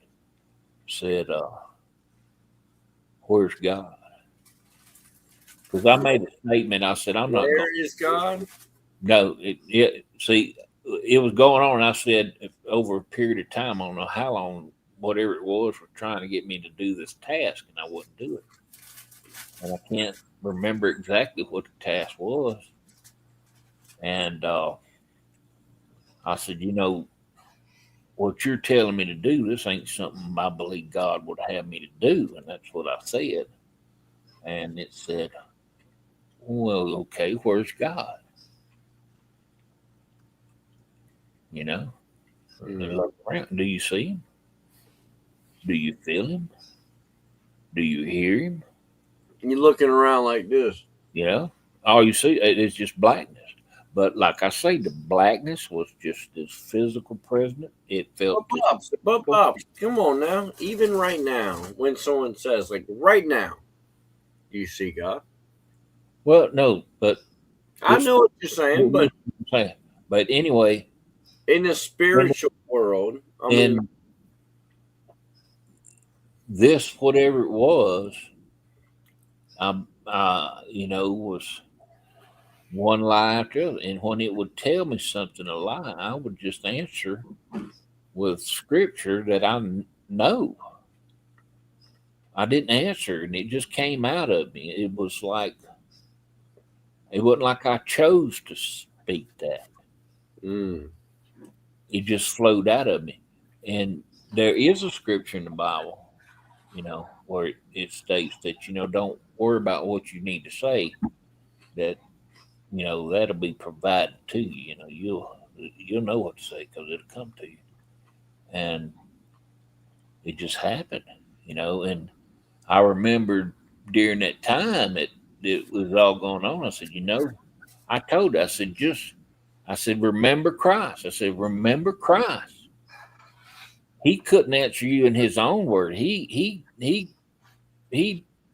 talked to you from the scripture. I said, no, I'm not going to do any different. And I said, who are you? And it was a heart. I can't tell you how horrified this whole thing was. At the same time, it was a peace. Yeah. It was like the most peace, and it would say, "Quit! Why don't you stop fighting? It's okay. You live a good life. You can just relax, and everything's gonna be okay." And it was this was continuously for days. I don't know how long that's went on. It felt like an eternity, to be honest with you. And and I found out in my life that what it says, faith without works is dead. And all the years of my life, I was absolute first time. You know, I've had faith. I thought I exercised. That's the first time I believe in my life that it became real. You know, and I'm actually honest with you. Had I had passed away, you know, that I was in another situation close to death one time before a few years ago. I had a bad incident and almost died. And I just ain't never had a fear. You know, that's never been my fear. But that I experienced in the middle of this darkness the most peaceful experience I've ever experienced that I can recall in my memory in my entire life. And you know, I tell everybody, you know, hey, Jack, at any day, any moment, you don't know where you're gonna be. You know, I didn't wake up that morning thinking that was gonna happen to me, you know. Right. And, but it did. And but y'all, I just say this and I'll let everybody get off this thing. Y'all, if you're praying, folks, pray for me, but pray for my wife. You know, she's my ninja nurse. Whoa. She's let me tell you, she wiped my butt. Bless her heart. You know, she's taking care of me and helped me. And emotionally too, You know, man. the Bible says a man find a good wife, find a good thing. That's right. You know, and That's right. That's exactly what it says too. I like that. you know, I didn't find her. He put me and her together. We came together exact time I think we needed to come together. We both were going through a lot of the same things, and No, yeah. she stayed with me when, boy howdy, I promise you, she had every excuse in the world to hightail out of here. But I heard that. Well, Pops, listen to me. Where we at? 12:17 my time. What we at your time? well, it's 11:17 here. Must be nice. I Well, mean, he get a whole nother hour of sleep, people. You hear that? Listen to me. No, listen, Pops. Yeah. I love you, I'll man. be up 4:35 in the morning. I know how this goes, man. I love you. Like I said before, what's today? Tuesday. It seemed like we back to it, man. Looked like Thursday, before the weekend, if not the weekend. We'll be back on this son of a gun. We'll do it whenever. I ain't got, like I say, I'm just now getting, but I'll tell you what, I ain't got to use that board I was struggling with no more. Well, we started the show with y'all learning about the board, brother. I can You ain't got the board no more. I don't have to have it to transfer no more. And That's nice. I'm able, I ain't got to use no bedside pooper no more. I can get to the toilet and get on and off, and I can get in and I'll out. be honest, man. That's a damn confidence thing, if nothing else. I Like dress a pride, you know what I mean? That's a damn pride thing, I'm washing my clothes. I'm washing dishes. I mopped the floor twice this week. Hell yeah, man. I'm outside watering plants. You ain't no damn bump on the log. You know, if you folks say the handicap, it's in their mind. That's the way I look at it. And hey, that's a real thing. I believe that. I truly believe that. You're only handicapped. Anybody can find an excuse. The way I look at it. It's a crutch. It's a crutch. You know, I'll be honest with you. if this is where God wants me, it's where exactly I need to be, and it has to be fine with me too. And I truly believe he wouldn't have put you in a situation you wouldn't overcome or, prevail. Well, you know, I really believe that stuff. Like, even, let's tell me. All right. Did God put Job in a position to fail? Come on now. What this? They sometimes. Or did God allow Satan? Did God allow Satan? Because I was the parable son. When everything happened and my marriage come to an end and I left the church and I walked. I purposely left church. I wasn't bad mouthing God. I wasn't mad at God. But I got away on purpose. And it wasn't an accident. I did what I did. And I spent 10 years, I drank like a fish. I did what I did. Did a lot of other things too, and it's crazy. Craziest thing about it is I continued to have success and my career continued to climb. All that fine. I chased that money and boy, it come. But I paid a heavy price. Yeah. And that part of that scripture said, what doth a man have when he gain the whole world yet lose his soul? Damn. That gets pretty deep when you live that stuff. And I gained the whole world financially and possessions and stuff. But boy, I lost my health. And I come pretty close losing my soul too. And, like I said, I had a good wife. And she said, this is what's going to happen. And I said, yes, ma'am. Yeah. That's really what happened. There wasn't no arguing about it. It was literally, do this or die. You're going to die, man. Well, that was just the way it was. She wasn't going to tolerate it. I didn't never do it around her to start with. And, but she knew I was doing it. When I retired and came home, she told me straight up, they said, you're not going to do it. Yeah.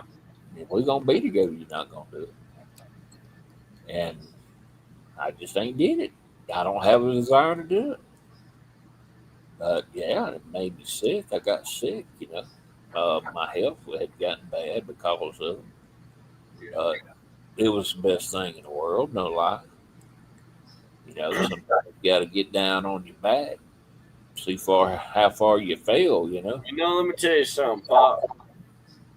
I always heard this from an old Creole woman, all right?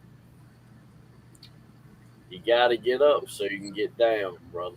All right? So, you can't get down now. Can't get down with it until you get up on your feet. Let me tell you something, though. When I said, Lord, let me tell you, he said, yes. What he said? Simple as that. That's it. That's pretty damn deep right there on the song. It wasn't no, I said, I repented. That's what it is. Confess, repent, whatever religion you're in. And repent, confess, whatever that means, do a 180. It is crazy though, Daddy. no matter who you are, no matter what walk of life you come, you could be the best Christian or a brand new Christian that's done everything bad on the planet Earth, right? It is crazy whenever you say, "Hey, Lord," you get that, Well, that's not always the case. but you get that, yo. You know, I'm going to I say, feel like any time in my life, and I mean it, any time that I've yelled out and I mean really was reaching out, well, not just half-ass reaching out, and I mean I really meant it. I got that, yo, you know. well, all I know is, I never intended to go the path I went. You know, Pops, that's all love, you know. I I feel like everybody never could say that. thought in a million years go from, leading people and being a minister and find myself 10 years later where I was. If you had have told me that, I'd have called you a liar. And so I'm going to leave with this. We got to get off. Yeah, we do. Yeah, we do. I'm going to tell you this. Y'all write this down. Anybody listening, write this down. Sin will take you further than you were wanting to go. And it's going to keep you there longer than you wanted to stay. That's it. And it's going to cost you more Then you than you're willing to pay. That's right. You write that down. And that's it. I'm telling you, it's what happened to me. And it's the truth. Yes, indeed. As we do it, like I said, it might be the thing of how we do the show from now on to the end of the show. We jump on here. Go ahead, Pop. You got any final word? Nope. Let's go. I got to get to bed.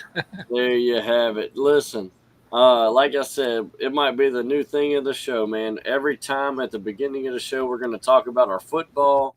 We're also going to talk about everything going around in the sports world. And it seems like the last couple minutes of our show, we might get on some real hard truth, man. Time with Pops, the old Pops point.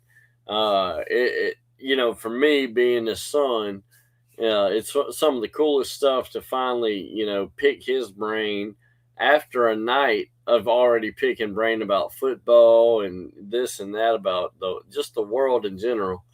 And at night, getting, even after everything, after all my buddies leave, even if some of the buddies are still on, getting to pick his brain about just his perspective of religion, his perspective of life, and how he views certain guys and certain people in charge around the world.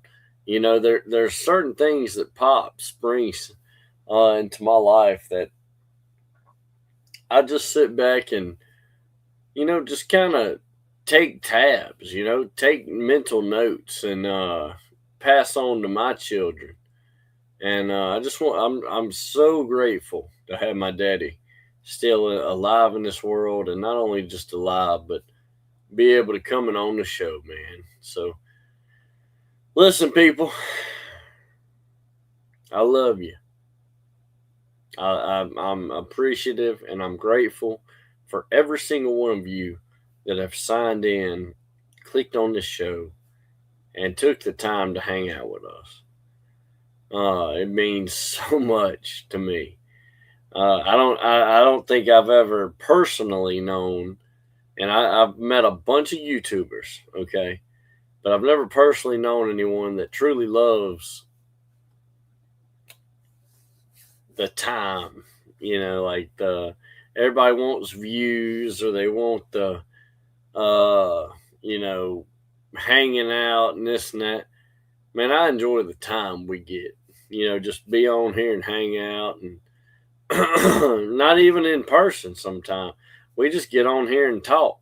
So I appreciate all that. Listen, let me get off here. We're just wasting time at this point. I love you. Jesus loves you more. Y'all have a good one. And let's get on this show quicker than we do. What they say, sooner than later? Let's do that. Let's get on sooner than later.